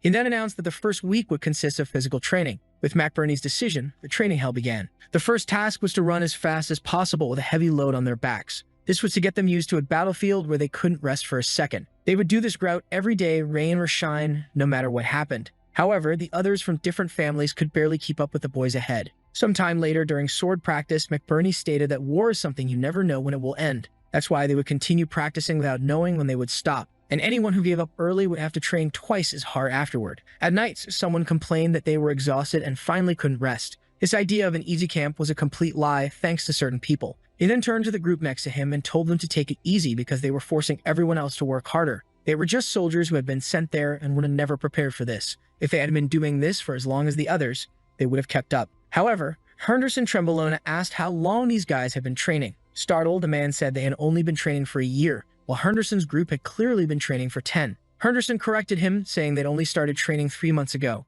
He told the man to stop making excuses, because the truth was he simply hadn't given his best effort. We then see the day Henderson discovered there would be soldier recruitment. That's when he decided to become one of Roman's subordinates. Since it was just to serve Roman, he was sure he wouldn't need incredible qualifications. However, the truth was, this was his biggest disillusionment. Seeing veteran mercenaries like Lucas and Pookie at the registration made him realize the offer wasn't that easy after all. At that moment, Henderson realized he was a herbivore surrounded by beasts, and he began to wonder if he would really make it. He told Chris that he didn't believe he had the right to serve Lord Roman. Chris asked why, and Henderson said he was nothing more than a novice who barely knew how to wield a sword. In truth, he had lived as a farmer until now and might have misjudged himself, thinking he could pass Roman's test. The blonde guy asked if he was going to give up because he was behind compared to the others, and Henderson said yes. However, he explained that when he first saw Kevin, he was nothing but a kid with anger in his eyes. He couldn't understand why Roman accepted that common boy. But anyone who saw Kevin now knows what happened. In a short time, Kevin became a warrior no one could ignore. On the first day he saw Roman, Henderson had foolishly challenged him and of course was defeated. At that moment, he thought he was strong, until he realized he was just a frog at the bottom of a well. That's why he had to understand that if the Lord chose him as his soldier, even if he was pathetic at that moment, it showed he had the potential to grow just like he and Kevin had grown. The person he followed was someone who could make that a reality. Henderson said he didn't have the courage to believe in himself. However, he was chosen among all the others who applied. He still had no idea how a farmer like him could become strong, but he was going to trust Roman's choice and give his best in all the training. From that day on, Henderson's life began to change. In the past few months, he gave his all in training, no matter what was asked of him. Even if he was on the verge of vomiting or fainting, he kept trying to keep up with his comrades. And that's what resulted in the strong body he has now. He then asked the others what they thought war was and why they were complaining about others preparing when their lives were at stake. Instead of recognizing their weaknesses, they were trying to drag others down to their low level. That's why he had no reason to respond to that senseless request. The man stood there saying nothing with his friends looking like fools, and Henderson, like a chica chad, walked away, calling them pathetic. Ronan's soldiers already had their minds set on the war ahead. The extreme training continued, and even as the difficulty increased day by day, they remained strong. However, under a tree, the nobles said they didn't know why the others were going to such lengths. It would be different if they were on the eastern battlefield, but here it was easy to relax. One of them said that the group was working so hard because they came from common families. No one would recognize the Dimitri household if they didn't go so far. They all laughed, while Henry wondered how he could get close to someone like that. Roman didn't seem to realize how important it was to have a good relationship with the other nobles. That for Henry was the big problem with these nobles from unknown places. However, he didn't care about that as he believed things would work out somehow. The scene shifts to a man named Jackson, passing along some information about what he saw. He was the captain of the scouts, and he said they had infiltrated Kiro's defensive lines 48 times. He reports to the king that all of Kiro's forces seem to be concentrated in the east, as that's where they are being attacked by Kronos. This is why conquering the southern front shouldn't be a problem. The kingdom of Hector was once a power on par with Kronos. They grew extremely fast thanks to their national defenses, but they suffered a defeat against Valhalla and fell into ruin. With this, Hector's power dropped to the same level as Kiro, and now they must be cautious with every move they make in the empire. A worried voice asks the father if he can say something. It's the prince, Edwin, who says their empire has been suffering from poor harvests for the past 5 years. The money they borrowed from the Golden Bank is becoming impossible to repay because of the interest. At this rate, the Hector Empire will lose any respect it still holds in these lands. The king says it's not as if he's unaware of all this. The son mentions that after their defeat, they distanced themselves from war, but this could change since they have been preparing for the last year. For their desperate citizens and for the sake of the kingdom itself, they needed to make a decision. The father fears the word war differently from his son. He then asks Edwin if he's confident, and Edwin responds that he wouldn't bring this up if he weren't. The father then declares that from this moment on, he grants executive authority to his son. From this point forward, Edwin will be in charge of everything related to the war. Edwin simply thanks him and says he is at the king's service.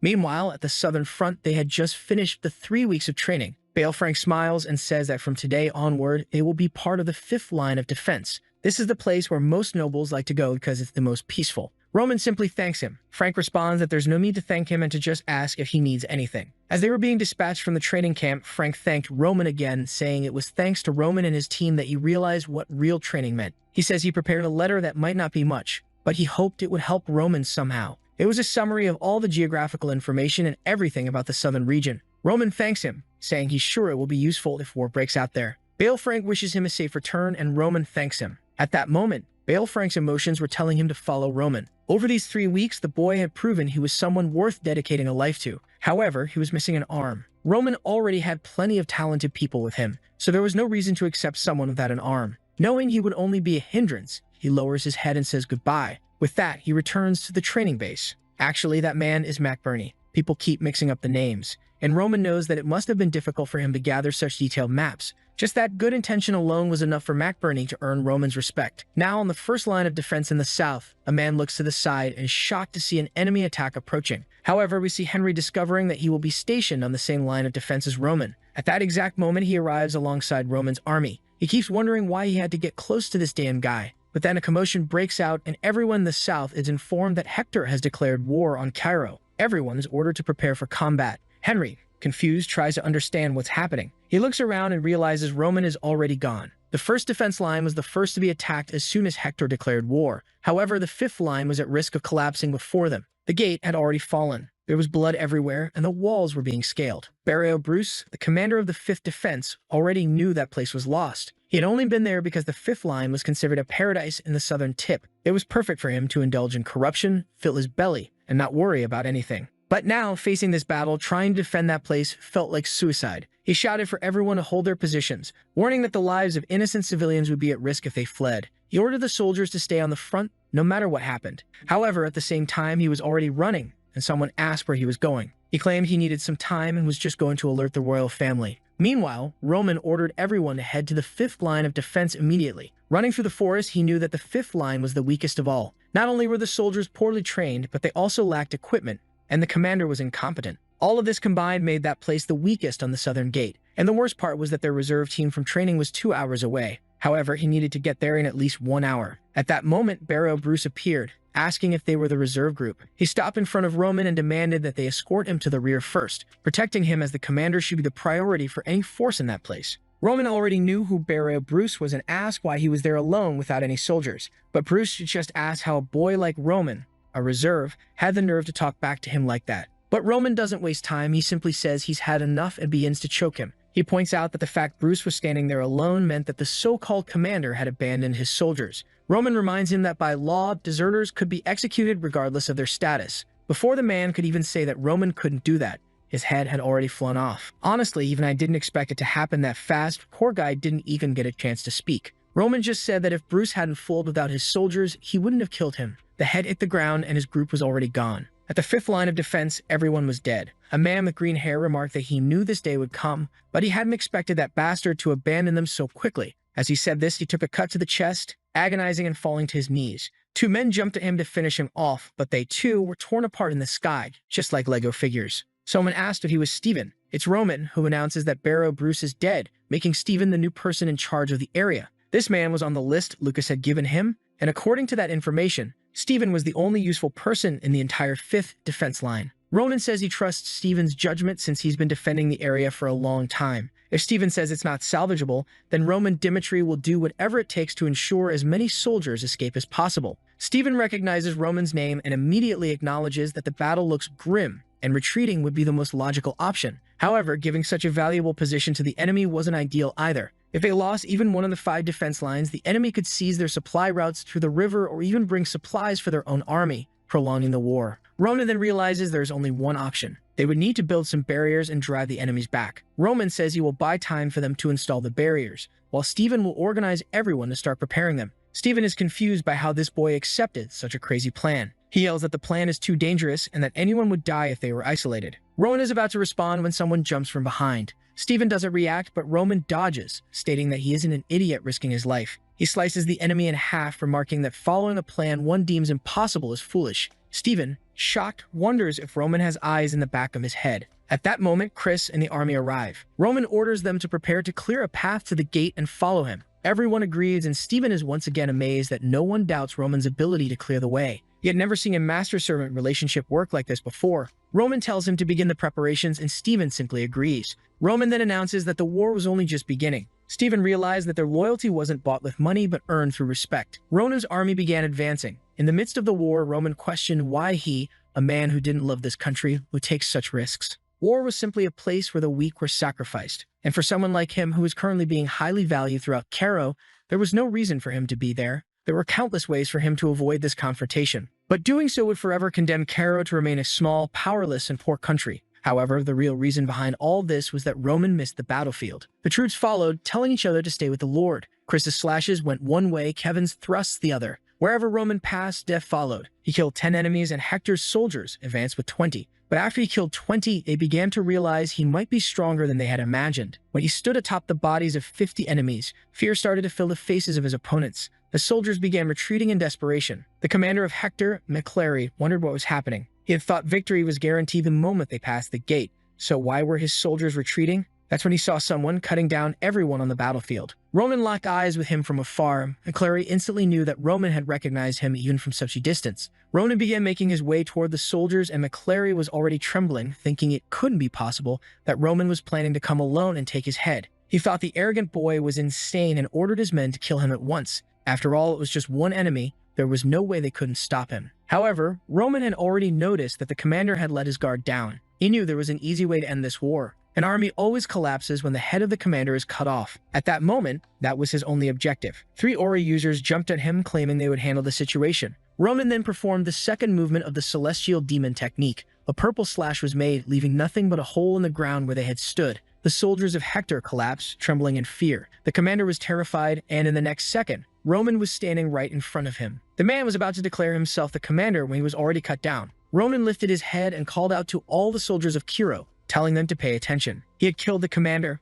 but if they let anyone survive, those who remained would return as enemies. Even if it cost more lives and blood, they had to kill everyone in that place. Nearby, Henry Albert was watching all of this unfold. Now he understood why his uncle had insisted that he get close to this boy no matter what. With the commander's death, the few remaining soldiers from Hector began to flee while the rest were massacred. Once again, Chris reported that out of the 30 soldiers, including himself, none had died. With no casualties, it had been a great success. Ronan congratulated them and told them to use potions to heal their wounds. Stephen, watching this, couldn't believe that Roman would give potions to all his soldiers. The narrator then helpfully explains to us that a potion is a legendary item that actually heals wounds. Thanks for the clarification. However, in this world, potions are incredibly expensive. This showed that Roman wasn't just strong, but also generous with his group. It was becoming clearer why they had so much confidence in him. Roman then instructed Stephen to prepare the battlefield for a potential second attack and said he would need someone familiar with the southern terrain. Stephen questioned if Roman was thinking of going after those men. However, Roman simply said the war wasn't over yet. He was introduced to a local guide, Kobe, who said he would be a great guide.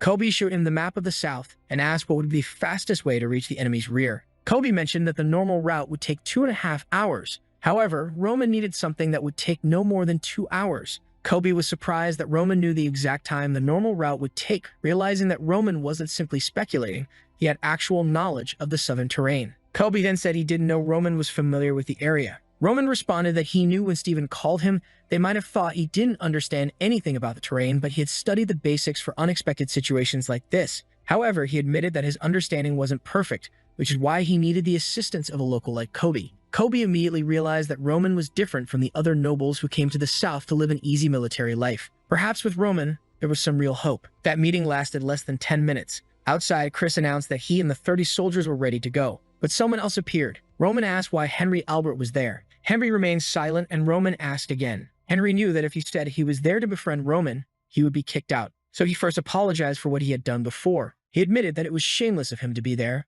but he wanted to follow Roman. He too was a noble of Kiro and didn't want to sit idly by. He was at Roman's command. Roman told him he could follow, but made one thing clear. If Henry got in the way of the plans, even for a second, Roman would leave him behind without hesitation. With that, the army moved out. Naturally, Henry was already exhausted. Then Kobe noticed something, and they found a body on the ground. It was one of the soldiers from the training camp. Roman asked what had happened. The man simply said they had been attacked and begged for help. Roman realized that since this man was so far away, they must have been attacked at least 30 minutes ago. This suggested that the 5 lines of defense had been attacked simultaneously, with fast troops hitting the rear lines and the training camp. Roman seemed to remember something and said they would have to return to the southern training camp first. The scene shifts to someone holding a sword. A man with green hair remarks that they will die whether they're left alone or not. It's McBurney, who orders the bastards to die and declares that he'll kill at least one of them, even if it costs his life. But all he can think about is how easy things would be if he still had his right arm. He has no idea what happened to Roman, the only person who hadn't let his guard down in the entire southern front. He's certain that Roman had achieved something, and Clary finds it strange to be thinking about that boy when he's about to die. Maybe it shows how many things he still wanted to accomplish on the battlefield before he passed. Suddenly, the wall behind the enemy soldiers begins to crumble and explodes. He wonders if Kira's reinforcements have already arrived. But of course, it's Roman. He surveys the scene and notices that at least McBurney is still alive. Chris gives the order to kill all the enemies and rescue the survivors. As usual, the poor fools try to attack Roman. The first two are captured alive, knocked out hard enough that they can't move for a while. Another soldier starts running, saying he has to warn the others, but he is caught immediately. I thought Roman had caught him, but it was McBurney, who says he's going to kill at least one of them. Roman didn't even use his sword. Instead, he subdued the man with a chokehold. Roman thanked him for holding on for so long and told him to rest. From the ground, McBurney also thanked him back. Sometime later, Chris reported that they had captured 12 Hector soldiers and saved 5 survivors. It seemed that Viscount Bale had been injured in a fight with the soldiers and had retreated to the mountains. The army had passed through the training area and continued onward, making Roman wonder where the rest of them had gone.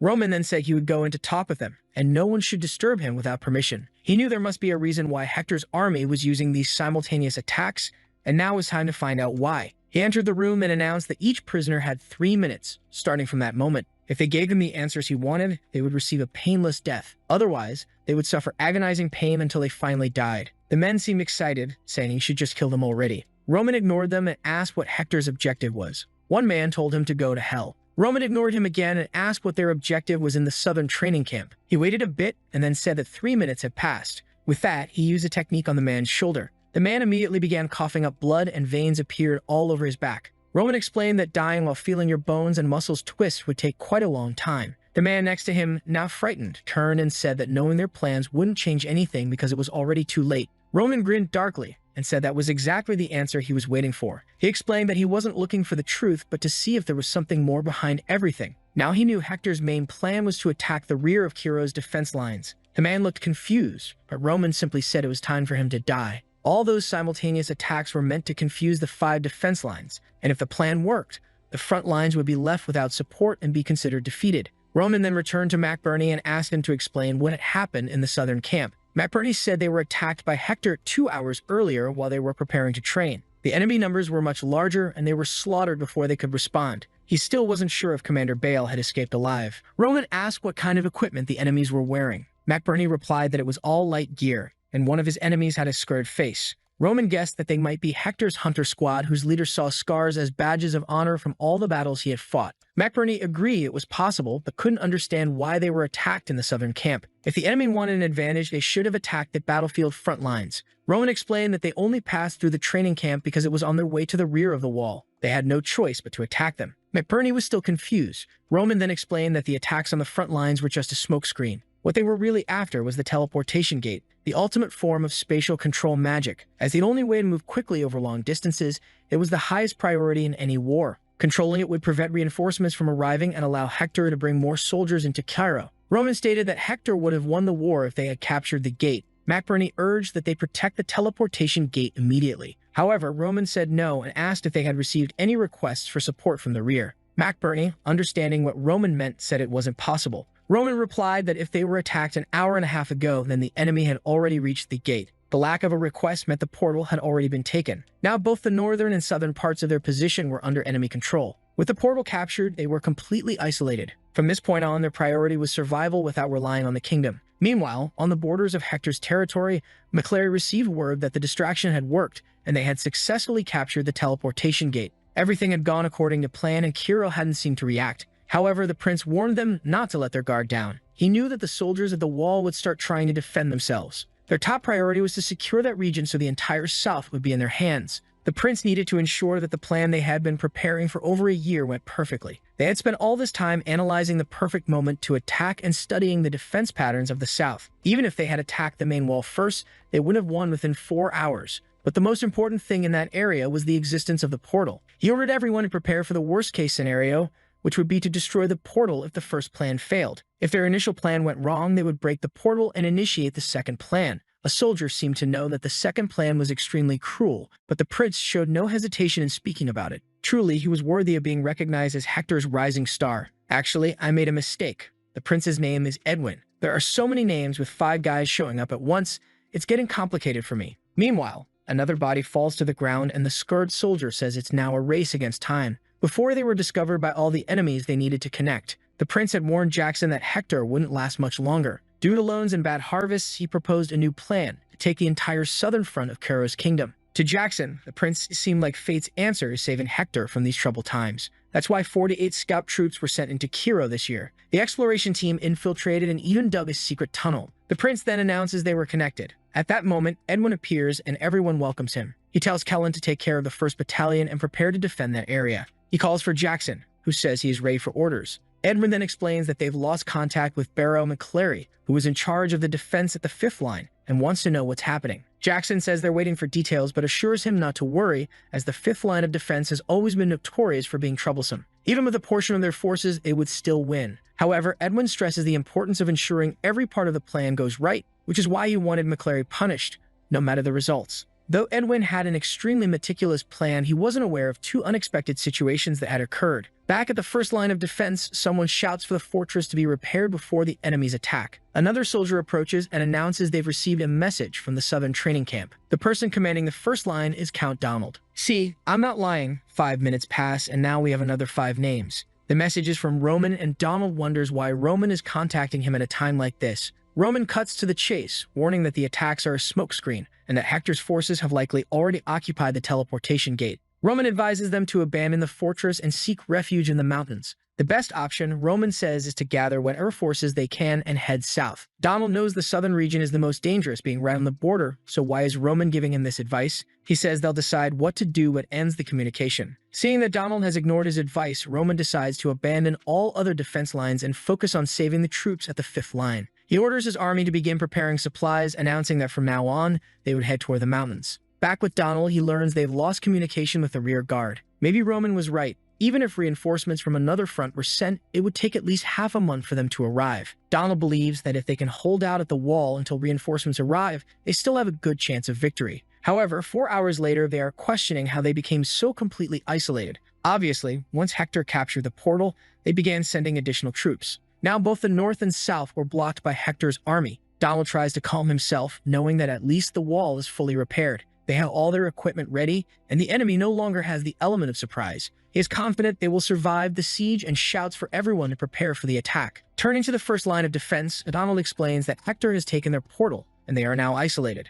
No one should count on reinforcements from the kingdom. However, just like in the first battle, they would give their best and emerge victorious. But then the knights begin to ask what that sound is. One of them is already trembling, and Donald asks what's happening. It turns out the enemy had prepared a flare. A magical circle is formed, and the flare is launched. In an instant, a large portion of the wall is blown apart, and the first soldiers are burned alive. Donald recalls Roman's advice to abandon the fortress and seek refuge in the mountains. Now surrounded, he realizes that Roman was right. The commander's head had already been cut off. Edwin was growing more confident. Thanks to the flare and the surprise attack, they had easily taken the southern region. He orders the soldiers who had surrendered to be imprisoned so they can be used as bargaining chips with Cairo. Jackson praises the success of the plan, saying he understands. However, despite everything going well, Edwin has an uneasy feeling. He knows there is something he missed. At that moment, a knight reports a problem. They've lost communication with the troops left at the southern training camp because they had been killed. At that moment, Edwin wanted to know who had reported this information. The man, looking devastated, explained that the 5th line of defense seemed extremely unprepared.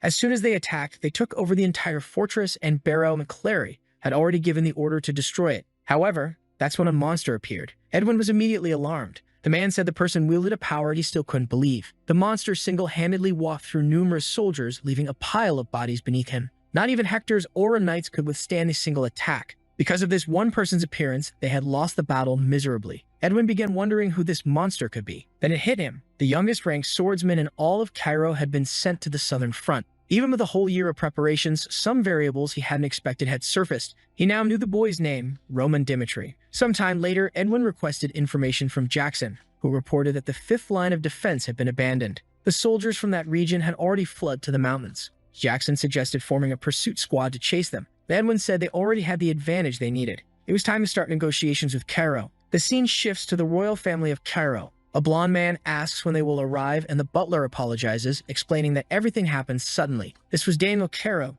the king of the region. He couldn't make any decisions alone, as he needed approval from all the aristocrats. Benedict was the first to arrive, apologizing that his carriage had been a bit slow. Representatives from the Valhalla and Kronos factions soon followed. Denver from Kronos asked if it was true that Hector had attacked the southern front. Daniel confirmed this, stating that the south was in great danger at the moment. Benedict questioned why they hadn't sent reinforcements. Daniel, thinking to himself, realized that this scoundrel knew more than he was letting on. He then asked if everyone agreed to send reinforcements to the south right now. Shortly after, Benedict was shocked to hear that the teleportation gate had been captured. The divided power in Kiro, split between 4 factions, was one of their greatest problems. Daniel slammed the table, saying they should take responsibility for what happened. If only he had enough power to make decisions on his own, things wouldn't have gotten this bad. He pointed a finger and said it was all his fault. At that moment, a soldier entered the room, announcing a communication from Hector. The scene shifted to Edwin, who declared that Hector wanted compensation for the war. Cairo needed to send enough gold to pay for the southern front. Benedict, enraged, said it was ridiculous that they had started the war and no amount of gold could justify it.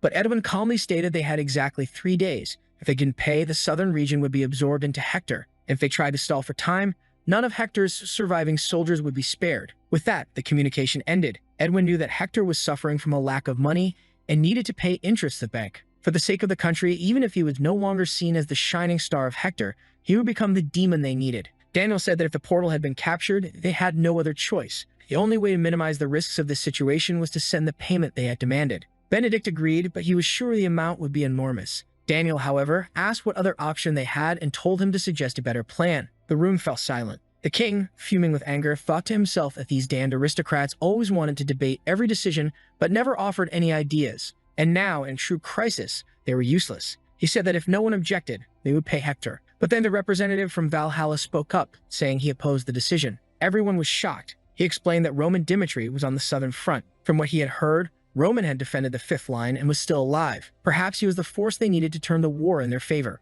The king agreed that Roman was a great prodigy, already a 3-star swordsman at only 20 years old. However, he doubted Roman alone would be enough to influence an entire battlefield. Benedict agreed, saying it was too risky to place Roman's life in danger. The representative from Valhalla realized that no one truly understood Roman's capabilities. The information he had, as a supporter of Valhalla, indicated that Roman had the talent of at least a 4-star swordsman or higher. A variable like this on such a battlefield was something to seriously consider. However, he didn't want his competitors to know this, so he said that since everyone seemed to agree, he wouldn't insist on the matter, but perhaps they should at least wait the 3 days. If nothing changed on the southern battlefield, it would accept this demand. The king then declared that this proposal was accepted. From that point on, the kingdom would prepare for both war and negotiation. The scene shifts to Henry, looking at the destruction of the first defense line. To him, Cairo had already lost the war. He shouted for everyone to run to the mountains and flee from this place, declaring that he had no intention of becoming a hero. After all, he needed to stay alive if he was going to be anything at all. However, someone appeared in front of him. Luckily for Henry,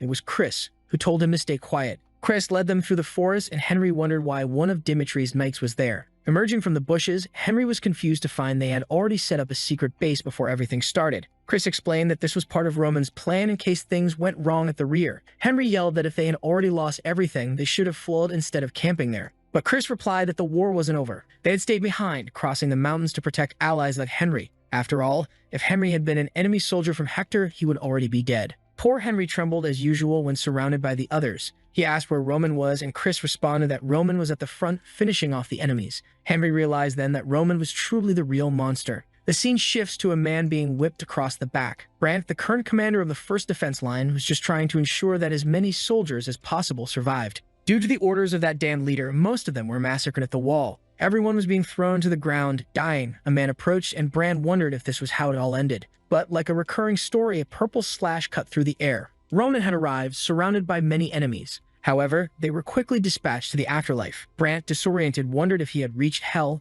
and if this was the vision before him. He asked who this man was and what he was doing. Roman introduced himself as a man from the 5th line of defense, Roman Dimitri. Brant remembered that Roman had advised them to flee earlier, so why had he returned to help instead of escaping himself? Roman explained that the first wall had already fallen and that Hector would undoubtedly move to destroy the second. Roman asked if Brand was suggesting they give up. Brand acknowledged that Roman was an incredible swordsman, but a continental war couldn't be solved by one person. Roman knew Hector's people were suffering from hunger, yet here they were, ambushing and starting a war. None of their actions aligned with how Hector would normally behave. Roman began to understand Hector's true intentions. He explained that Hector had advanced and seized the southern front because they couldn't sustain a long-term war. Their plan was to start the war as quickly as possible and receive a bonus from the royal family. They had likely contacted their superiors as soon as they captured the southern front, meaning they were gambling their entire empire on this conflict. Meanwhile, at the second line of defense, another flare was used. The wall exploded and soldiers were burned. According to Edwin's plan, Barrow McClary wasn't supposed to die at the 5th line.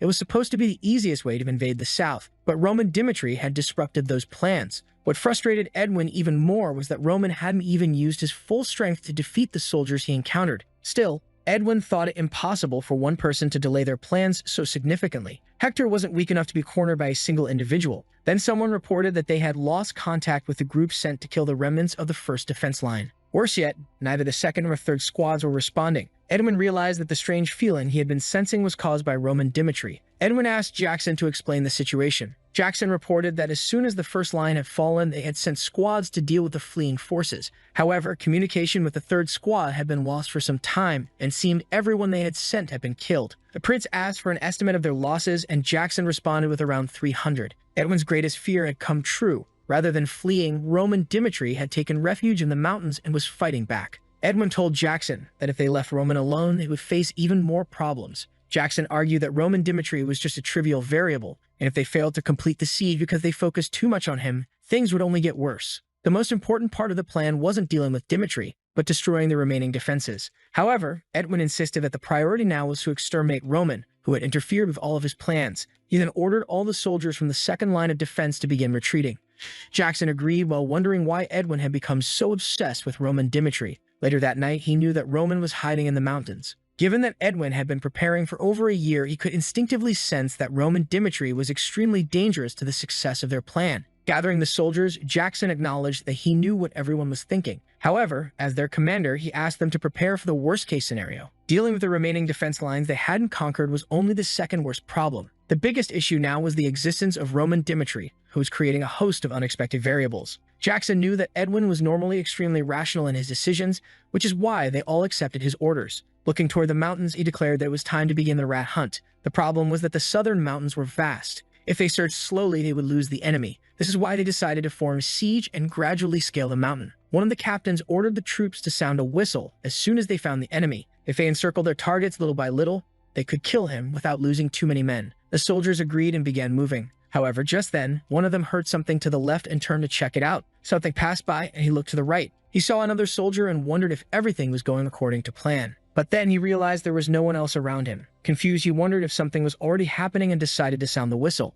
But Roman was already behind him, and with a swift motion, another neck was snapped. Roman recognized that Edwin's plans were bolder than he had expected. He thought it would have been better if they had attacked the 2nd defense point. He couldn't believe they had abandoned the entire defense line just to try and stop him. Truly, the commander of these troops was extraordinary. By now, everyone in Hector knew the enemy was somewhere in the forest. Roman was moving through the area, decapitating soldiers as they warned each other to watch their allies. One soldier shouted that they would soon surround Roman, only to lose his head moments later. Roman, with a dark expression, noted that it had been a long time since he had felt like this. In his past life, he had undergone countless tests simply because he was the son of the celestial demon. His first mission was to hunt down a member of the demon cult who had fled. Roman completed the mission in just 3 days. However, the missions became increasingly difficult, eventually forcing him to face an opponent who seemed unbeatable. That's when Roman began studying different ways to handle such situations, mastering techniques involving assassination and stealth. He became unrivaled in these skills, earning the title of the King of the Night. Over the course of a year, he killed 38 martial masters,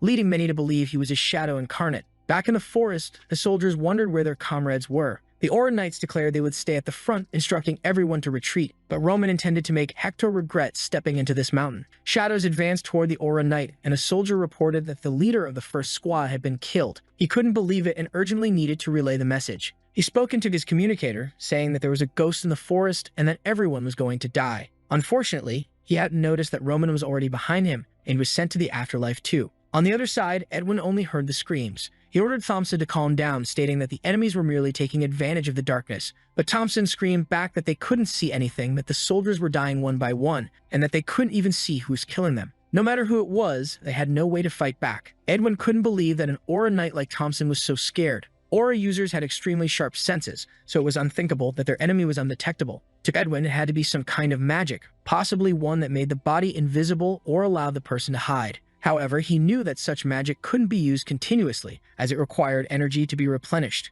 Edwin told his men not to let the shadows deceive them and that reinforcements were on the way. The soldiers believed that since they were surrounding the mountain, they would eventually trap their target. The leader instructed everyone to hold their defensive positions until the reinforcements arrived. He put his communicator in his pocket, concentrated his aura, and prepared for battle. He sensed something beside him and swung his sword, only to realize he had attacked his own ally. Roman observed how people trapped in shadows always think of the same solution. Thompson, now panicking, shouted for Roman to stop being a coward and face him. Roman stepped forward, calmly stating that when people discover an enemy they can't see, they wrongly believe they are about to win. But why would they believe such nonsense? If they couldn't even sense their enemy, they wouldn't stand a chance face-to-face either. Thompson recognized Roman Dimitri and knew he had to kill him there and then. He yelled that he would kill Roman, and their swords clashed. But in no time, Roman dispatched him and Thompson's body fell to the ground. Thompson managed to shout that the enemy was right next to him, but Roman replied that no one would hear him from there and finish him off. Roman then reached into Thompson's pocket and grabbed the communicator. He said he knew what they must be thinking. Hector was experiencing a food shortage unlike anything they had ever seen before, which was why they had made the risky decision to take the southern front.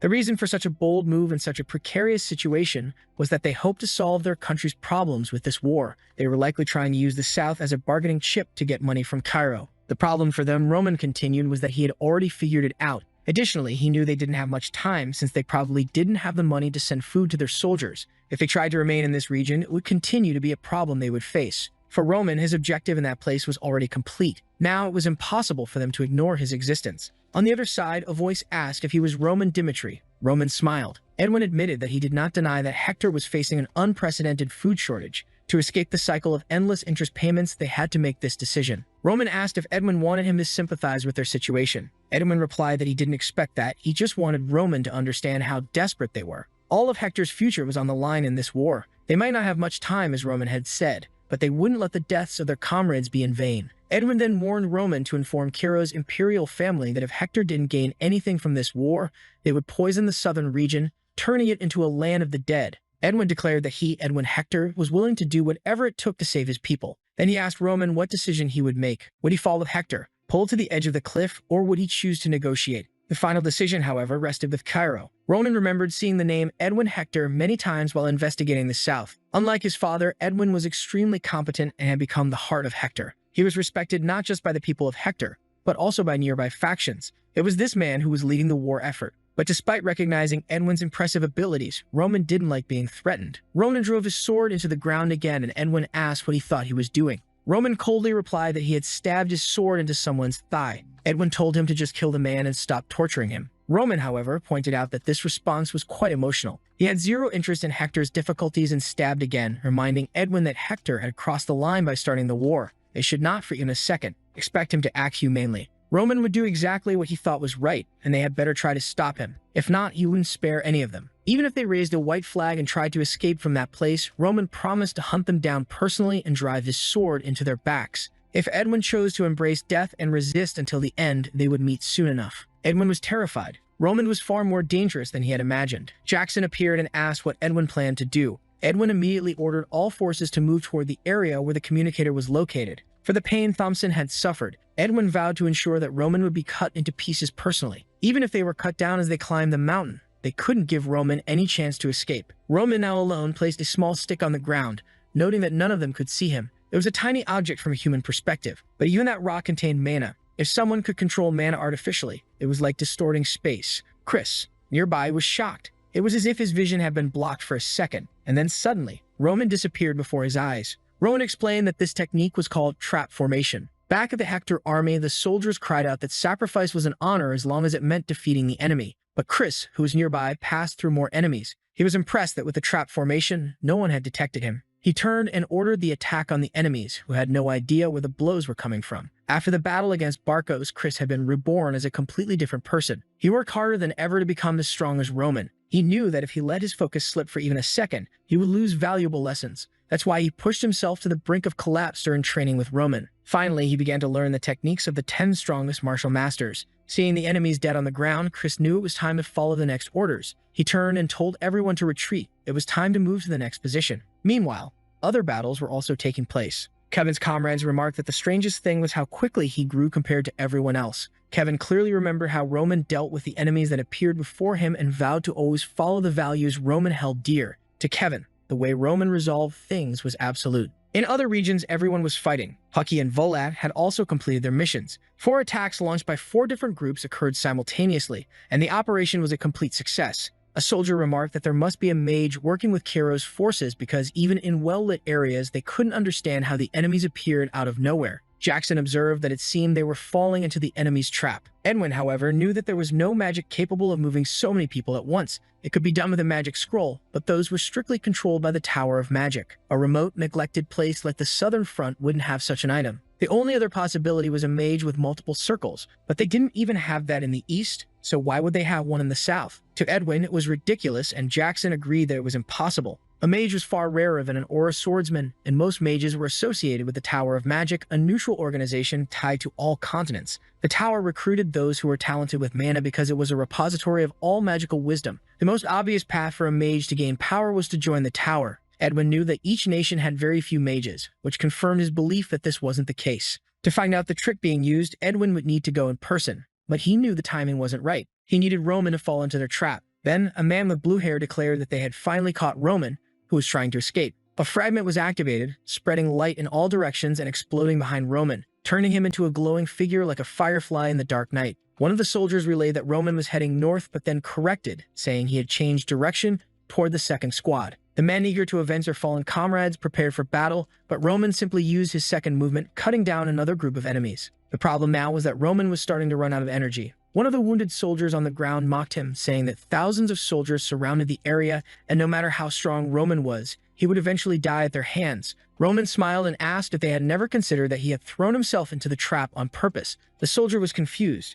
Roman then explained that it was ironic how they had sent so many soldiers to stop him for less than a minute and a half. It was interesting how careless they had become, and Roman intended to keep enjoying himself for a while longer. After all, it would take some time for the sun to rise. More bodies hit the ground. Suddenly, Jackson appeared behind Roman, declaring that he had found him. Roman recognized him immediately. Jackson was the captain of the exploration team and, based on his aura, a 4-star aura user. Without exchanging words, they clashed, and Jackson yelled that he had finally found the cursed Dimitri. Everyone believes Jackson is a 4-star knight, but no one is certain. That's because he's not even ranked in Hector, having dedicated his entire life to the scouts. The truth is, no one knows just how strong he truly is. Yet in this moment, he couldn't believe that Dimitri wasn't being pushed back by his attack. Face to face, he now knew that the story of Dimitri being a 3-star knight was a lie. He knew that from 4 stars onward, a knight becomes a walking disaster. And now it was clear why everyone who faced him died without a chance. They exchanged another blow, but Jackson already realized this wouldn't be easy. Then a purple aura appeared on Dimitri's sword. Jackson managed to defend himself, but he couldn't believe he was the one being cornered. He recognized that the young man was both strong and formidable. However, he wasn't about to let him escape, so he retreated. He pulled out a whistle and immediately blew it, signaling everyone that Roman Dimitri was there and to surround him. Right away, the army arrived, announcing they were there to assist Jackson. Jackson told Roman that it would be best if he surrendered, but our protagonist replied that it seemed they still hadn't understood the situation. He activated his body aura and the fragments shattered. With that, Jackson realized Roman had wanted to be followed. Roman said he could escape at any moment, even if surrounded on all sides. In a flash, he appeared behind Jackson and said their mistake was thinking they could subdue him. From behind, he pointed out that if the strongest knight in this attack was in front of him, it meant no one decent was guarding Edwin at that moment. Jackson turned to strike, but as soon as he did, Roman had vanished. In that instant, he shouted for everyone to return to Edwin's position because he was in danger. As always, Roman knew the fastest way to end a war was to kill the commander. If you follow the mana distortion created by the communicators, he would eventually find the location. Meanwhile, at Hector's camp at the base of the mountain. Well, not meanwhile, because Dimitri had already appeared and cut down the first 2 guards. In a second, he had leaped toward the prince, saying he found him. However, Edwin seemed confident as several light spheres appeared in front of him. Roman immediately noticed that this man wielded mana in a different way and wondered if he was a mage. The magic circle appeared and Edwin activated a hellfire spell. A blaze of flames exploded toward Roman. He kept advancing, but Edwin ordered him to stop. He activated a prison spell on the ground and some vines sprouted up. Yet Roman easily cut them down, saying that such magic wouldn't be able to stop him. However, at that moment, something hit him in the face with someone asking who he thought he was. The explosion swept Roman away, and the figure remarked that he had been too arrogant. Roman managed to defend himself with his sword, or was impressed by the aura the man possessed. This was the number 2 in the Hector Kingdom, the captain of the Royal Cavalry known as Butker, a 5-star swordsman. Roman quickly realized Edwin had prepared various tricks to take him down. Edwin then said that today, no matter what Roman Dimitri did, there was no way he could survive the combined attack of a 4-circle mage and a 5-star swordsman. Today would definitely be the end of his life. With that, Edwin wielded a wind blade. At the same time, Butker launched an attack, ordering him to go to hell. Roman was shocked to find himself surrounded on both sides, but he activated his demonic aura. He He defended the attack on the right and seemed to dodge the one from the left. But in the midst of it, Butker managed to land another strike, forcing Roman to throw himself back to defend. The explosion lit up the entire forest. Roman was on his knees thinking he had expected traps, but he hadn't imagined that Edwin was a mage, nor that he would have brought a 5-star knight infiltrated among common soldiers. Roman found it all rather interesting. Only when he was facing death did he feel truly alive. Butker was shocked that a kid in his early 20s had survived that combined attack. It was hard to comprehend where in the world a monster like this had come from. But he was lucky the boy wasn't at his level yet. Edwin immediately ordered another attack, saying Roman was tired. He activated a double break of the world's spell. But in a second, Roman was already right in front of him, activating once again a technique of the celestial demon. Butker was startled and leaped forward. The third movement was activated, but it seemed Butker managed to defend against it. The terrain around them was completely swept away. Butker turned and asked if the prince was all right. Meanwhile, Roman realized that 5-star knights were indeed far stronger than he had expected. His own energy was also reaching its limit after using 2 demon techniques. He then told Edwin to remember this moment well. If they ever met again, he wouldn't survive as he had today. With that, the two stood there motionless as Roman vanished. However, Hector's army had been humiliated and suffered great losses because of one person. As much as they didn't want to accept this reality, the truth was right before their eyes. Edwin said it was his fault for considering Roman Dimitri a variable they could handle. And now, the worst-case scenario he had envisioned had turned even worse. This battle was a defeat for Hector. Or worse, it was a personal failure for him as a commander. He then ordered the collection of the bodies so they could be laid to eternal rest. With that, everyone was burnt to ashes. The prince apologized, saying it was due to his poor judgment, but a soldier behind him said none of it was his fault. Jackson agreed, saying no one could be blamed for this. The enemy was simply stronger than they had anticipated, so he ordered Edwin to hold his head high, because they still believed they could win. Seeing the soldier's confidence, Edwin calmed down. He said that was fine, but now anyone who doubted his decisions was authorized to flee. From that moment on, before the main forces of Cairo arrived, they would have to take down all other defense camps. They had at most 10 days and would use the rear guard as their own base.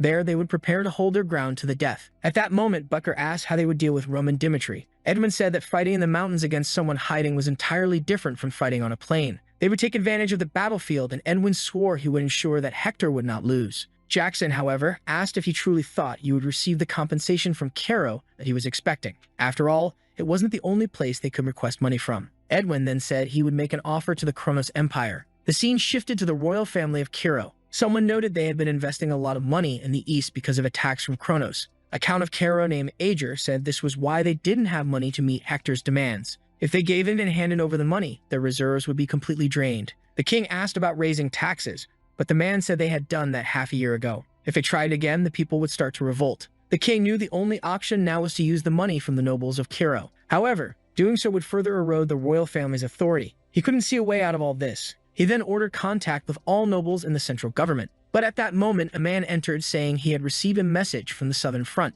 It seemed they had managed to drive back some of the enemies. Daniel was confused. In a meeting, someone immediately asked if this was true. Hector had brought over 10,000 soldiers, so how could part of them have been expelled? If this victory was true, they had found a new way out of this problem. The Valhalla representative there knew it had to do with Roman Dimitri. But even so, it was unbelievable that one person made such a difference. They then said they would contact the southern front. At that moment, Daniel asked who this person was and told them to identify the group they were with. Henry then appeared, introducing himself and saying he was part of House Albert. The man from House Benedict remarked that he had heard of them as an influential family within the central government. However, he wanted to know why this man was responding instead of Roman. Henry explained that he was part of the army commanded by Roman, and the reason he wasn't responding was because he said he needed some time alone. As the only noble, Henry decided to step in. Right away, he began explaining about the first day he saw Roman. But Benedict quickly told him to be quiet and get straight to the point. Henry saw the perfect opportunity to start getting closer to Roman. He then said that the success of this mission was entirely due to Roman. As soon as Roman saw they were attacking the southern part of the training field, he knew they were targeting the teleportation gate. Without hesitation, he headed to the mountains, where the group had already prepared a secret camp. If the commander of the southern front had listened to Roman, they wouldn't have fallen so easily either. The king and everyone present realized that the other commanders had been a bunch of fools, while Roman was the only one who had succeeded. Henry, knowing Roman's group was nearby, made sure to shout for everyone to hear him praise the young man. He said he had fought side by side with a legend who single-handedly defeated over 200 enemies. Even surrounded on all sides, he managed to secure victory. The soldiers there were ready to wage war against the kingdom of Hector. Daniel said they had acted weakly. While Roman resisted and turned an unfavorable situation around, they were ready to give up. Benedict admitted that once the teleportation gate had been taken, he too was sure they couldn't win this. But the forces of Cairo had proven that they weren't as weak as they seemed. Now that Roman Dimitri had taken one of the southern borders, they needed to seize this opportunity to launch a counterattack. One of the men slammed the table, saying they must make Hector pay for this attack. Daniel then declared that from now on, they would refuse any negotiation with Hector. They would begin planning to restore the pride of Kiro. He then ordered all vassals from the noble families to be summoned and informed about the south. Everyone there seemed motivated to support the Kiro Empire. But the truth was that all their interest lay in Roman Dimitri. Back at the base, Henry knew that after this war, Roman would certainly go to the central government. If he could become part of that group, he'd be well off. He then called for Chris and asked if he was hungry. But Chris merely ignored him, saying he wasn't interested. Henry insisted, saying it was delicious. But then he turned and asked if Chris thought he didn't know what he was planning. If he wanted to gain recognition in that place, he first had to become someone they could trust on the battlefield. Henry thought for a moment, but he quickly turned to Kevin, asking if he wanted a piece of the meat. After that meeting, the royal family contacted those still in the south to tell them to support Roman. A soldier named Vasily was the commander of the third line of defense. He commented that if Hector was defeated by fewer than 200 men, they must be weaker than expected. The man next to him agreed, mentioning he had heard that Hector was dealing with a food shortage. Apparently, they had a large force in this attack, but none they needed to fear. Vasily had been isolated in the third line of defense for 3 years. Perhaps for him, this was the opportunity the heavens had granted. However, he wasn't keen on this idea of helping Roman buy time. If the boy had defeated part of Hector alone, he could do it too. Immediately, he ordered all forces to gather as they would begin guerrilla tactics. Hector's army split into 3 groups, attacking the second, third, and fourth lines. The third consisted of about 3,000 soldiers. Seeing Roman's achievements, Vasily tried setting traps. But Hector's army wasn't as weak as he had hoped. Already rattled, Vasily muttered that what was happening was ridiculous. But while he and his army had been safe behind the walls for over 3 years, Hector's forces were ready for war, fresh out of combat. Seeing an Oro-wielding soldier leaping toward him, he understood. That victory was possible only because of Roman Dimitri. The poor man was struck down. At that moment, Diego received word that the fool from the third line of defense had been killed. Another report came in stating that the third and fourth lines seemed to have been attacked simultaneously. The communicator also received a call from the second line. A desperate man said it would be impossible to hold for 10 days in this state and begged for reinforcements. Alarmed, Daniel wondered if they were really about to lose all their defense lines in a single day. In that moment, he realized it wasn't that Cairo was strong or that Hector was weak. The victory they had gained was solely due to the presence of Roman Dimitri. What he had done gave them an advantage, but they had let their guard down. That's why he wanted to know where Roman Dimitri was. In a cave, Roman said there was still much about this world he didn't know. In the world of Murim, it was about absorbing energy from nature, like a tree with its roots. That's how a martial artist grows, but in this new territory, something called magic exists. He knew that if Edwin had been a mage or perhaps one more circle, he wouldn't have managed to escape. Unfortunately, he was still far from regaining all the martial power he once had. Risky decisions like that could put him in a fatal situation. Edwin foresaw he would be attacked, which is why he positioned a sharp guard at his side. Things had started out extremely poorly. Remembering the hell spell, Roman knew he would have to change his plans. He could, for example, take the risk and attack Edwin again. He began to picture the scene of himself using a fiery slash. But at that exact moment, Edwin was once again protected by Butker. Roman couldn't win against a 5-star knight while also fighting a mage. Or perhaps what he needed to evolve was a true challenge he wasn't sure he could win. A formidable enemy who might have a chance of taking his head. He couldn't allow himself to be someone who lived only in comfort. He would try again and again and again. After simulating countless battles, Butker's body fell to the ground. Ronan said that now he was fully prepared. Back with a desperate Henry who wanted to know where Roman had gone. Chris replied that he didn't know, but Henry insisted, saying the royal family was urgently looking for him. However, he only responded that no one would get close until Roman gave permission. Worried, Gutno asked why he was doing this and why he needed to be alone. Just then, someone came into the cave. The young man wondered why Roman looked so battered. Back at the meeting table, Chris reported that just as he had predicted, the third and fourth lines had already fallen. Additionally, today the second line had also fallen to the enemy. Afterward, they took all the war supplies and retreated to the rearguard, and that's likely where they were preparing to fight to the death. Henry then mentioned that the Cara royal family was in chaos and was desperately searching for Roman. Since they had already done enough, they could leave the main army to handle it all. Roman ignored this and instructed them to put him in contact with the royal family. As soon as he saw Daniel, he introduced himself. Daniel immediately asked what he was doing while all the other defenses in the south were collapsing. Roman replied that he was preparing the strategy he would use that week. Diego said he wouldn't complain because Roman had achieved something no one believed possible. But even so, they had lost almost all their defenses this week, so he wanted to know, was there really no way he could have helped a little sooner? Roman replied that winning this fight would take luck. That was because they were fighting in open terrain where he couldn't do much. He was already certain that Hector had put everything on the line, as they had even brought the second most powerful person in this war. Additionally, the enemy commander was a mage, Diego was shocked, asking if there really was a 5-star knight and a mage in this war. Roman explained that everyone knew that mages possess even more devastating power when fighting in open terrain. That's why he had been waiting for the main army of Kiro to arrive to assist. Benedict, standing beside him, acknowledged that Roman was right. It would have been impossible for them to win. The representatives from Valhalla and Kronos also realized that Hector was risking everything in this battle. Benedict then remarked that His Majesty had no reason to question the hero of the war. Diego agreed and informed Roman that Cairo's main force was about to arrive at the southern front. However, obviously, Hector was also expecting those troops to arrive, and naturally, they wanted Roman to help with the preparation and attack on the base. Roman was thoughtful. Hector hadn't given up on this war, even though Kiro had decided not to negotiate anymore. He wondered what the best decision his enemies could make was and what the worst situation they could find themselves in would be. He then apologized, saying that time, unfortunately,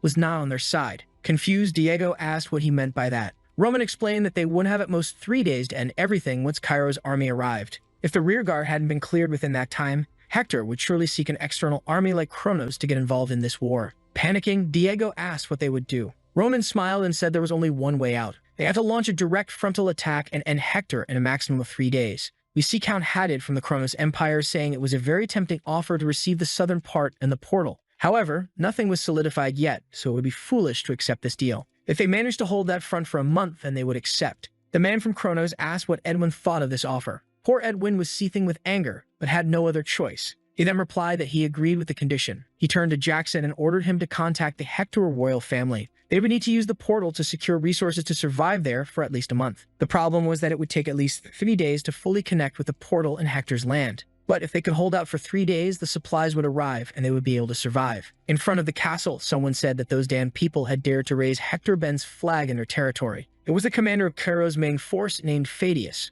A while later, he joined Baron Brahim and Baron Tals in a tent to discuss strategies. He couldn't believe so many important government figures were getting involved in something that would only lead to losses. Apparently, the rumor that they were trying to win favors from Roman Dimitri wasn't false. Then the impressive one arrived. Pheidias welcomed him, saying it was an honor to meet the hero of Cairo. What's this? He even said Roman was much more handsome than the rumors suggested. He needed to focus on saying Roman was strong, not handsome. Of course, Pheidias had received instructions from Benedict that he had to do whatever necessary to gain Dimitri's favor. He warned that everyone would blame the royal family for the defeat in this war, and that if Roman Dimitri fell into the aristocrats' hands, the balance of power could collapse. Pheidias didn't like the fact that the young man was from a common family, but he couldn't believe Roman was barely 30. If he really managed to win the boy over, he would at least earn more favor from the Marquis. He then invited Roman to sit. He introduced himself and said he served Benedict. He mentioned that Benedict apologized for having him stop there. Roman said it was fine since no one could have expected this to happen. Benedict was already talking about having a private conversation with the young man,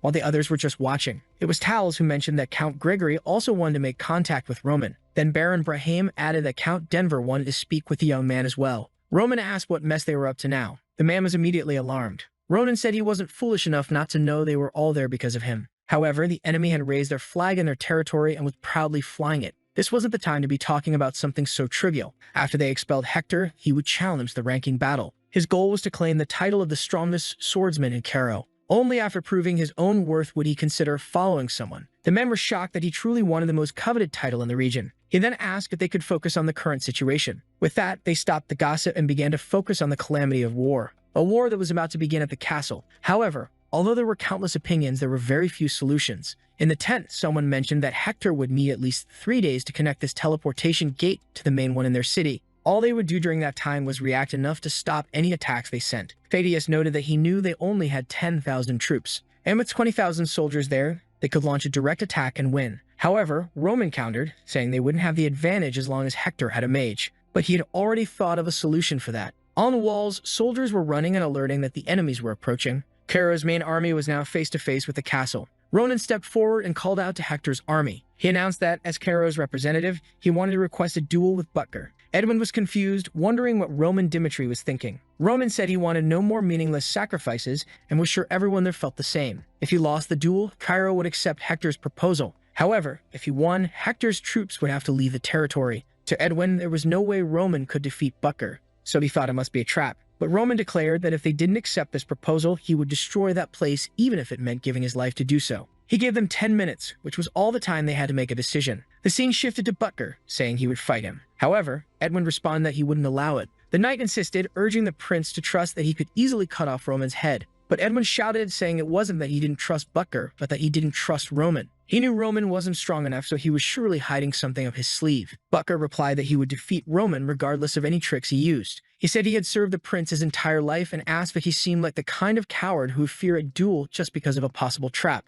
Edwin then told him to promise one thing. They couldn't afford to lose him, so if he felt anything was off, he should retreat. Already heading out the door, Butker replied that he'd see him soon. Outside, Butker remarked that he'd seen countless lunatics in his life, but none like this one. He didn't know what trap Roman had prepared, but he would fight with everything he had. Roman simply said that from the moment they crossed paths in the mountains, only one of them could continue living. There was no trap, he simply wanted to fight fairly against him. Excited, he urged Butker to truly give it his all, because if Roman died, he would achieve everything he desired. Butker said he was crazy and immediately launched forward. As soon as someone reaches 5 stars, they become powerful enough to single-handedly change the course of a war. Butker activated his entire aura at once because the fate of Hector was at stake. He didn't want to waste more than a second. He announced he would finish this in an instant. Roman blocked the attack aimed at his neck, and the ground shattered beneath them. The spectators were all terrified. Another attack from Butker came, but Roman seemed to come out on top. However, Butker also disappeared and was suddenly behind him. Butker tried to strike again, and once more, Roman defended himself. The slash tore through the entire ground.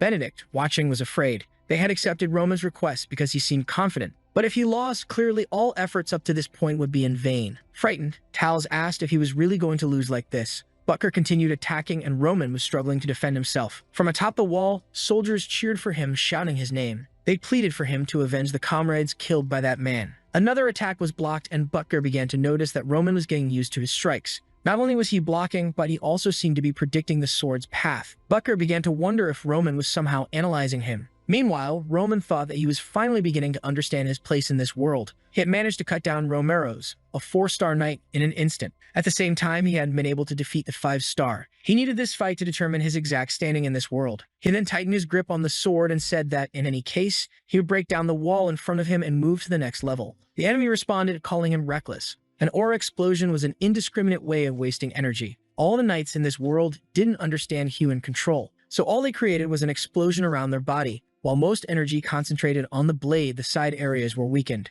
Roman noticed this and decided to focus on those weak points. For the first time, Butker had to defend himself. Gradually, he began to be pushed back, until the protagonist announced it was time for the third movement. A massive aura then appeared before the enemy. Those who had been confident in the fight were startled to see the 5-star knight forced to defend. The poor man trembled, wondering how this could be possible. Lying on the ground, Butker asked how someone sent to be a 3-star was fighting against a 5-star. From the wall, Edwin wondered if Roman was truly fighting without any tricks. The problem was that losing Butker in this situation would be the worst possible outcome. Not only would they lose their greatest strength in that location, but they would also have to abandon the place. But he had to trust Butker since he hadn't given up yet. Maybe Roman was just acting recklessly. Slowly, Butker rose, saying he couldn't believe the cursed man wanted to defeat him without any tricks. The reason their perfect plan had gone wrong was because of this man. If you let Roman Dimitri continue evolving, eventually Hector would have to face a monster they couldn't handle. And that's why he had to be killed here and now. He then warned Roman that he would fight with everything he had. He raised his sword to the sky, creating an attack that only 2 people had survived to this day.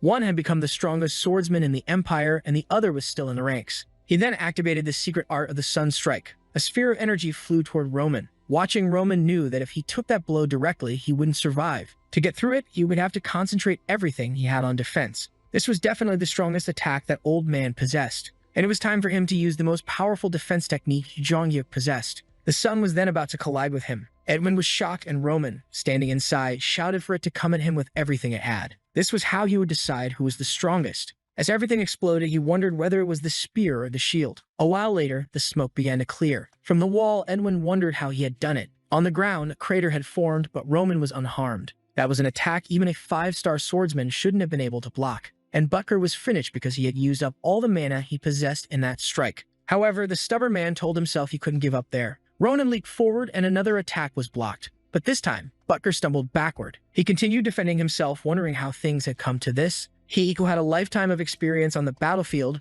was being cornered by a young man not even 30. But he wasn't going to stop even if it put him face to face with death. Until the man took a blow to the face from Roman and was slammed to the ground. Butker muttered that he had to take this cursed man down before he became a threat to the prince. His head began to glow, and an aura explosion enveloped them both. But Roman, untouched, simply said he would remember that determination. Butker was horrified as Roman charged forward, and Edwin shouted for him to stop. He activated a flare rune, and an attack nearly hit Roman, who had to dodge. In an instant, Edwin ordered the knights to go forward and save Roman. The poor knights went in crying, but with that, Hector had broken the rules of the duel. This meant they had abandoned the way the world saw them. However, this action by the soldiers was perfect for Roman. The fortress gate was completely open. We then see a bit of when Roman was talking with Cairo's army. Phidias asked what they would do after Roman achieved this so-called miracle he thought was impossible. Roman said he had observed Hector's soldiers after the mountain battle. Even though they were exhausted and worn out, they returned to retrieve each of the bodies. Even in such a difficult situation, they didn't abandon their comrades and made sure to cremate each one. He had seen Edwin among them and was sure he was a soft-hearted commander. And of course, he planned to take advantage of that. Phidias told him to explain. Roman explained that Butker would be the catalyst that would lead Edwin to make poor decisions.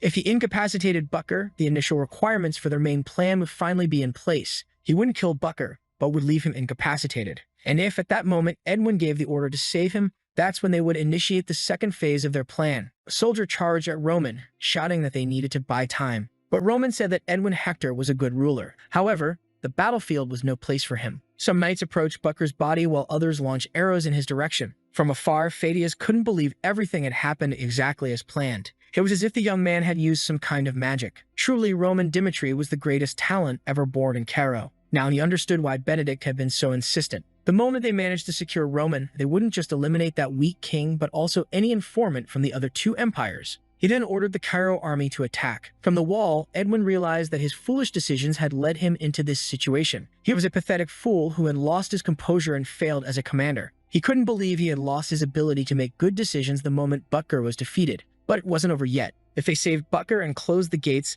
they still had a chance to win. He then began activating the Flame Rune. A rain of fire fell across the field and a few men aided the prince. Phidias instructed them to spread out and advance, as they couldn't miss this opportunity. One of Hector's knights, named Kellen, knew they needed to close the gate as quickly as possible. Just below, Butker was finally arriving. Meanwhile, Roman thought that the moment he had been waiting for had finally come. He ran toward the wall as someone called to activate the defense magic. From above, Kellen shouted Roman Dimitri's name as he approached with a crazed expression. A group of soldiers positioned themselves in front, saying they would stop him. But an explosion blasted through the entire front line. With that, Roman shouted for the army to advance as the gate was completely open. From afar, Phidias ordered them to kill all the remaining Hector troops. The battle between the two armies finally began. The plan to open the main gate had been a success. Now only one objective remained. He entered the castle and found himself face to face with Edwin, who at that moment wondered when things had started to go so wrong. They had managed the perfect ambush and invasion, which showed his plan wasn't bad. But everything changed when Roman Dimitri appeared. He was already certain that this whole failure was because of that cursed man. They had failed to secure the 5th defense because of him, and that guerrilla operation in the mountains had cost them numerous excellent soldiers.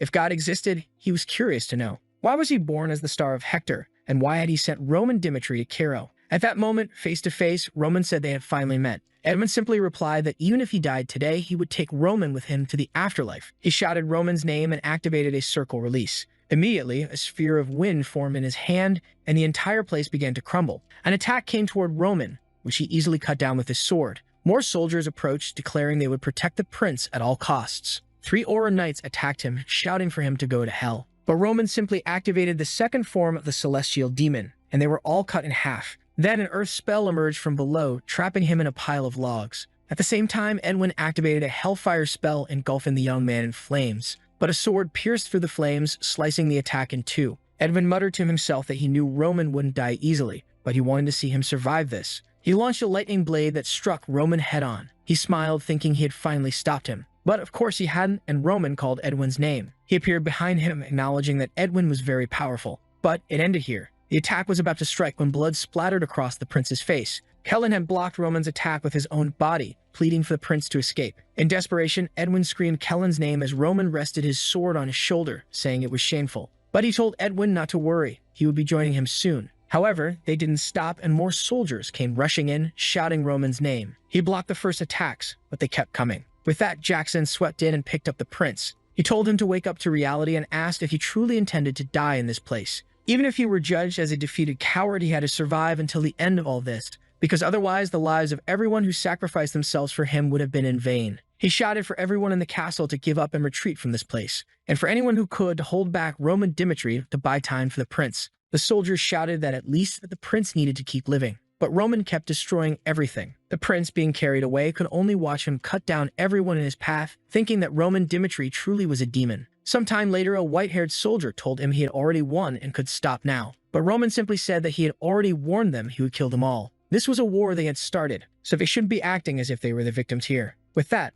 another head rolled. The rest of Hector's army had retreated, marking Caro's victory. As they entered the castle, the nobles wanted to know where Roman Dimitri was. Then they all froze in shock. This protagonist was something else, standing atop a pile of bodies. He was the person who had changed the course of a war that had seemed destined for defeat. He had achieved something that would probably never happen again. The young man's worth probably deserved a like on this video. Do you guys remember how the last chapter ended? It finished when Roman annihilated everyone inside the castle. He cut off the enemy general's head, and people were in shock, seeing him standing over a pile of bodies saying they had finally arrived. That's how the second season begins, during the celebration of that great victory. Everyone in the city is talking, did you hear? All the merchants from the south are saying the situation's terrible. It seems like the kingdom of Hector is crossing the borders and attacking the southern frontier. A man wearing a bandana says he doesn't believe it, and his friend replies that he's just scared. Apparently, they're forcing men to fight in the war. The man with the bandana asks, "Buddy, why would they send people to war just because Hector is attacking?" The friend answers, "Because if they don't, their empire will fall, right?" Then the scene shifts to the Royal Academy in Class D. It's a duel between William Castro and Lauren Dimitri. The instructor signals for them to begin, and right away, William charges forward, but Lauren manages to defend himself. Still, the boy feels a strong impact, starts screaming in panic, and tries to land a weird strike, but William easily dodges it. Wow, did he just call the kid mentally unstable? Oh my god, he hits him on the back. Is that even allowed? What a humiliation. The poor guy ends up doing push-ups on the floor while everyone around comments that William is the strongest. The instructor says, "Dimitri, didn't you come to the academy to learn fencing, son? Then why can't you swing a sword without shutting your eyes? You're honestly pathetic. If you perform like this in the exams, you better be ready to be transferred to Class E." Lauren is in shock. Class E is usually for 15-year-olds. At 18, he should be moving up, not getting demoted. Sometime later, he's sitting on a bench when William walks up. Well, our dear Lauren. I heard that Mr. Rodwell studied in Class S. That's why I always thought everyone in the Dimitri family was amazing. But look at you. You're living proof that some people are just born with limits. Apparently, Rodwell being in Class S must have been a rare exception. Miracles don't happen twice in the same family. Lauren thinks of himself that this cursed name, Rodwell, just keeps haunting him. Then one of the side characters says, "Buddy, that story about Dimitri being strong must be a lie. You think the rumor about him beating Homrose is true? Impossible." William says, "I don't believe it. It was Dimitri himself who spread that rumor. Just look at our dear loser Lauren here. The whole Dimitri family is full of incompetence. Keep talking like that, kid. Once your neck gets cut, you'll be wondering why right before your head goes flying through the air. Keep it up." Sometime later alone, Lauren starts wondering if what he heard about Roman is actually true. He doesn't remember him being a weak man, but he wasn't strong enough to defeat Homrose either. That much was clear. Everyone knew that was an obvious lie. But suddenly, he stops and notices a strange commotion. Lots of people whispering. A girl asks if it's true, and a boy answers yes. He says he's got some relatives living in the south, and they warned that the borders near Hector were almost destroyed. But after a miraculous counterattack, they managed to survive. Apparently, the one who saved the region was Roman Dimitri. He played a major role in that battle. Then someone else asks, "Wait, isn't Roman Dimitri the youngest ranked warrior?" A man replies yes, and adds that they're saying he killed 200 soldiers on his own in that fight. Supposedly, he even defeated another 5-star warrior in a one-on-one duel. But everyone around says that's ridiculous. Impossible to believe. Lauren listens, shocked. Hold on. Are they talking about my brother Roman? Killing 200 soldiers and an aura user. Our family must be lying a lot lately. They're losing their minds. Then a soldier orders everyone to step aside, announcing that the heroes of the south are arriving. The protagonist rides in on horseback as everyone watches in awe. Wow, look, it's Roman Dimitri. Total badass. Facing the king, the man says, "Hello, Roman Dimitri, we finally meet." The protagonist greets him, and the man continues, saying he would like to represent all the people of the nation and thank him from the bottom of his heart. Roman showed the world the true strength of Kiro, and the king wants to know what the young man desires. If it's within his power, he'll make it happen. Then he adds a hint. The most powerful captain of Cairo, known as Count Nicholas, is looking for a successor. If Roman is interested, he could make him the new captain. That would give him complete freedom within the royal family, and he'd no longer have any duties at the border. What do you think of that? Too bad for him, he doesn't know Roman's about to ask for everything he has and more. The protagonist knows this man rose to the top at a very young age, which is why people call him the Puppet King. His name is Daniel, and he believes that if he can bring Roman to his side, even the aristocratic factions would hesitate to oppose him. He knows people call him a cowardly king, but he doesn't intend to live that way forever. The butler standing beside him, Marquis Benedict, says, "Your Majesty, no one in this world rewards another person by giving them more work." He's a talented young man with a brilliant future. You're basically asking him to sacrifice himself. It would be better to withdraw that offer. Suddenly, the room erupts in noise. Several people argue that it's fine for Roman to gain access to parts of the royal family, but becoming the vice captain would be too much. Daniel, however, says he's already made his offer, and from this moment on, it's up to Dimitri to decide whether he accepts or not. The protagonist is impressed that Daniel had the guts to stand up to those nobles. Still, at this moment, he has no reason to help Kiro's royal family, so he replies that the position of a royal knight is indeed an honorable one.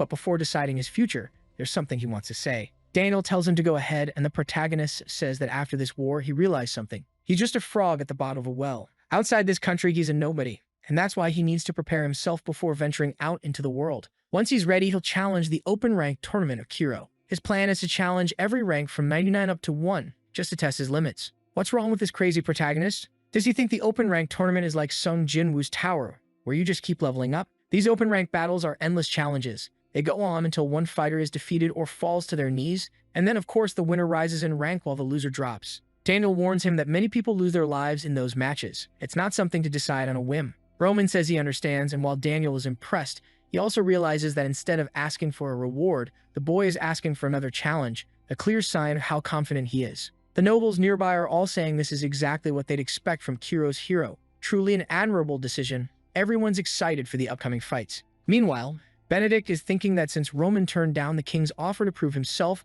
there's not much anyone can do to stop him now. And really, there's no reason to. Roman's in his early 20s. It's good for him to find out how far he can go. Roman tells the king that only when he proves himself in front of everyone will he be ready to make a decision. But we all know the truth, don't we? When these battles are over, he'll be so powerful that he won't need to be anyone's blade. In fact, he'll become a new player on the board. Wow, he really loves those dramatic lines, doesn't he? What a slay guy. The scene then shifts to a man pouring wine. Benedict says Roman truly is full of surprises. He'd sent the boy to the southern border just to give him a peaceful post, but never imagined he'd end up facing off against Hector. Roman replies that was a great experience, which confuses the man. The protagonist explains that through that battle with Hector, he realized the world is much bigger than he'd ever imagined. That's why he decided to challenge the ranks, to test just how strong he really is within the kingdom of Kiro. And when the day comes that there's no one left stronger than him here, his plan is to travel the world and challenge everyone in his path until he becomes the strongest of all. Benedict says it's impressive. There was a time when he too dreamed of becoming the most powerful man alive. But eventually he understood how vast the world truly is and chose to be content with the life he is now. Then he says,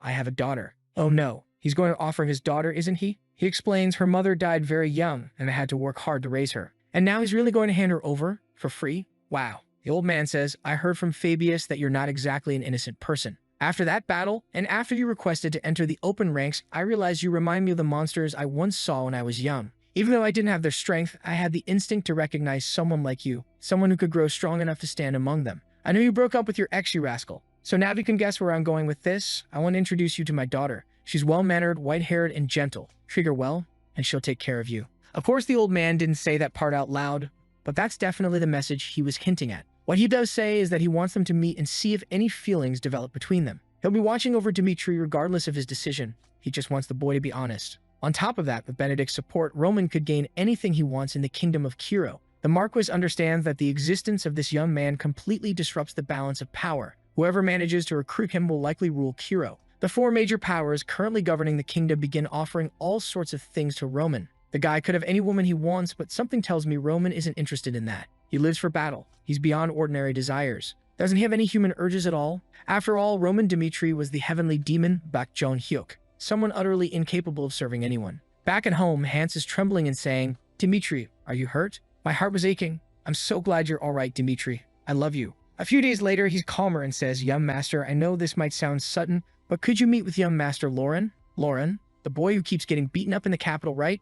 We go back a few days to when Lauren came to speak with them. Hans, who looked after Lauren before, immediately noticed that the boy was having some problems at the academy. Feeling awkward, Lauren says, Hans, did something happen with Dimitri? I already came back. There were so many people around him, and everyone was saying how strong he is that he took down a lot of people. Hans laughs and says, Yes, a lot has happened, my boy. He's not a failure like you. All right, he doesn't actually say that, but it's close enough. He explains that after the broken engagement with the Lawrences, the war with the Barcos, and the defeat of Homeros, Dimitri, our dear Roman, has done some incredible things and even won at the southern border. That's when reality hits Lauren. He realizes that all those rumors were true. Hans says, Your father and mother are so proud to have such a talented son, unlike you, who's a total disgrace. Okay, he doesn't literally say that either, but the vibe's about the same, right? Hans offers to set up a meeting with Roman, but Lauren quickly refuses. No, that's not necessary, Hans. Just forget about it. The butler knows that out of the three Dimitri brothers, Lauren has the weakest and most sensitive heart. So he tells the protagonist, I think your brother might be getting bullied at the academy. He seemed like he wanted to ask for help, but I can't be the one to ask you directly. Roman understands. Lauren Dimitri is the youngest of them all. There's no real reason for him to look after the kid just because he's his younger brother. Still, he says it's fine, he'll go meet him, and Hans is relieved. But the truth is, the only reason Roman agreed was because Hans asked. The scene shifts to a man running, thinking to himself, my God, we need to recruit Dimitri. Another man with a mustache thinks this would be the perfect way to earn the Baron's favor. He's plotting. Even though everyone's focused on Roman, the truth is that his subordinates are also extraordinary talents. If I can recruit them, Marquis Benedict will be thrilled, especially Chris, a talent any noble in the city would want by their side. I'm the only one who's been to the southern border, so I know how valuable recruiting those people would be. If I could bring Chris and his subordinates to our side, I'd earn the Marquis' trust for a long time. Back to Chris. The blonde guy grips his sword, training hard. He thinks to himself that, at first, he believed he was almost catching up to Roman. But suddenly, Roman had leaped to an entirely different level. That last fight of his is something Chris still can't comprehend. Still, after following and observing him, Chris has grown so much over the past 6 months that even he can hardly believe it. I can't stop here, he thinks. My goal still has to be to surpass him one day. Brave blonde guy, really. Then the mustache man appears. Sir Chris, I'll get straight to the point. I'm here to recruit you. I refuse. Wait, let me explain. I've got a great offer. A lot of money. It could change your future. How much do you want? Wealth? Fame? Just tell me what you're after. I can get you a position in the government. The man keeps talking endlessly while Chris just stares at him, completely uninterested. The mustached man keeps shouting, saying that sooner or later Roman will side with Benedict. Chris finds that strange. He says it's hard to believe Roman would ever accept something like that. But the man insists, saying it's only natural. After all, no one in Cairo can refuse someone as powerful as Benedict. Chris realizes that this man has absolutely no idea who Roman really is. From everything he's seen so far, Roman is someone who would never bow his head to anyone. So he says, listen, here's the thing. No matter what kind of offer you make, I'm not leaving Roman's side because no one could ever replace him. The man laughs and says, what, are you in love with him? Just say it already. Then he adds, all right, fine, that's all I wanted to know. Chris replies, buddy, you better not make that offer to anyone else because no one's going to accept it. The man leaves thinking how ridiculous, as if anyone would turn down an offer that could change their life. But then Kevin answers firmly that his lord is his life. He would rather die than serve anyone else. He goes up to the bald guy and asks, hey, did the lord actually agree to this?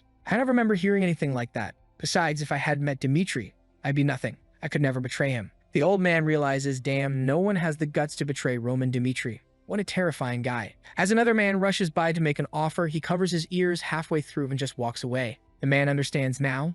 Even those tempted by offers stay loyal to Roman for some reason. Poor guy, his whole day ended up a waste. The scene then shifts to Lauren, beginning what feels like his own Rock Lee type arc. He's thinking about what Hans said, about how lately their father has been happy because of Roman. The boy just can't believe it. What happened to him? He went from being the foolish Dimitri to the youngest ranked warrior, and now the hero of Cairo. If Roman could change that much, why is Lauren still being bullied by William? Imagine if he found out it was all thanks to reincarnation. He'd lose his mind. Right now, he's shouting that he's pathetic, collapsing to the ground, when the legend himself appears, asking what he's doing. The protagonist doesn't look very impressed, dressed sharply as always, and says, I heard Hans wanted you to talk to me. I don't really get it. So what do you want? Lauren awkwardly says, well, it's nothing really. Roman says, pathetic, and turns to leave. My God. Suddenly, Lauren gathers his courage and shouts, wait, I'll tell you everything. The protagonist stops and says, all right then. His brother explains that when he first heard the rumors, he couldn't believe them. As far as I remembered, you weren't even into swords. You used to ask other people to handle things at the border.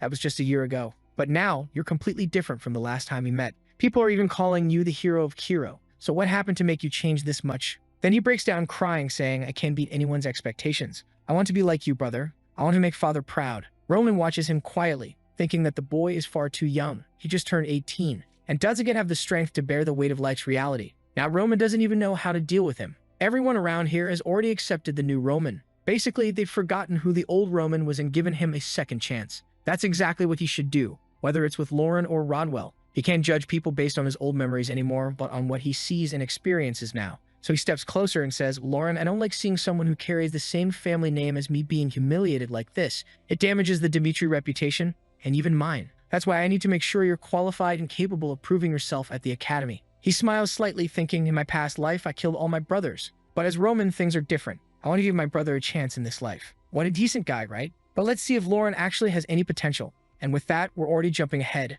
straight into the fencing exam. I thought the protagonist would help, but Lauren is thinking about what Roman said, that he has to answer the questions he's been asked and prove his worth. Then the announcer calls Lauren Dimitri next and he replies, "Yes, sir." He's up against him again, William Castro once more. The young man grins and says, "I never thought I'd fight him of all people." William's pumped, convinced that this time he's going to destroy Lauren until there's nothing left. The organizer says, "Folks, you know this isn't about who wins or loses. It's to show what you've learned. So don't try to kill each other, okay?" But the moment he says begin, William lunges fast and lands the first hit on poor Lauren. He launches a flurry of attacks, shouting that Lauren's going to die today, and tries to smash the training weapon into the kid's face. The unlucky boy thinks it's over for him. Then he remembers Roman telling him to show the people who humiliated him how capable he really is. With that in mind, Lauren manages to dodge that attack and lands a strike on the idiot's chin. The boy gets pumped, thinking he can turn the match around and prove himself. He wants to be like his brother. An honest exchange of blows follows between them. William starts getting pushed back and looks confused. He prepares a thrust while Lauren tries to cut his face with the sword. When he opens his eyes, the fight's over and the organizer says it was close. In that explosive moment, you dodged at the last second. If you hadn't, you would have been knocked out. That was a very good fight. I've been watching you for some time and it seems you're not completely talentless. You were just hesitant and afraid. In the previous match and today, I always pit you against William because it's something you need to overcome. Lauren doesn't understand and the trainer says he has no reason to lie to the student. The boy needed to believe in himself more. How sweet. He gets emotional. It's touching. The trainer tells him that now that he's lost his fear, there's nothing he can't conquer. On the other hand, William is furious, yelling that filthy rat Lauren Dimitri took advantage of him, that he held back and Lauren just got lucky. He mourns that next time he won't forgive him. He'll break one or two of the kid's arms. Good grief. I wouldn't do that if I were you. Your whole family's going to end up dead, the castle will be painted red, and then you'll ask yourself why. William's smarter friend says, "Dude, don't you know who his brother is? It's Roman Dimitri. Are you crazy?" But William is truly insane and replies that the kid might die. "Do you know who I am? I'm the son of the Castro family. Who are those trash Dimitris? My father's friends with Marquis Benedict's, so there's nothing I can't do in Kiro. Even if Dimitri's strong, he'll learn what happens to people who mess with powerful families." Then he orders everyone bring that bastard Lauren. Today, we're going to beat him up. Oh my god. Now you've got a problem, buddy, because Roman is in the room and he told William to repeat himself. He even said, "I want to hear you say exactly what you're planning to do to my brother." The two standing nearby are already terrified, while William in the back starts, "Yeah, you think I wouldn't say it? Here's the thing, you didn't even get to finish before Roman grabbed him by the throat and began choking William. He asks if William knows what he did wrong. William was bullying Lauren and Roman hadn't cared before, but the problem is that William was walking around tarnishing the Dimitri name. Apparently, nobody here knows what happens to people who look down on them. Roman says he's going to the boy's family home. "William, my god, you made a huge mistake." The idiot asks, What do you mean?" And the protagonist says, "Don't you get it? You're an immature child who's made a lot of mistakes, and it's your relatives who are going to take responsibility. My god, when I said he was going to paint the house red, I didn't think he actually would." The scene cuts to someone frightened talking to the mustache man saying, "Everyone refused. I offered them the path to success. I told them they'd make money and much more, but nobody accepted." Count Castro is there saying these dumb people from low, small places just can't see the truth of life. "So what, is this Roman Dimitri a big piece of trash?" The mustache man asks. "Well, of course he is. There's a reason Benedict is watching him. Look, I'll tell you this because it's just us here, right? It seems old Benedict wants to give his white-haired daughter to Dimitri." Right away, the man gets excited and says, "Damn, I have to meet this kid. I want to see him now." "I don't think you should have said that so loud. Look who showed up. Father, help." Someone cries. When the man looks, standing behind him is Roman Dimitri himself. William says, "Father, do you know what Dimitri did? That trash threatened me. Me, a member of the Castro family." Immediately, Count Castro realizes things have gotten complicated. He says, "Idiot, shut your mouth." William is confused and the Count grabs him by the throat. "William, you fool, you don't know who you're messing with. Roman is a hero who saved Kiro." He throws William to the ground and adds, "You really don't know how to respect people. You deserve to be beaten." Then he bows and says, "Lord Dimitri, I apologize. My son is useless. If he did anything wrong, I will punish him severely. Also, he will be beaten so this doesn't happen again. Now would you like to have tea with me?" The Count thinks, "Wonderful. William made many mistakes and I can use them as a chance to get closer to this person. I'm sure Dimitri won't refuse now that I've apologized." "Friend, you've been tricked." Dimitri replies, "What do you think you're doing? It's not for you to decide whether I accept those apologies. Now you're in trouble, Castro. Let me explain. The cause of the problem this time is that William kept bullying my brother Lauren and even told me he intended to break his arm. The moment I heard that, I decided I wouldn't let it go. My god, William is going to have his neck cut." The Count says, "So what do you want to do, Dimitri? You want to break his arm? Let's negotiate reasonably for the sake of our future relations. What do you want me to do?" Roman then says, "I want him to come to my brother Neil and apologize in front of everyone at the academy. In addition, he will voluntarily leave the academy. I don't want my brother sharing space with trash like him. If you refuse, we will start a war. In other words, either your son does this, or you will be at war with the Dmitri family. My God, now what, Count? What are you going to do? I think you're in trouble. Your offer isn't good enough. The Count loses his temper and says, you people born into filthy families are truly a headache. You're overestimating yourself just because the Marquis is paying you a bit of attention. Fight me, you idiot. I'll take this chance to show you the power of the central government. Then he looks to the man behind him and says, since you're here, I'll ask you to witness this and report directly to the Marquis. This Roman deserves appropriate punishment for crossing the line. The mustache man replies, sir, considering everything William has done, I'm sure he's the one in the wrong. In that moment, Castro is shocked. Among the nobles, Fabius is known as the raccoon of Kairos. While some people have exceptional abilities, in the end those who survive are like him, people with eyes to understand the current situation. Exactly for that reason. Even though Fabius doesn't come from a great lineage, he still managed to work in the central government. Count Castro, on the other hand, comes from a respected family, so naturally he's been close to Benedict since he was young. The problem right now is they're up against Roman Dmitri. Fabius thinks he would generally side with Castro, but the Marquis is someone who will abandon even his friends for a chance at victory. And at this moment, the old man was offering his daughter to Roman. In other words, the answer becomes clear. He says, Lord Castro, your son did something wrong. Instead of covering for his mistakes, you should be punishing him. Castro is stunned. Nobody in the room is on his side. The raccoon had run his calculations and apparently concluded that he wouldn't come up victorious. In other words, if a war happens against the Dmitri family, your household will fall into the abyss. He couldn't allow his house to come to an end. His pride wouldn't permit it. So he bows and says, I considered Fabius' words and I agree. My son has committed a grave mistake. Because he's family, I lost my reason for a second. William is shocked, while the protagonist is thinking that nobles are always the same. They think they're superior because of the wealth they possess. But now that my family is powerful, many people will have an interest in hurting us. It's good to start showing examples of what happens to those who mess with us. The Count says, I will follow all your recommendations, Lord Roman, you can be sure of that. My son will apologize to your brother and we will remove him from the academy. I hope you won't press this further. Understand a father's heart, won't you? Roman smiles and leaves, saying he understands. It's settled. The father thanks him for his generosity while William stands stunned, not knowing who he was messing with, to the point that even his own father didn't have the courage to confront him. Just then someone calls, Lauren, here comes trouble. William's friend says, buddy, your brother got into trouble with William. Seems he got mad because William was planning to break his arm, so they went to his house. At once, Lauren is surprised and starts to run. He knows Count Castro is more than capable of hurting his brother. Things could get dangerous, he's worried. He has no idea, poor kid, that his brother is already coming back. He calls home on the crystal and tells his father Roman's in danger. He was taken to the Castro's estate because he wanted help me. The father slams the table, asking what that bastard Castro thinks he's doing. Lauren is a shy person, which is why he doesn't tell his family about things so they won't worry. But for him to be calling home and crying like that, something serious really happened. He turns to his wife and says, what do we do now? You know the Castros are connected to the central government and Benedict. This could cause problems. But the mother replies, are you crazy? Did you forget Roman is our son and he's in danger? She's right. You really have forgotten. Besides, we can deal with our ties to the government later. Wife, thanks for that. Here's what we'll do. Gather our vassals and call everyone together. We're going to war. The scene shifts and they're discussing. Look, Roman as usual caused trouble. He joined the Castro's family voice call and insulted everyone. Based on what Lauren said, it seems he was taken there. And you know they're tied to the government. But we can't just sit here and watch. That's why I need everyone's approval to make a decision. Before anyone can speak, Jonathan, the captain of the order, says he agrees. Getting involved with the government is risky, but they're talking about Roman. Everyone here is willing to give their lives to protect the boy. Hendrik immediately says he'll mobilize all the blacksmiths and just needs to know what's required for this war. Master Roman is the future of the Dmitri family. They won't allow the Castros to act as they please. No one at the table dares to oppose this decision. The father is stunned. He never expected everyone to agree so easily, especially since this won't be a simple war. Normally, the Dmitri family, a clan of blacksmiths, always sought peace. But now they were moving in the north like a true war family. Then Jacob, the miners' chief, says, call all the miners. We're not letting that boy fight alone. Morkan agrees, saying, those bastards think they can mess with Roman and nothing will happen. We'll increase ore production and start forging more weapons. Someone better warn them. Dmitri is on his way back. The story shows that the entire Dmitri household began to mobilize to save one single person, and all of it happened in less than an hour. Meanwhile, the two idiots in the capital have no idea what's coming. Lauren is running, thinking, now that I told father, he'll send help. But what should he do until that help arrives? First, he has to find Roman. That's when he sees a crowd gathered and looks confused. When he glances to the side, his brother Roman is there, and he's brought along their old friend William.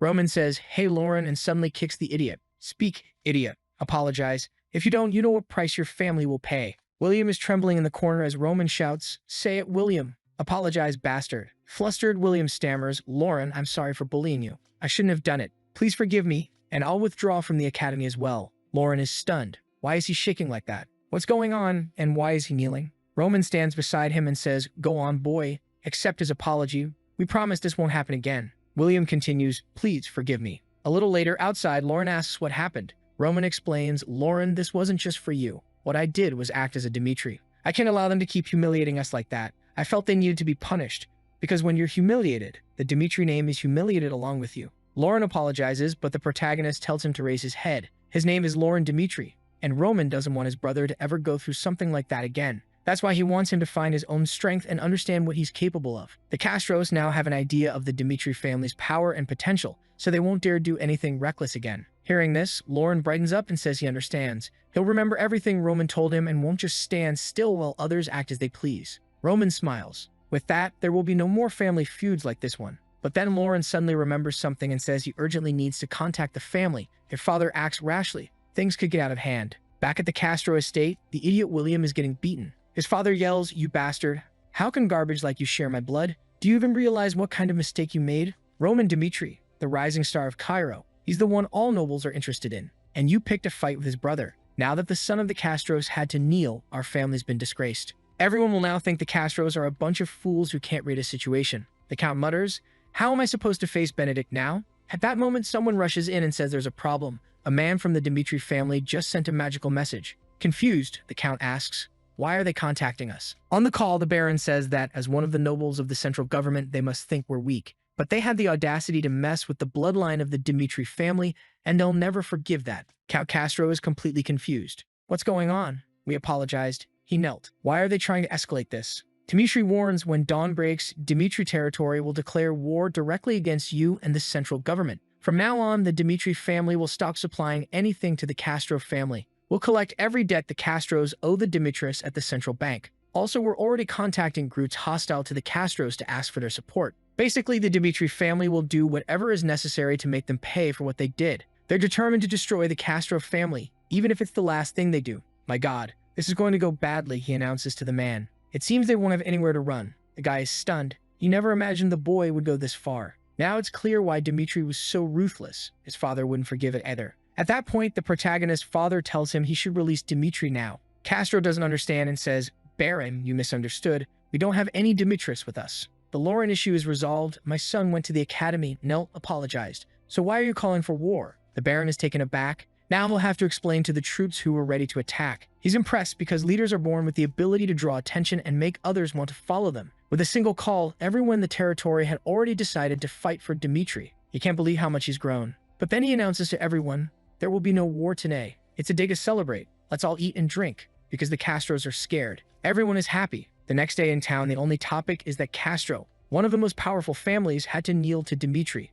You could really feel the shift in power across Cairo. Even the mercenaries who worked with the Dimitris cut ties with the Castros. The green-haired guy says, Do you know what this means, my friend? The Dimitris are going to start a war against the Castro family. Another man says, Are you insane? The Dimitris are from the borderlands. They're starting a war with the Castros here. But it's undeniable that after those incidents, most people want to back the Dimitris. He finishes by saying that in a situation like this, everyone already believes the Dimitris have the best chance of victory. This whole incident basically changed their reputation completely. Back with our dear Roman, he thinks, My God, I didn't expect the territory would want to fight for me like this, especially considering this wasn't just about Baron Homerose. For something like this to be approved, everyone who leads the Dimitri family would have had to agree. It's crazy. In this society, this family that lived isolated suddenly decided to risk their lives to come save me. In my past life, as the heavenly demon who slaughtered the weak, there was nothing I couldn't do. I witnessed countless deaths and my personality grew more extreme over time. But maybe in this life, things are a little different. The scene then shifts to the kingdom of Hector.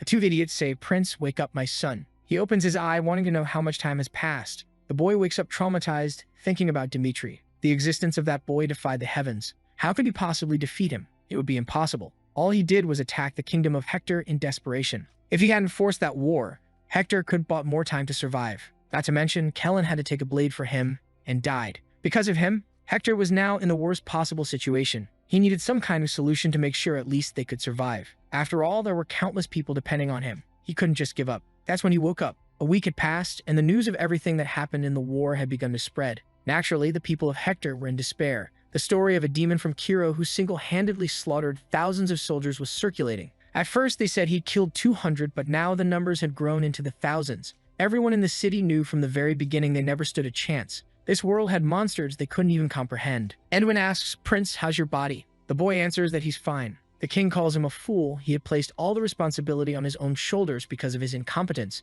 But at the same time, it's not like he wanted to solve everything by risking his son's life either. Edwin apologizes and asks if he's received any messages from Jackson. The king says yes. Unfortunately, he received a terrible omen. In the village where the famine began, the soil has turned completely black, and all life there is dying. Edwin replies that it sounds like the curse of a necromancer. The famine plaguing Hector might have been caused by someone. They're talking about a person powerful enough to affect an entire kingdom for years through dark magic. The king, frightened, asks if he means there's some force leading an attack on Kiro. Hector says yes. I don't know who it is, but they're hiding in the shadows. That person intentionally triggered the war between our kingdoms to profit from it. The terrified king says, but only someone on the level of an archbishop or higher could dispel a curse like this. We don't have the means to hire someone of that level. Edwin tells him to remember that when he was young, the master of the Tower of the Alliance visited him and said that if Edwin ever gave up his noble title and joined the tower, he could have anything he wanted. In other words, Edwin's plan is to go to the magic tower and earn a favor there. The kingdom agrees, and the boy says 1 year should be enough. It's the only solution to their problem. The scene shifts to someone tapping their mug, thinking, a curse.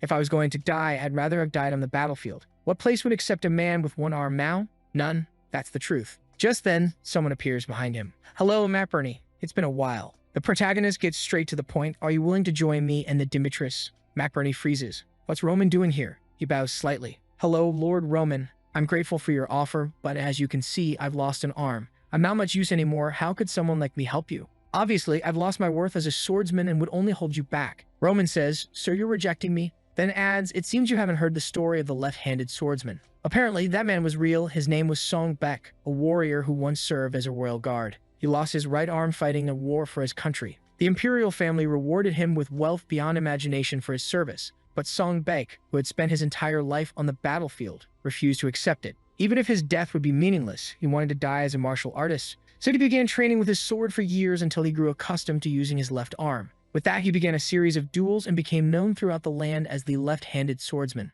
The fact that he had one arm less made his fighting style completely different. But instead of seeing that as a weakness, he turned it into a strength. The unpredictable rhythm of his attacks allowed him to defeat countless martial artists. And at the end of his life, he met Jung-Yuk Bek, our protagonist, and died by his hand. The protagonist says, if you follow me, I'll teach you the swordsmanship of the left hand, and I promise I'll make better use of you than anyone else in this world could. The poor man thinks that being useful is the only way to save his life. If he could truly live as a warrior instead of just a crippled man, he'd do anything for that. He kneels and says that he, MacBurning, would be satisfied as long as he could serve some purpose. From that day on, he would dedicate his life to Lord Roman. That day, MacBurning found new hope. The war had changed countless lives. Edwin Hector had set off on his own journey. MacBurning had started learning a new sword technique. And even our dear chubby friend, Henry Albert, found his life changed forever. All of them, whether they realized it or not, were being swept up into this whirlwind of change. Henry thinks, I miss Roman so much, we went through so much together. Maybe he could have taken me with him. Actually, no, living surrounded by people who flatter me is much better and more comfortable. Forget it.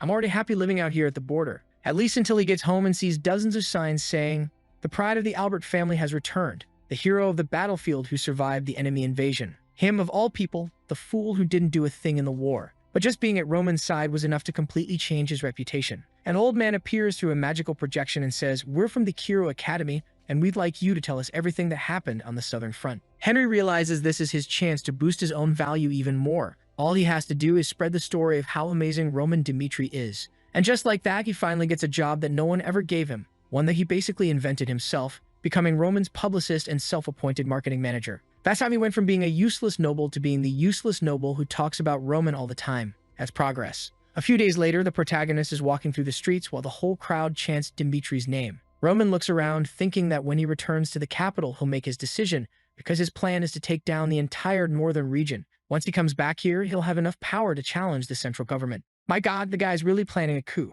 With that, the group is marching home, when suddenly the worst possible news hits. This year's harvest has been ruined and everyone's panicking about how they'll survive. The protagonist asks who these farmers are and why they're working in such a distant territory. Chris explains that they're farmers from the Dimitri lands, and unfortunately, the Dimitris don't have much fertile ground for farming. That's why they rent plots of land from this region. The protagonist pauses for a moment and says, Chris, bring those men here. I want to find out what's going on. The mustache man steps forward and says, "Sir, we signed a contract with the Conrad family and have been working these lands for 10 years. But now, with harvest season just a month away, they've informed us that we have to clear out within a week. When we refused to leave, they started destroying all the crops." Tears stream down his face as he says, "It's just not fair. How are we supposed to eat and survive? They rented us this land, and now they're wrecking everything." Chris replies, "The farmer's situation is unfortunate, but it's not something we can interfere with." Clearly, Chris still hasn't learned. There's no doubt Roman will want to take everything into his own hands. He tries to reason with him, saying, "Roman, listen, these lands belong to the Conrad family.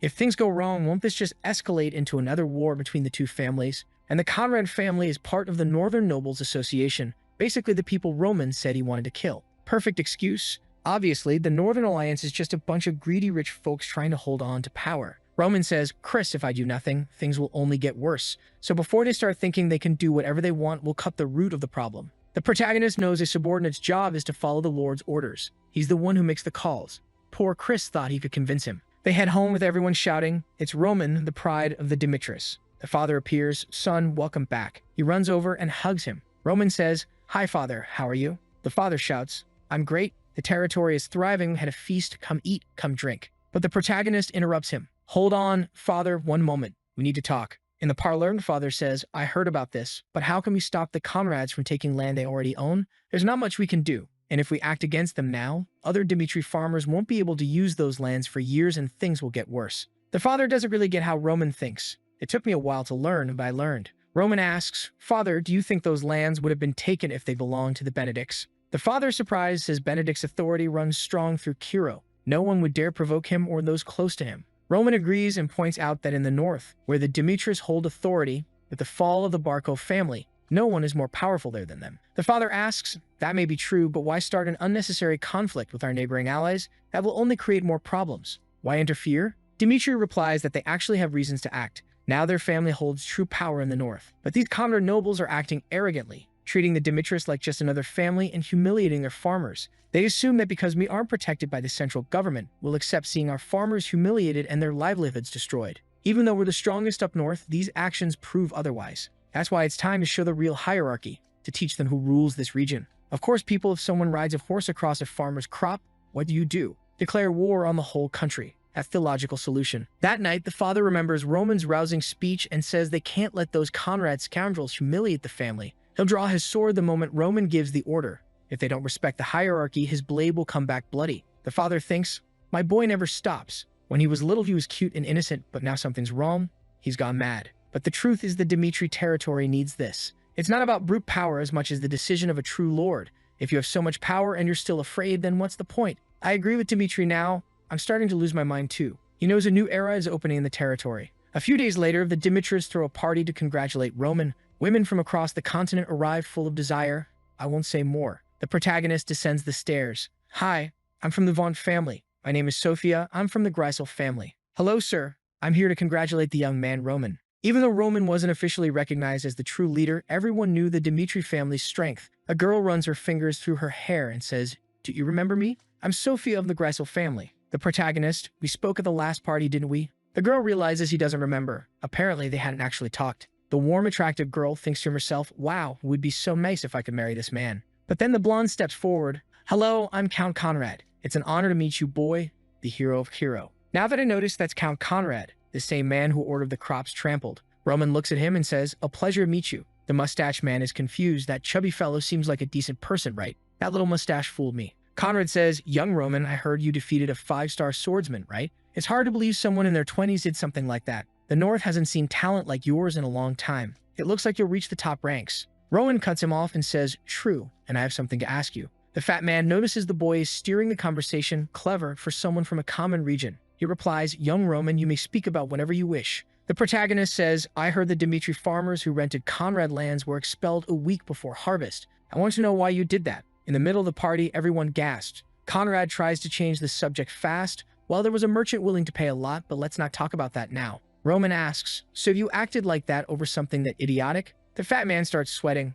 "Lord Roman, we're here to congratulate you. Why bring up such sensitive things?" And then he shows his claws. He turns to everyone and says, "Why would you bring this up just to make me look bad? I won't just sit here and smile at this treatment. I'm leaving." Folks, here's another one who thinks he can walk away. Roman tells him to stay put and warns that if he leaves this conversation, Roman will treat it as an act of hostility against the Demetrius, so Conrad had better come back. Oh wow, now the fat man's terrified. He turns and shouts, "What did you say?" He comes back mocking, but at least he returned, right? He declares, "I expelled those fools from the land because it belongs to my family. I'm taking what's mine. I don't have to report to the Demetrius. We're not your subordinates and we don't have to obey your orders." Everyone at the party starts nodding, saying Conrad's right. Roman's father had organized the celebration to avoid trouble, so why is Roman bringing this up now and stirring conflict? Everyone came to celebrate, and here he is making waves. Also, Conrad is ahead of his family. He should be spoken to this way. The protagonist knows these people wouldn't be acting like this if the old Barco family still backed the Demetrius. The truth is the whole North thinks they can trample the Demetrius.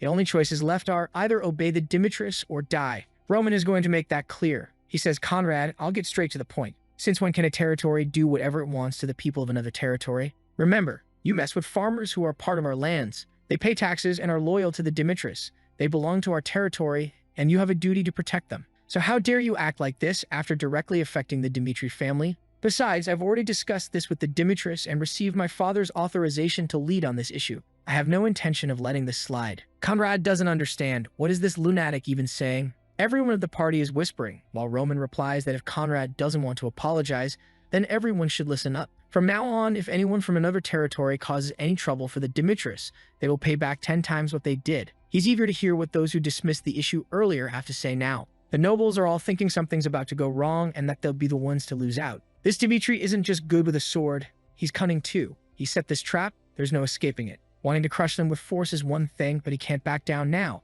It's time to show the strength of the Northern Alliance. At that moment, someone stands up and agrees Conrad was wrong this time. It's Lawrence from earlier, remember him? He points out that even if it's Conrad's territory, those people are citizens of the Demetrius. How could Conrad evict them without warning? It would be better for Conrad to admit he was wrong and apologize. Lawrence is shrewd. He knows he'll be opposing the Northern Association, but they abandoned him during the war with the Barcos, so they're useless. From now on, they'll follow Dimitri. He asks if everyone around agrees. Everyone agrees, saying it's true. Conrad apologizes to Dimitri. No noble can let such a serious matter pass unnoticed. Conrad realizes he's surrounded by supporters of the Demetrius. He's in trouble. Poor guy, he's trapped in this room. For now, he has to accept it. So he bows and says, "It's true. I see I was wrong. Next time, I'll be more careful." With that, the meeting ends. That night, the father asks if Roman is sure something that extreme won't cause problems. The Northern Alliance won't just sit by and do nothing. Roman says that to show they're at the top of the hierarchy, their opponents must give their best shot. He wants them to band together and do everything they can to bring chaos to the Demetrius.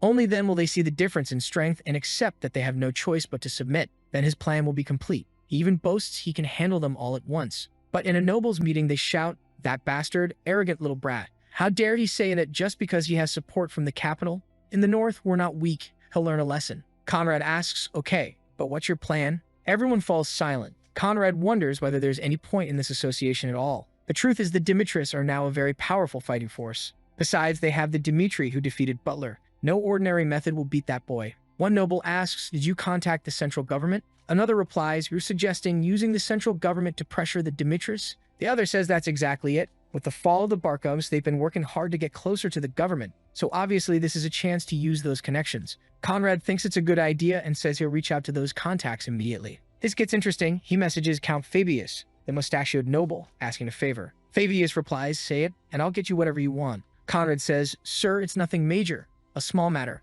We had a conflict with a minor family, the Demetrius." Then the call drops. The man next to him says, "You idiot, call properly. You let the call drop? Are you crazy?" Fabius will be angry. Conrad calls again. "Lord Fabius, sorry. The connection's unstable." Fabius responds, "Conrad, you really have no idea what you're doing. From what I can tell, those who live on the border are really clueless. You want to put pressure on the Demetrius? Roman is a talent. The Marquis Benedict is watching closely. Benedict's even trying to arrange a marriage between Roman and his daughter. So instead of making calls to complain, you should be flattering the boy." Conrad is shocked. "What do you mean arrange marriage with Benedict's daughter?" At that moment, the green-haired guy says, "Conrad, what if I just apologize? I think that's a good idea." And with that, the conflict is settled. Conrad goes to speak with the farmers and promises he'll honor the contracts from now on, and everyone thanks the Demetrius. People are moved, saying they heard he really stood up for them. From now on, if there's anything they need, they only have to ask. As Roman knew, the Northern Association got scared and backed down. He figured they'd appeal to the central government and then would have no choice but to come to his side.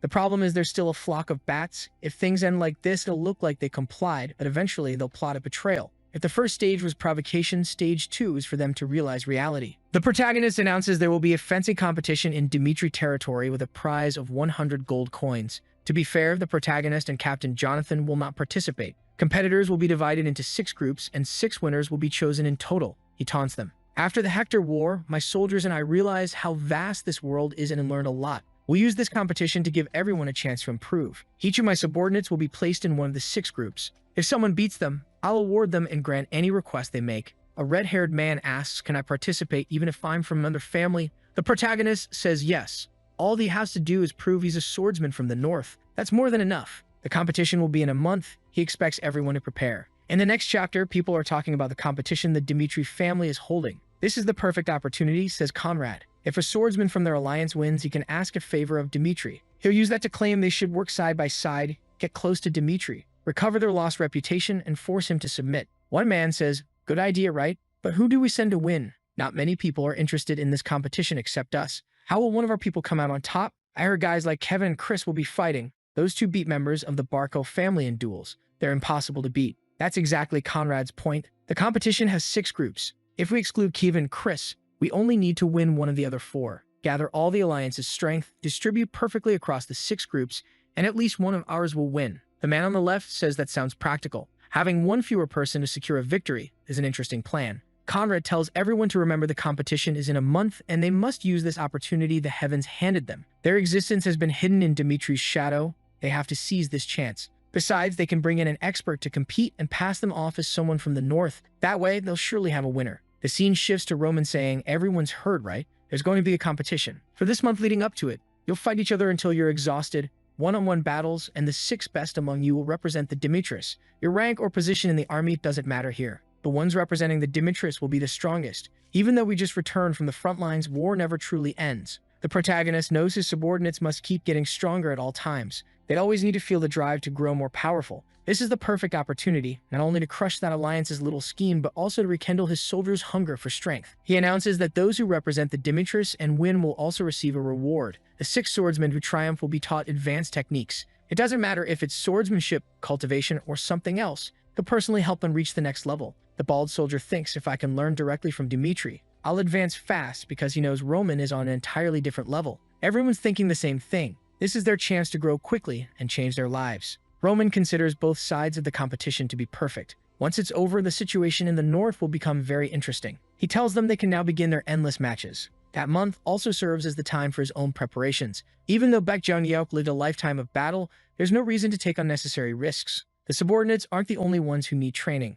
You must also grow stronger during this month. Then Lucas appears, asking, you were looking for me, sir? Roman nods and says yes, telling him he'll be going into isolation to train for a month. Unless something directly involves the family, no one is to disturb him. He also tells Lucas he'll be in charge of selling a sword. Its original name was Flames, but now he'll rename it Blaze. Lucas is to find a new owner for it. Roman doesn't care how it's sold, but no one must know he was the original owner. Lucas can use the profits from the sale for anything related to the Information Guild. Looking closely at the sword, Lucas sees the blade is flawless. The blacksmith who forged it was clearly a master, so why sell a weapon like this? He'll need to search carefully to find the right place to sell it. Since Dimitri allowed the sale to happen freely, maybe an auction would be the best option. The scene shifts to the city of Adalium, a place that has grown rapidly thanks to its many successful businesses. A hooded man arrives and asks for number 23. He places a crystal over the sword and begins the inspection. The appraiser is stunned. The sword's quality is extraordinary. The crystal glowing blue means the item's superiority is undeniable. He asks how much the seller wants for it. The man replies that the seller's identity must remain anonymous and that he wants the weapon auctioned. The appraiser explains that for auctions there can't be a minimum price and that 10% goes to the house. The man says that's fine. All right then, the appraiser replies, they'll run a full analysis of the item. Just then, a mustached man enters, introducing himself as Morris, the owner of the auction house. A pleasure to meet you, he says. The bald appraiser examines the sword and comments that the steel is exceptionally refined, the edge is incredibly sharp, and the weapon is powerful. It's rare to see such craftsmanship. Even the weight distribution is perfect. Clearly, it was forged by a master artisan. Normally, a sword of this caliber would sell for at least 30 gold coins on the market. He adds that he'll now test its mana receptivity, which ranges from 1 to 10. Typically, for an item to be considered good, it needs to score above a 3. Only then is it recognized as a true sword crafted by a master artisan. The bald appraiser is stunned, wondering how something like this is even possible. The mustached man asks what's going on, and the appraiser replies, "Sir, this sword has a mana receptivity of 10. That was practically unheard of. Normally, a sword that can't properly absorb mana ends up breaking, but this weapon was so powerful it actually amplified mana instead. He turns to the crowd and announces, "Ladies and gentlemen of the auction, today our house presents an item unlike anything ever seen before." The place erupts with excitement. Wealthy people from all over the country are here. Apparently, everyone had heard the rumors that had been spreading, and now it was time for the main event. It presents to the crowd the artisan's sword, Blaze. If it were just a regular artisan's work, it would never have made it to the main stage. But this blade possessed the rare ability of mana receptivity. He reminds the audience of a famous rapier called the Needle of Receptivity, which had a level of 7 and sold for 300 gold. But Blaze had a level 10 receptivity, and not only that, it also enhanced the aura it absorbed. He had auctioned countless master-crafted swords in his life, but never one like this. The auction will begin at 10 gold coins. Immediately, the crowd shouts, 10, 20, 30. The price jumps, 50, 100 for bidder 39, 150 for bidder 41. Then bidder 12, a chubby man, doubles the bid to 300 in the blink of an eye. A red-haired man laughs as the price climbs to 500 gold coins. The chubby bidder raises it again, 600, until paddle number 53 goes up. The symbol shows double, meaning the bid is now at 1,200 gold coins. It's the most outrageous offer the auction house has ever seen. Everyone knows the man behind it, a merchant active across the entire continent, someone who's built enormous wealth and usually stays neutral in politics or government affairs. The only time he shows his claws is when something truly captures his interest. He's the VIP of the auction house, Marquis Valentino. At that moment, no one in the kingdom of Cairo could have imagined how much this simple bid would change the world. My God, what's about to happen? After he doubles the price, the auctioneer continues, "Any higher bids? Anyone?" Going once, going twice, but the room falls silent. The bearded man reflects that the sword's worth isn't just in its mana reaction. To him, it represents the breaking of the barrier beyond the 10th stage, something no one has ever achieved. He speaks about the eternal dilemma of swordsmen, between famed swords and magic swords. To use one's aura to its fullest potential, you need a pure blade. Less experienced swordsmen tend to prefer magic swords since their enchantments make combat easier. But ranked swordsmen, true masters, channel their own aura, and that's far more valuable. Valentino understands that this makes the sword priceless. He must have it, no matter the cost. Even if the blacksmith one day forges more like it, they'll still own the first, the original. For artisans and collectors alike, the very first of its kind is priceless. And since Marquis Valentino himself has shown interest, everyone in the auction hall, all too familiar with his power and influence, realizes just how significant this moment truly is. Since Valentino made the offer, no one else dares to interfere. The guy is insanely influential in the auction world, and nobody wants to end up with a knife in their back when they get home. So it's his, sold for 1,200 gold. The moment they walk into the room, the man says, Hey, Mr. Valentino, how are you planning to pay?" He immediately replies, "I'll pay in full right now. Hand me my blaze." Then he throws down the boxes of coins. The seller blinks. "But sir, the sword costs 1,200 gold. Why is there so much money?" Valentino answers that he added another 100 as a gift. The seller thanks him. "Of course, if I were a seller too, I'd thank that filthy rich bastard as well." But obviously, the sleek fox has other intentions. He then asks,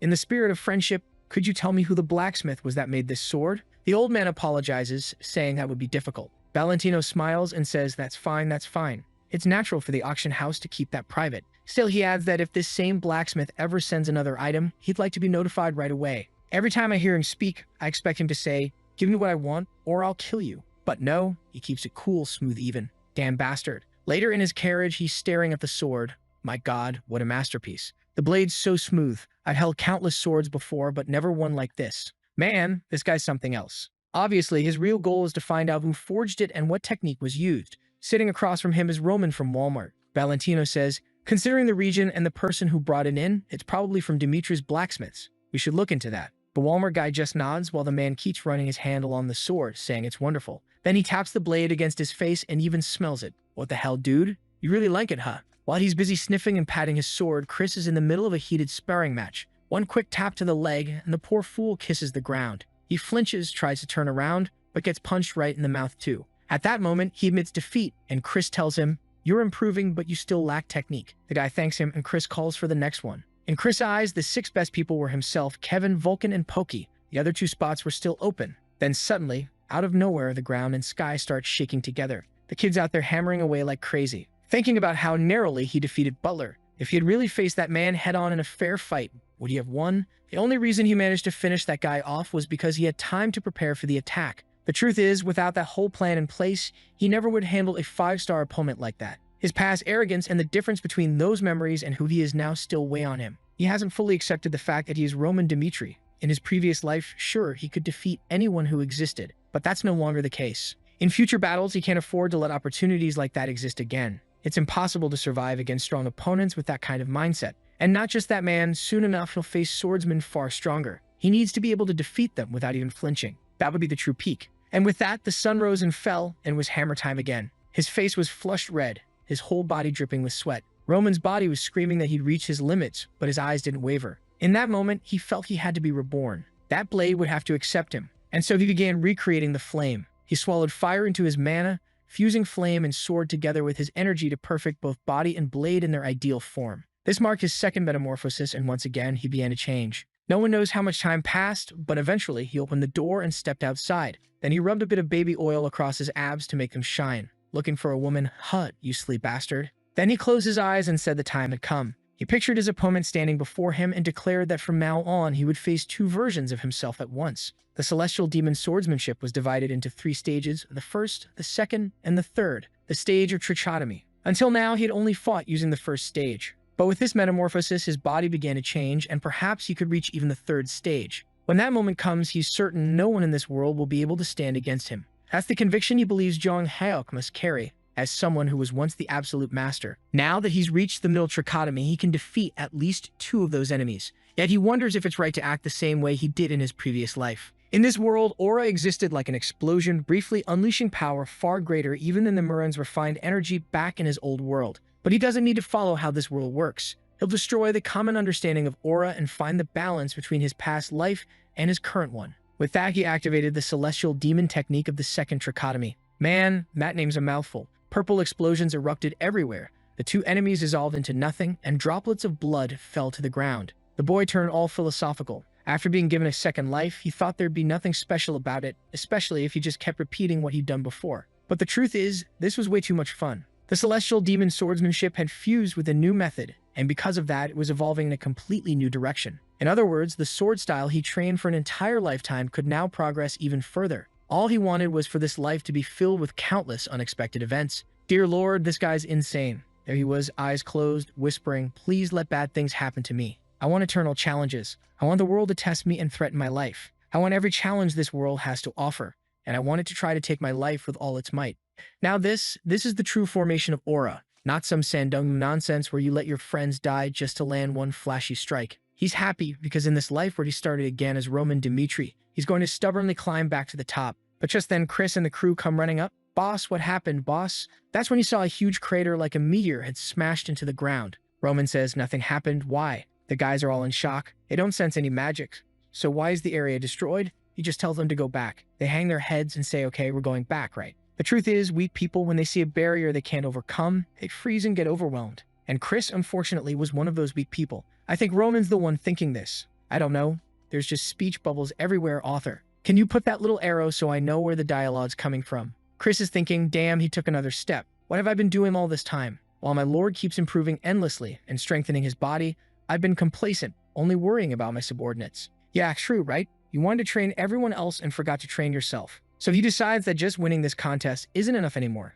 He has to crush enemies and show a terrifying difference. How are they leaving with those long faces? Geez, and a month later, the kid produced an insane sword. Holy crap, all sharp and covered with crystallized stones. He's there wondering what name he'll give it this time. The others were Salamander, Blaze, and names that meant a new life. But this third sword needs a name that represents who he is now, the sword of a celestial demon, a thing that makes enemies panic. For God's sake, he names it Darkness. Kind of standard. I thought he'd pick something super crazy. Then Chris says, "So, Roman, we've been training everyone for the past month, ran a ton of fights, and these 3 guys here won the most." He shows the recommended list: Chris, Kevin, Vulcan, and Pokey. The last 2 are McBarn and Henderson. I remember McBarn is the one with no arm, the stump, and now I don't even know who Henderson is. Roman is surprised. Chris asks if it's okay to proceed with that list. Roman says, "But in this world, there's no victory worth anything to me, especially not in a contest carrying the name Mitri. You better prove you're someone worth standing by my side." The madman, what the hell, insulting Chris like that? God, free of charge. The protagonist says he's eager. So now we're 1 day before the competition. The blue-haired guy asks, "Buddy, are you entering this?" The red-haired one says, "Of course I am, dude. 100 gold. I'll show them how powerful a frontline mercenary is." But someone tells him, "For heaven's sake, are you crazy? I want you to fall into Kevin's group and get cut in half. The friend says he's more scared of landing in Vulcan or Poki's group. The guys are ripped. Who? He's got a crush. For everyone, it's a relief. Just avoid those 4 in the competition and you're good. Everyone hopes to draw an easy group, and with that, the 6 fencing groups were announced. Bear and Lolo is shocked to end up in Chris' group. The friends say, come on, Lolo, it's fine. Don't be like that. Aren't the swordsmen of your bloodline powerful? Conrad's, they're trying to motivate him. Don't be sad. Keep your spirits up. But Conrad's pissed because the bastards put McBarn, the one with no arm, in their group. Apparently, whoever gets that guy will win easily. Then Conrad says, listen up. In this competition, I'll make sure our bloodline wins. We'll take the Federation to victory. Everyone will celebrate. To hell with the Demetrius. And the big day of the competition finally arrived. The crowd was going wild, and the guys were all like, no way, we can't even drop out. The whole Federation's watching. It's Lolo, right? Poor guy's gotta send the kid out to get wrecked. Max, don't push yourself, kid. There's no reason for that. You're gonna get beaten badly. Just go out there, take a few hits, apologize, and it'll be fine. No, seriously, don't try too hard. But Max says, Chris may be incredible, he's just a 2-star swordsman like me. I've got no reason to be scared. The Baron gets emotional. Max, you're the man. All right, go, but if you think you're gonna die, better surrender. Max thanks him, then turns around thinking, this is my chance. I'll make a strong impression on the audience and on my lord. That way I'll secure my future and prove myself to everyone. But boom, he gets hit by a shock, right? He just came face to face with Chris, radiating that deadly aura. The kid gulps hard. Then the flag is raised. Let the first match begin. And Max charges in full speed, immediately aiming for Chris' head. But man, I thought I'd be narrating a real fight here. And in 2 seconds, the guy gets his hand smacked, his sword knocked away, and a Hadouken right to the forehead. The poor kid lasted 3 seconds in the arena. Just like that, the first round was over. Chris won, obviously. Lolo standing there, face frozen in shock. My god, the difference between them is massive. Kevin's match didn't even have a proper fight scene, just a shot of his opponent lying on the floor. The eggheads had their matches too, and from the looks of it, they demolished everyone else as well. The audience was stunned. Turns out the rumors were true. Those 4 were unbeatable. The only hope anyone had was with Kotoko, and that other guy I don't even remember anymore. In the next chapter, everyone's still in disbelief. Wait, Anderson's representing the Demetrius. Hold on, wasn't that guy from the Lawrence family? The dude with the headband says, huh? The Henderson I know can't even hold a sword properly. He was born a farmer, only knows how to grow potatoes. Out of the 6 people representing Roman, a few stood out. Chris, now known as the Spark of Cairo, and Kevin, the Demon. Everyone who had seen their skills in person was already trying to avoid fighting them. On top of that, Vulcan and Polky had both the experience of seasoned mercenaries and the kind of physique that left everyone intimidated. On the other hand, Kotoko and the farmer? Yeah, not exactly inspiring confidence. Everyone was sure Anderson was the weakest among them. Back in the arena, the crowd was whispering, hey, did you hear? That Anderson guy peed himself when they recruited him. People were cracking up, laughing at the poor guy. Meanwhile, Roman's father calls out, come here, idiot. Tell me, why did you organize this whole competition if in the end, you're just gonna let people choose the order of the matches? Even if they wanted to make it look friendly, the nobles of the association, well, let's just say they were watching closely. So Roman follows the plan. He says all this is necessary. The Northern Alliance has started to think they can actually compete with the Demetrius. That's why he's giving them this chance to let them show their strength. Only then will they crash into the wall and realize it's impossible to surpass. Once they lose here, they'll fall into absolute submission and the entire northern region will truly belong to the Demetrius. In short, he's saying, we're gonna humiliate them so bad they'll be broken forever. And here we are back in the arena. Group 5, first round. Anderson and Taylor step forward. Everyone's already laughing. Look at Anderson, man, he's up against an aura swordsman. The kid's done for. Taylor grins, yo Anderson, what's up, you crazy mutt? All good, bro. Anderson, quiet as ever, replies softly, yeah, all good, Taylor. The friend says, man, the last time I saw you, you were still helping out on the farm. I never imagined the king of potatoes would be here swinging a greatsword. But since we know each other, I'll give you a chance to quit now. I just became a 2-star swordsman and obviously went through awakening. This is your only chance to back out if you want to stay alive. Anderson just tilts his head slightly. Then he replies, Taylor, you better forget the Anderson you used to know. The guy trying to build up his aura, but look at that face. He looks so sad. He warns, if you go easy on me, you'll regret it. Taylor nods, saying he understands and just hopes his old friend won't regret anything later. The fight starts. Whoosh!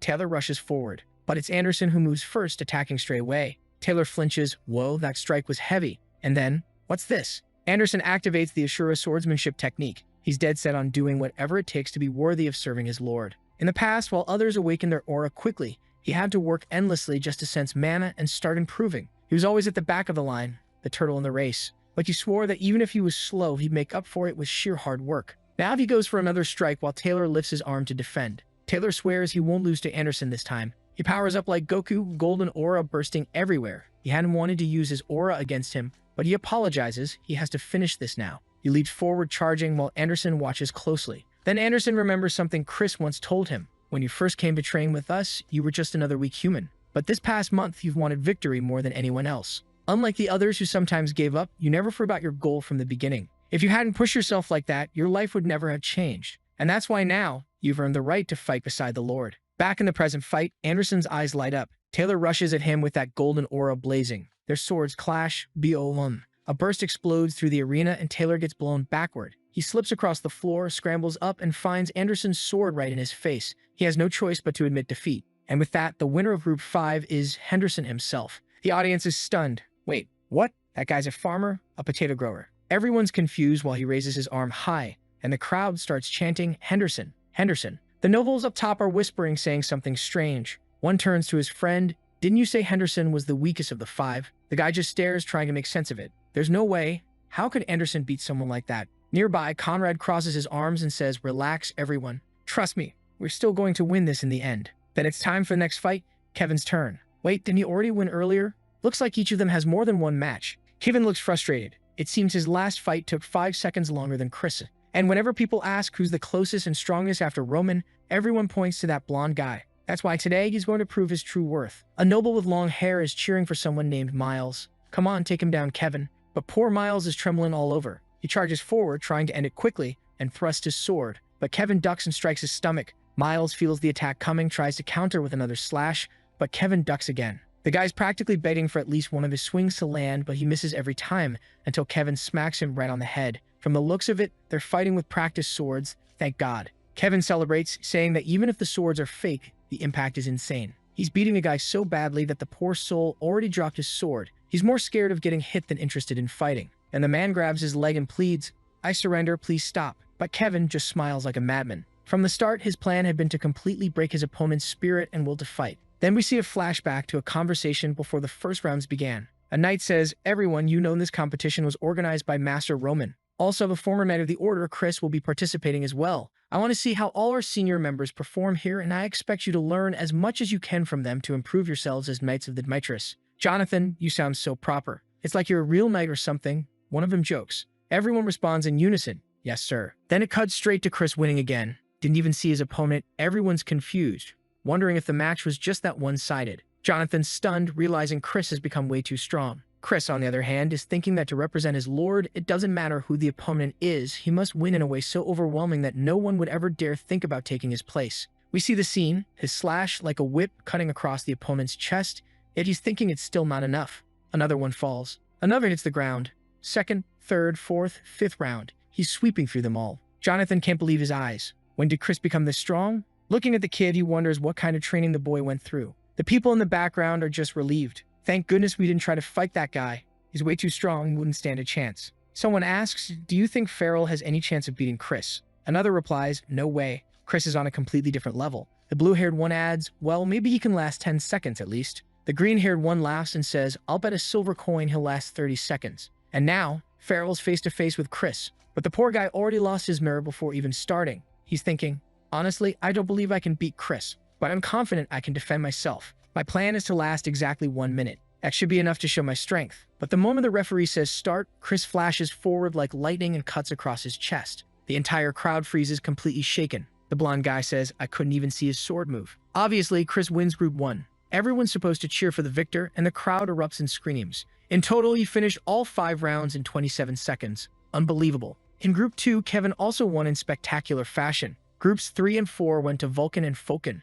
They both crushed their opponents purely through brute strength and experience. And in Group 5, to everyone's surprise, Anderson won as well. Now, only one person remained. The man who lost an arm. The one who trained his whole life. The one and only Mr. Stubb from Group 6. Conrad looks at him and says, Gabriel, how are you feeling, my boy? Gabriel, full of confidence, grins. Don't worry, boss. I'm on top of my game. This guy was someone the Conrad family had trained since he was young. A secret weapon and a 3-star swordsman. Since aura isn't allowed in the competition, to spectators it would look like a fair duel. But everyone knew the truth. It was impossible for an ordinary swordsman to beat someone of that level. McBurney, Conrad mutters, you were lucky to make it to the 3rd round. It's just a shame. That's where your run ends. Conrad says, you better remember that every fencer from the north has already lost. You're the only one left. Don't go easy on your opponent just because he's got one arm, kid. You finish him. Gabriel smiles and replies, "Yes, sir," thinking how ridiculous it is that anyone would believe he could lose to someone missing an arm. In the arena, he's already making faces. This guy completely lost his balance because he's one-armed. To think that an ordinary knight like him, who couldn't even dream of becoming a true warrior when he had both arms, is now standing here competing, believing he'll bring down the pride of knights. Then the referee signals for the match to begin. Gabriel charges forward, thinking he won't even need to use his aura. He'll show this fool the massive wall that is reality. He unleashes a string of attacks, planning to break his opponent's rhythm. Soon enough, the man will realize he can't block anything from the right side. With that whole area exposed, victory should be easy. Gabriel lifts his sword, ready to deliver a vertical slash that'll end the match. But suddenly, McBurney flips backward while bringing his sword up in front of him. Gabriel freezes. What the hell kind of movement was that? McBurney spins like a damn whirlwind, attacks flowing endlessly. His arm moves like a coiled serpent. Now Gabriel's losing it, shouting that he's a bastard. Turns out the guy did make it to the third round by luck. Even with one arm, his sense of balance wasn't bad at all. He was clearly using the uneven weight of his body to create unpredictable movements and keep his momentum. Then we hear Roman's voice. The foundation of every sword technique lies in how you use your body's balance. Losing an arm is obviously fatal for a knight. The swordsmanship of the left arm that I'll teach you is one of the few techniques that can overcome a handicap like this. You must learn to make use of your imbalance. The creator of this technique was a man like you who also lacked a right arm. You might wonder why someone like him developed such a method. Maybe you thought he was special? The truth is, he wasn't. Unlike you who gave up when faced with reality, he pressed forward seeking a new path. And that's how he forged this technique as his answer. McBurney reflects, realizing he truly had been a coward who once gave up on everything. But now, in the name of his lord, he swears he'll win this competition. He charges forward with golden slashes, leaping toward Gabriel, shouting that his life as a swordsman isn't over yet. And then, bam, the strike lands right in Gabriel's chest. He collapses to the ground, chest shattered. McBurney stands there, breathing hard and sincerely thanks his lord. At last, he's been given a new life. Then the scene cuts to all 6 Knights of Mitri being announced as the winners. The crowd, of course, all says the same thing. Those guys from the Northern Association, nothing but talk. They all got wiped out. Now they understand it's over for them. The Northern Alliance's reputation is in ruins. What none of them can figure out is how Mitri's forces became so powerful.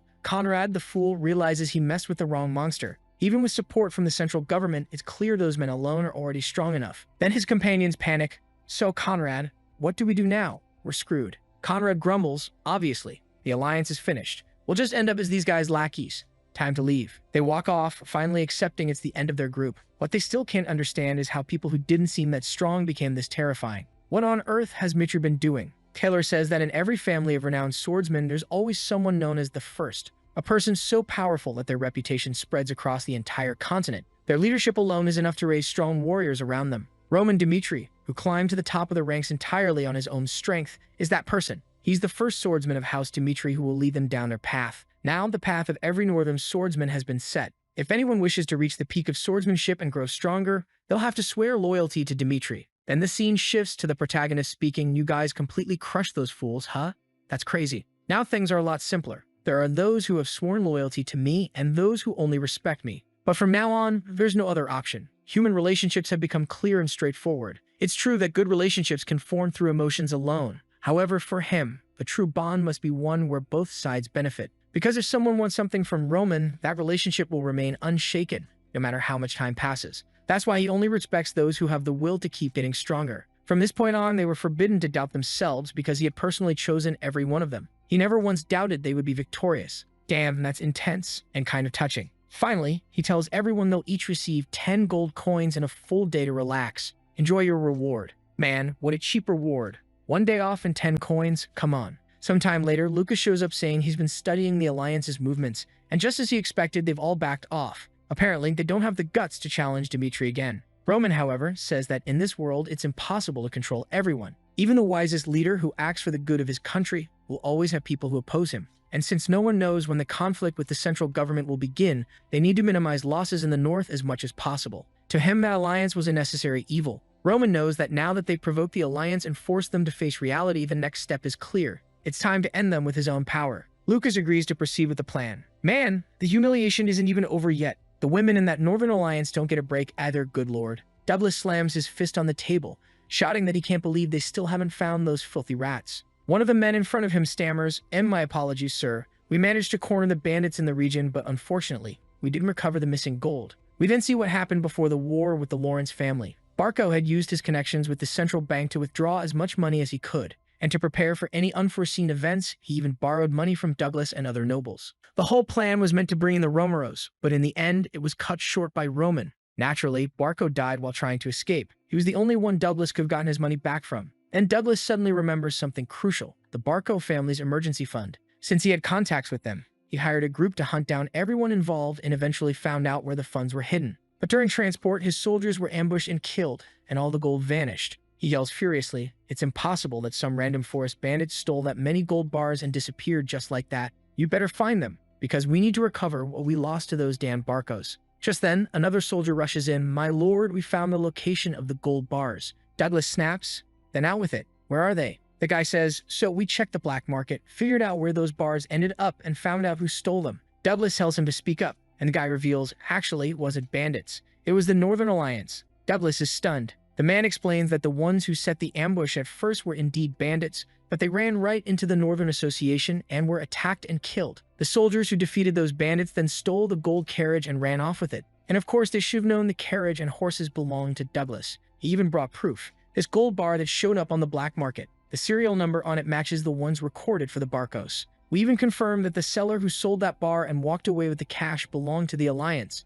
Douglas is furious. He calls those bastards dirty, while Donovan thinks that if they hadn't exposed it, it would have been the perfect crime. But they brought the crisis on themselves by making the Lord their enemy, both the Northern Association and Count Douglas. They don't even realize what kind of change is about to happen on Black Moon. Now it's clear. Black Moon was aspiring in the northern region, but their group got swallowed up by the House sect, which is Lucas' group. Douglas shouts, "Contact those northern bastards now. We'll tear those rats apart." The scene cuts to the northern people in shock, saying, "D. Douglas is the beast of the north. If things get worse with him, we're screwed." The man in the tie says, "Look, everyone knows how Douglas is. There's not much to do. He's stubborn." Conrad pikes up from the corner. "Besides, that Barco money doesn't belong only to Lucas. We also lent money to the Barcos, so everyone's got a share. And Lucas wants to take all the money for himself. Nobody here needs to bow to that guy." The blonde asks if they're sure they want to act like this. Conrad tells him to hand over the cash he took if he's scared. The truth is, in this moment of weakness, they have to unite and show this guy they won't return any of the money. Since Douglas stole first, everyone agrees.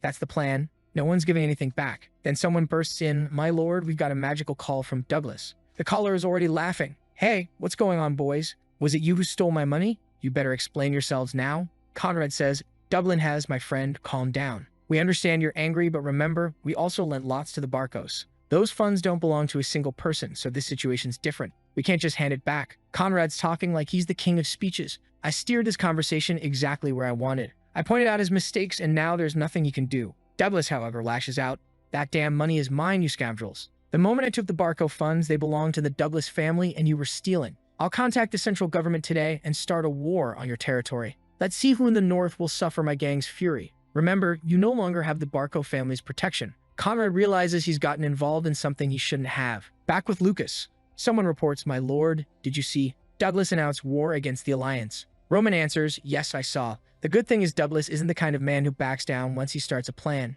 Everything's going according to what we want. Not to mention, the Viscount isn't exactly the type who can defend himself very well, which means that once Douglas starts putting a bit of pressure on him, the man will raise the white flag and throw his pride away. That's why the next part of the plan is to spread as many rumors as possible about this supposed war. So Conrad ends up cornered and can't just apologize and walk away. Roman's only goal is to push him into desperation, until he realizes he'll have no choice but to abandon that useless pride of his. Up north, in the KO territory, the old man asks, "What are you talking about, old-timer?" The region's in total chaos now. Everyone's shocked after hearing that the Northern Alliance is preparing for war against Douglas. Because of that, most shops aren't even opening. Even the beggars are talking. Damn, is that true? Another says, "Hey, they say there's gonna be a war between Conrad and the Douglas family. And apparently, Conrad's planning to crush Douglas completely." Of course, all those rumors are fake. They were spread by merchants and servants who actually belong to the House sect. Douglas slams his fist on the table, shouting that he'll wait for them to crawl in on their knees begging for forgiveness, but instead the rats are walking around saying they'll destroy him. He orders everyone to gather immediately, swearing on his family's name that he won't forgive a single one of them. Meanwhile, Conrad's trying to calm him down. "Douglas, we never do something like that. Besides, we don't even have the means to go to war. We were planning to compensate you with money, so please calm down." But Douglas replies, "Conrad, you think I'm blind? I didn't call you to negotiate. I called to declare this pathetic war once and for all. Keep your damn money. Now you can fight over it as much as you want and suffer the consequences." Everyone around Conrad starts panicking. This just got worse. Douglas is probably going to drive all the citizens into this. Obviously, the northern group doesn't stand a chance against him. We better contact the central government and apologize. So they do. Hello, Count Fabius. Yeah, we could use a bit of help here. Fabius replies, yeah, I know you're in a tight spot, but unfortunately, the central government can't get involved, pal. From what I've heard, it's the Alliance that's in the wrong. So you'll have to deal with it yourselves. They're all crushed, they know it's over. There's no avoiding the war, and no way to win it. But just at the perfect moment, a call comes in, from none other than Roman Mitri. Conrad answers immediately, wanting to know what the problem is. Roman says, I heard you've been having a bit of trouble, huh? Conrad's expression hardens. He knows this bastard's calling just to humiliate him. But Roman continues, I'm reaching out because I want to hear the truth from you directly, so there's no misunderstanding in the north. Conrad realizes the kid actually wants to talk and decides to explain everything that happened. A while later, Roman asks, so what are you planning to do? One of the northern powers is on the verge of starting a war, and obviously I can't just stand by and watch. Conrad hesitates, confused. Wait, are you saying you're going to help us? Roman answers, no matter what's happened between us, House Mitri won't stand by while the people of the north suffer like this. My family must be involved in any conflict that threatens this region. Conrad's even more confused. Why would Roman involve himself in this? Especially considering that if the Conrads and Douglas fight, Roman would be the one to benefit most. He can't figure out what the boy is trying to gain from this. But at this point, he doesn't have the luxury to overthink. He just needs to survive. So he finally says, a lot has happened between House Conrad and House Mitri, hasn't it? But we really need help.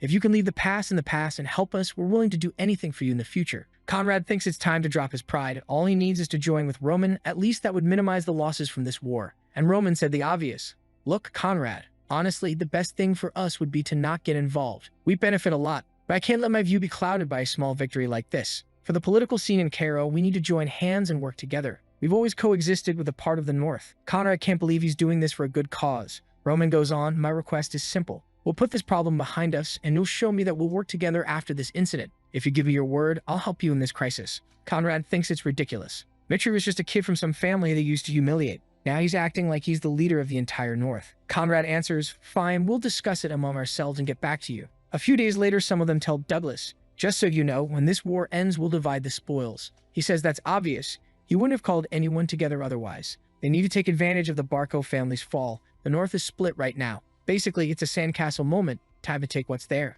They'll grab all the lands. They're valuable. Everyone thinks Douglas is some kind of brute who doesn't think things through. The truth is, he doesn't attack without a plan. If he goes into this fight, he'll make sure the odds of victory are as high as possible. That's how he survived till now. Douglas thinks, I couldn't act rashly when they had the central government's protection. But now that the North is destabilized, it's easy. The North without Barco, they stop by a troop and someone shouts, I am Count Douglas, your commander should come forward and speak with me. The guys in the back reply, hold on, we haven't decided who the commander is yet. The enemies are confused. Looks like they've already given up on this war. It's lost for those poor fools. But the blonde replies, nobody knows who will lose until the war's over, right? Then another blonde behind Douglas says, hey, someone's coming, looks like strong reinforcements. He sees the banner and trembles. The Dimitri troop is arriving. Oh my god, what is this guy doing here? The protagonist shouts, why do you think I'm here on the battlefield? Just like you called all the other lords of the North, the Alliance has our support. At that moment, Douglas realizes he's screwed. Because he called in many northern lords, the Dimitris now have a reason to join the fight. And naturally, all his allies are here. Wait, Roman Dimitri's going to fight? No way. Nobody told me I was going to die today. Then the discolored Barco guy says, Douglas, are we ready? Do we attack or not? Douglas is ready to give the order, but Roman shouts that he'll give them a choice. Either everyone leaves now, or they fight one-on-one duels, or else face an all-out battle that'll wipe everyone out. Honestly, I hope they choose a battle. I miss a little war. Just finished one and I'm already craving another. I'm getting addicted to wars like Mitri. Huh, Douglas is in shock. Now that Mitri's in this fight and we declared war, it'll be hard to back down. The problem is, if I send my army against that guy, we'll be utterly destroyed. It's not like we could just ask for one-on-one duels. We have more troops overall, but Mitri is terrifying. I don't know what to do. The kid's sweating bullets. His pants are soaked. Then Roman says, all right, I'll help you. Here's my offer, 3 against me. If you're scared, bring 5 and I'll crush you. Douglas loses his mind. This bastard is strong, but to think he'd suggest something that absurd. The protagonist answers that he just wants to end this stupid war with as little mess as possible. What do they think? The soldiers are all standing there, staring each other down, thinking it over. Then Douglas says, let's accept that proposal. The guy may be strong, but 5 versus 1. There's no way he can win. I gotta admit, I agree with Douglas on that. 5 versus 1, pretty tough to win, right? The blonde buddy, though, is still all nervous and sticky, saying, it's dangerous, right? I heard he beat a 5-star swordsman. Douglas asks, and what choice do we have? No matter what we do, we'll have to face that monster. The fencing brothers with us already beat a 4-star swordsman together. This kid could be as strong as the rumors say, but the opportunity is here. He's making an idiotic decision just to show off his strength, and now we have a chance to tear him apart and swallow the whole northern region. He's pumped because today he'll make Roman regret his arrogance. Someone ought to warn the kid. Then the observer says, so it's going to be a 5-on-1 fight, right? Venton and Ventil, I'm not even going to bother memorizing their names since they're gonna die. Say they'll try to find a blind spot, create an opening, hit the precise spot. No matter how exceptional someone is, once they launch a counterattack, there's an opening. That's when they'll strike and take all the fame. Flags go up, everyone takes their positions. One brother says, Ventil, our time's come, and the green one answers, let's go, brother. Their two energies surge toward Roman. They're hyped to kill Dimitri, but the protagonist just crouches down, calm as you like, draws his sword, and cuts both of them in a second. Wow. And one of them actually split into two people. Jesus, those guys fell like garbage in a toilet. It lasted 3 frames. Good thing I wrote their names down. Obviously, Douglas is shaking now. Roman says, when I heard Douglas declare war, I thought the same thing. People always liked to talk when the Barco family was around. So why didn't anyone try to talk to him before? The conclusion is obvious. All the northern lords, including Douglas, thought the Barcos were irrelevant. Roman was deeply shaken by that fact. Now he gives them one last chance to walk away from this fight. Or maybe they want to press on and start a war. Douglas stammers, WB war? If we go to war like this, countless soldiers will die. Better to sacrifice those 5 people. Man, looks like Douglas has no way out. He says they decided to attack and will go all the way. Roman smiles and says, fine, if that's the case, then they'll proceed. Someone shouts, hold on, wait, this fight's already over, right? Let's finish this fight now. Why not? The protagonist answers, I never thought warriors from the north would raise their banners like cowards. Fine, I'll give you a chance and I won't even use my sword. Now there's no way you're not feeling like you could win. Poor guys, they fell right into the trap. Why don't you just leave? Raise the white flag, take the shame, then come back in a week. But no, they're like, oh Roman, you bastard, we don't care anymore. We're going to finish this guy who's humiliating us. They charge forward with their big swords, but the protagonist just smiles and punches one guy's blade. What the humiliated? Broke the sword, broke the nose, beat them down, both smashed on the ground. Wow, he stomped on them, my god. For a second I thought they might survive, like a punch in the face, he fainted. But no, he smashed the guy's head into the dirt. The protagonist asks if anyone objects. The 3 in the background stammer, end and end none. Looks like those 3 are dead, right? I have no idea what happened. Those poor fools are gone. Conrad immediately comes over to thank Roman. Arigato, thank you. The kid just says he's excited about the partnership. Conrad thinks, damn, if I'd gone to war with the Demetrius, I'd be dead. And with that, the protagonist's plan more than succeeded. The hierarchy in the north is now clear. A few days later, in a shabby meeting, the protagonist says he has full authority on this matter and asks if anyone has any objections. The brew-mustache nobles sit quietly. He continues, well, since that's the case, I've got news for you. I'll announce something important to everyone in this room, but first, do you like the direction the kingdom of Cairo is heading? When Hector invaded the southern border, what actually caused the bigger problem wasn't that war, but the enemies we already had inside the walls. The southern border commanders didn't trust what he said, and at the same time, central government officials were fighting each other for power instead of worrying about the war. That's why the southern border fell so easily. If it weren't for me and my soldiers, Cairo would still be stuck in that war right now. If Cairo faces another war, the central government will call soldiers from every region and use them as cannon fodder. The isolated regional families would lose all their troops, while the nobles at the center would keep their power and their nearby forces. That way, they'd hold all the power in the kingdom. This war revealed the reality: they're being treated unfairly. That's why he believes it's time for change. Just like the nobles in the capital used the central government to gain power and influence, what if the North worked together to start protecting itself? Whoa, the kid's going to build his own nation, break away from those guys. Roman knows that once he makes the first move, the central government won't give him much leeway to execute his plan. That's why he must unite the entire North with him first. When that happens, the central government won't dare act recklessly. Damn, he's going up against Benedict, the guy who offered his daughter, and the protagonist didn't even want to look him in the eye before. This kid really transcended. The orange-haired noble says, if all the northern nobility unites, we'll actually have more voice when negotiating with the central government. But the problem is, aside from the Lawrence region, we basically have nowhere to farm. Most families survive by importing goods from other regions, and opposing the central government now basically means cutting all those supplies. The protagonist says he knows that very well. Their businesses are directly tied to the central government, and that's exactly why they need to break this cycle. Those who live in the capital won't stand a chance, but if they unite here,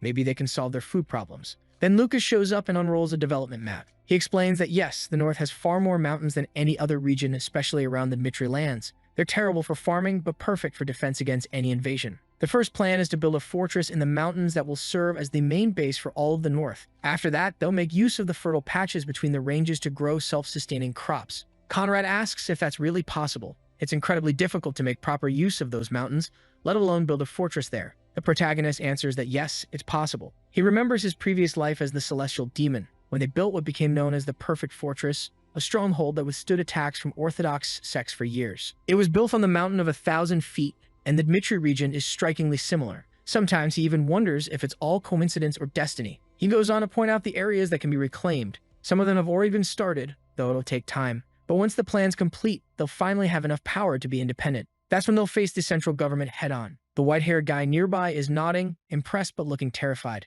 Another one comments that not only is the land recovery process detailed, but the entire construction plan is laid out step by step. He thought the boy was only making suggestions, but it's clear he's already putting the plan into action. Lawrence, on the other hand, doesn't care about the details. He just says, the Lawrences will follow the Dmitris, that's it. You said it, we'll do it. After seeing someone's head crushed under Roman's boot, Conrad immediately agrees too. We're with you. It's us and the Dmitris. With those three united, everyone else at the table naturally follows, declaring their allegiance. The protagonist nods and says, from now on, this is the Dmitri Alliance. Damn, he actually put his own name at the front. Doesn't even care about the North anymore. Later that night, his father is drinking wine made from grapes stomped by dirty feet, thinking about how Radiel has been working hard, but Roman has become an irreplaceable existence. The old man's getting all philosophical, muttering, the moon is so bright tonight. Come on, old man, go back to the forge and make some weapons, you were losing it. In the past few months, Marquis Valentino has been living in constant frustration. He's been trying to discover and forge that sword he bought from Hendrik, the skilled craftsman who swore he never put any of his creations in the auction.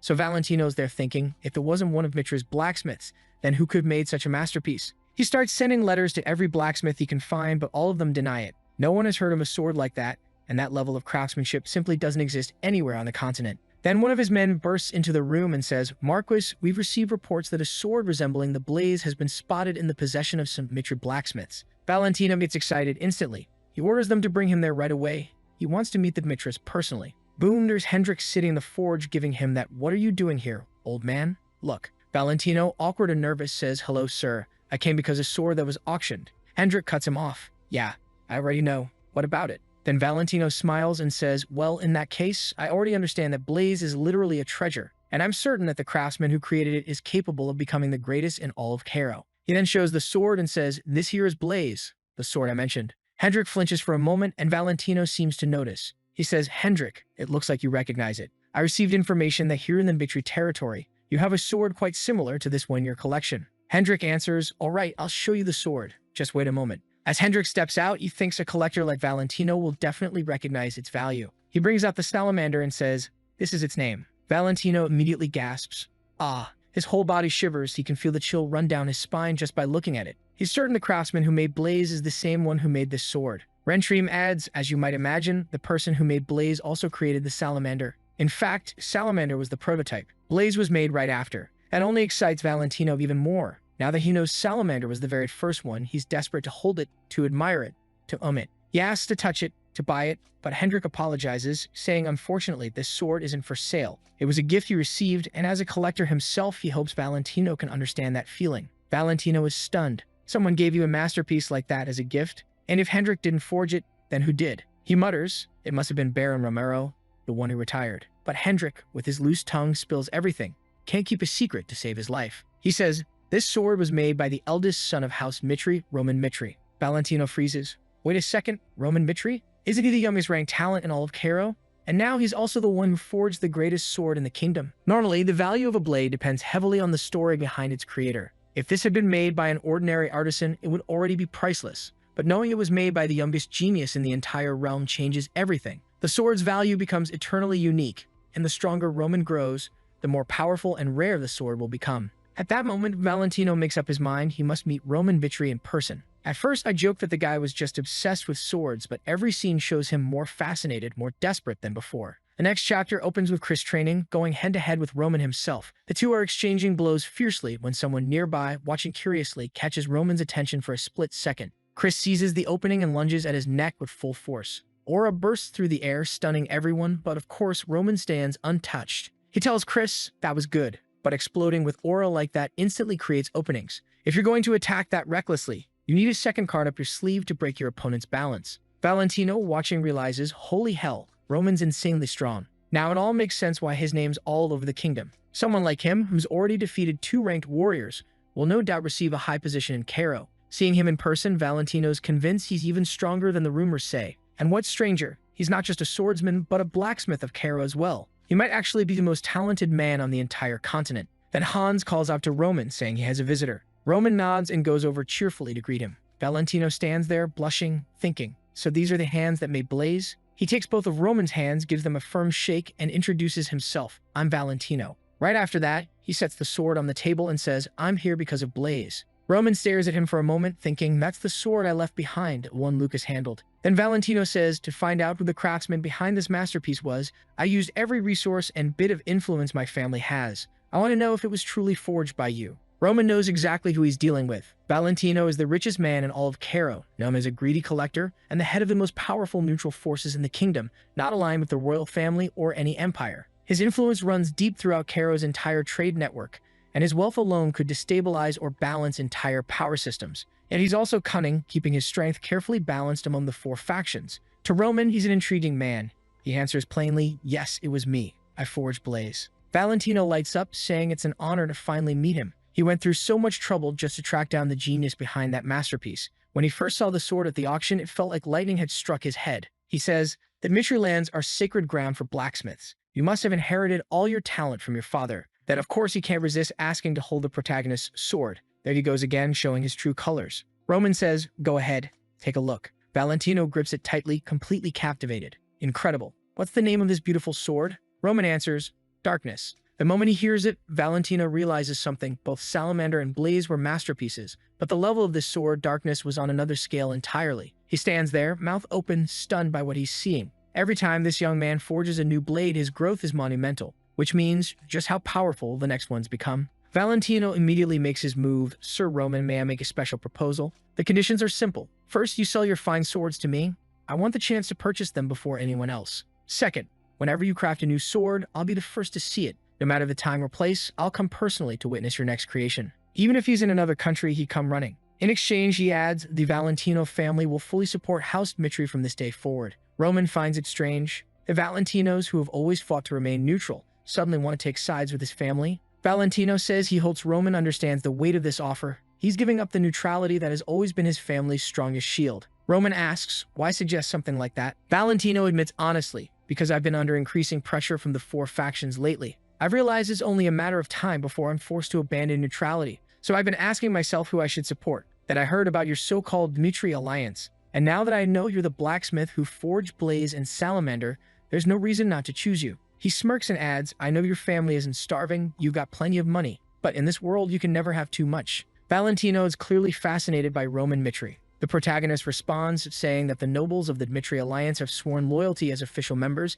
and he needs to know if the Valentinos are truly ready for that commitment. The collector laughs and says, if you ask the Valentinos to throw themselves into the fire, we'll do it. We'll follow every order you give. Roman, pleased with this unexpected outlay, nods and says, all right then, I'll count on you from now on. The man thanks him, but he wants to know, would it be all right to tell people that Roman is the one who forged Blaze? Roman doesn't understand why, and the guy explains, now that I have a sword this incredible, I've got to show it off to everyone. I need to brag about it. The protagonist finds him a bit eccentric, but he shrugs and says it's fine. Back at the Valentino estate, someone asks if that's really the sword made by the great craftsman. Valentino, holding it proudly, says, this sword surpasses every rumor. If a one-star swordsman wields it, they could even block the aura of a two-star warrior. The others don't believe him at first, but Valentino insists he's never lied about a single item in his collection. Then he adds that the blacksmith who forged this sword is none other than the hero who drove Hector out of the kingdom, Roman Mitri from the legendary family of blacksmiths. Everyone's stunned. Wait, Roman Mitri? The youngest ranked warrior in all of Cairo? He forged that sword? Valentino confirms it. Not only that, he's already made 3 swords and Blaze is the second. Soon, people start calling the 3 blades the Dmitri collection. Thanks to Roman's growing fame, every blacksmith in the Dmitri territory starts selling more swords than ever before, struggling to keep up with the massive demand. The scene shifts completely. Roman is walking through the corridors late at night, looking like he's sneaking to raid the fridge. But then, out of nowhere, a voice behind him says, not only did you take down Hector, but you also defeated that ranked warrior. I really underestimated you. It's Macon from Valhalla's intelligence division. Yeah, those Valhalla guys again, the ranking organization types. Are they here to cause trouble? Bacon says, I heard you also establish an independent organization in the northern region. You're becoming someone impossible for us to ignore, a potential threat to the Valhalla Empire. So you'd better decide soon whether you'll be an ally or an enemy. Roman just glances sideways and asks why he should obey such an ultimatum. Macon asks if he's really going to be that hostile toward them. The protagonist replies calmly, saying he wants to make one thing clear. It was they who tried to threaten him first. He has no intention of forcing anyone to swear loyalty to him. Roman knows the kingdom of Cairo has long been targeted by the Kronos Empire, and if Valhalla ever attacks Cairo, Kronos won't just stand by. Macon tells him that if he doesn't plan to become their enemy, he should wait and think carefully, because whichever side he chooses will be the one that rises to the top of Cairo, and the world will see House Mitri as the one destined to forge the new kings. Macon clenches his fists and adds, "You're bold, maybe too bold. But remember, if you keep walking around with your head held that high, it's only a matter of time before someone cuts it off. That man you struggled to defeat, he was nothing to Valhalla. The continent is vast, use the little time you have wisely. Make a smart decision before it's too late." Things are heating up fast. The next scene reveals that right after the Dmitri alliance was formed, the four major factions of the kingdom reached out, each trying to find out where Roman stood. Someone asks Benedict, "Sir, are you really going to let Roman do whatever he wants?" Benedict replies, "If the boy chooses me, I'll forgive everything that's happened. But if he sides with anyone else, then he'll have to pay for all he's done." Oh damn. Benedict's throwing threats now. "Hey Benedict, how about showing us your daughter again real quick, just for clarity, huh?" Back with the protagonist, he realizes he's finally reached the point where he can no longer balance between the powers. If he hadn't done that, the massive losses they would have suffered in the war would have been unavoidable. Now he urgently needs to learn more and more about magic.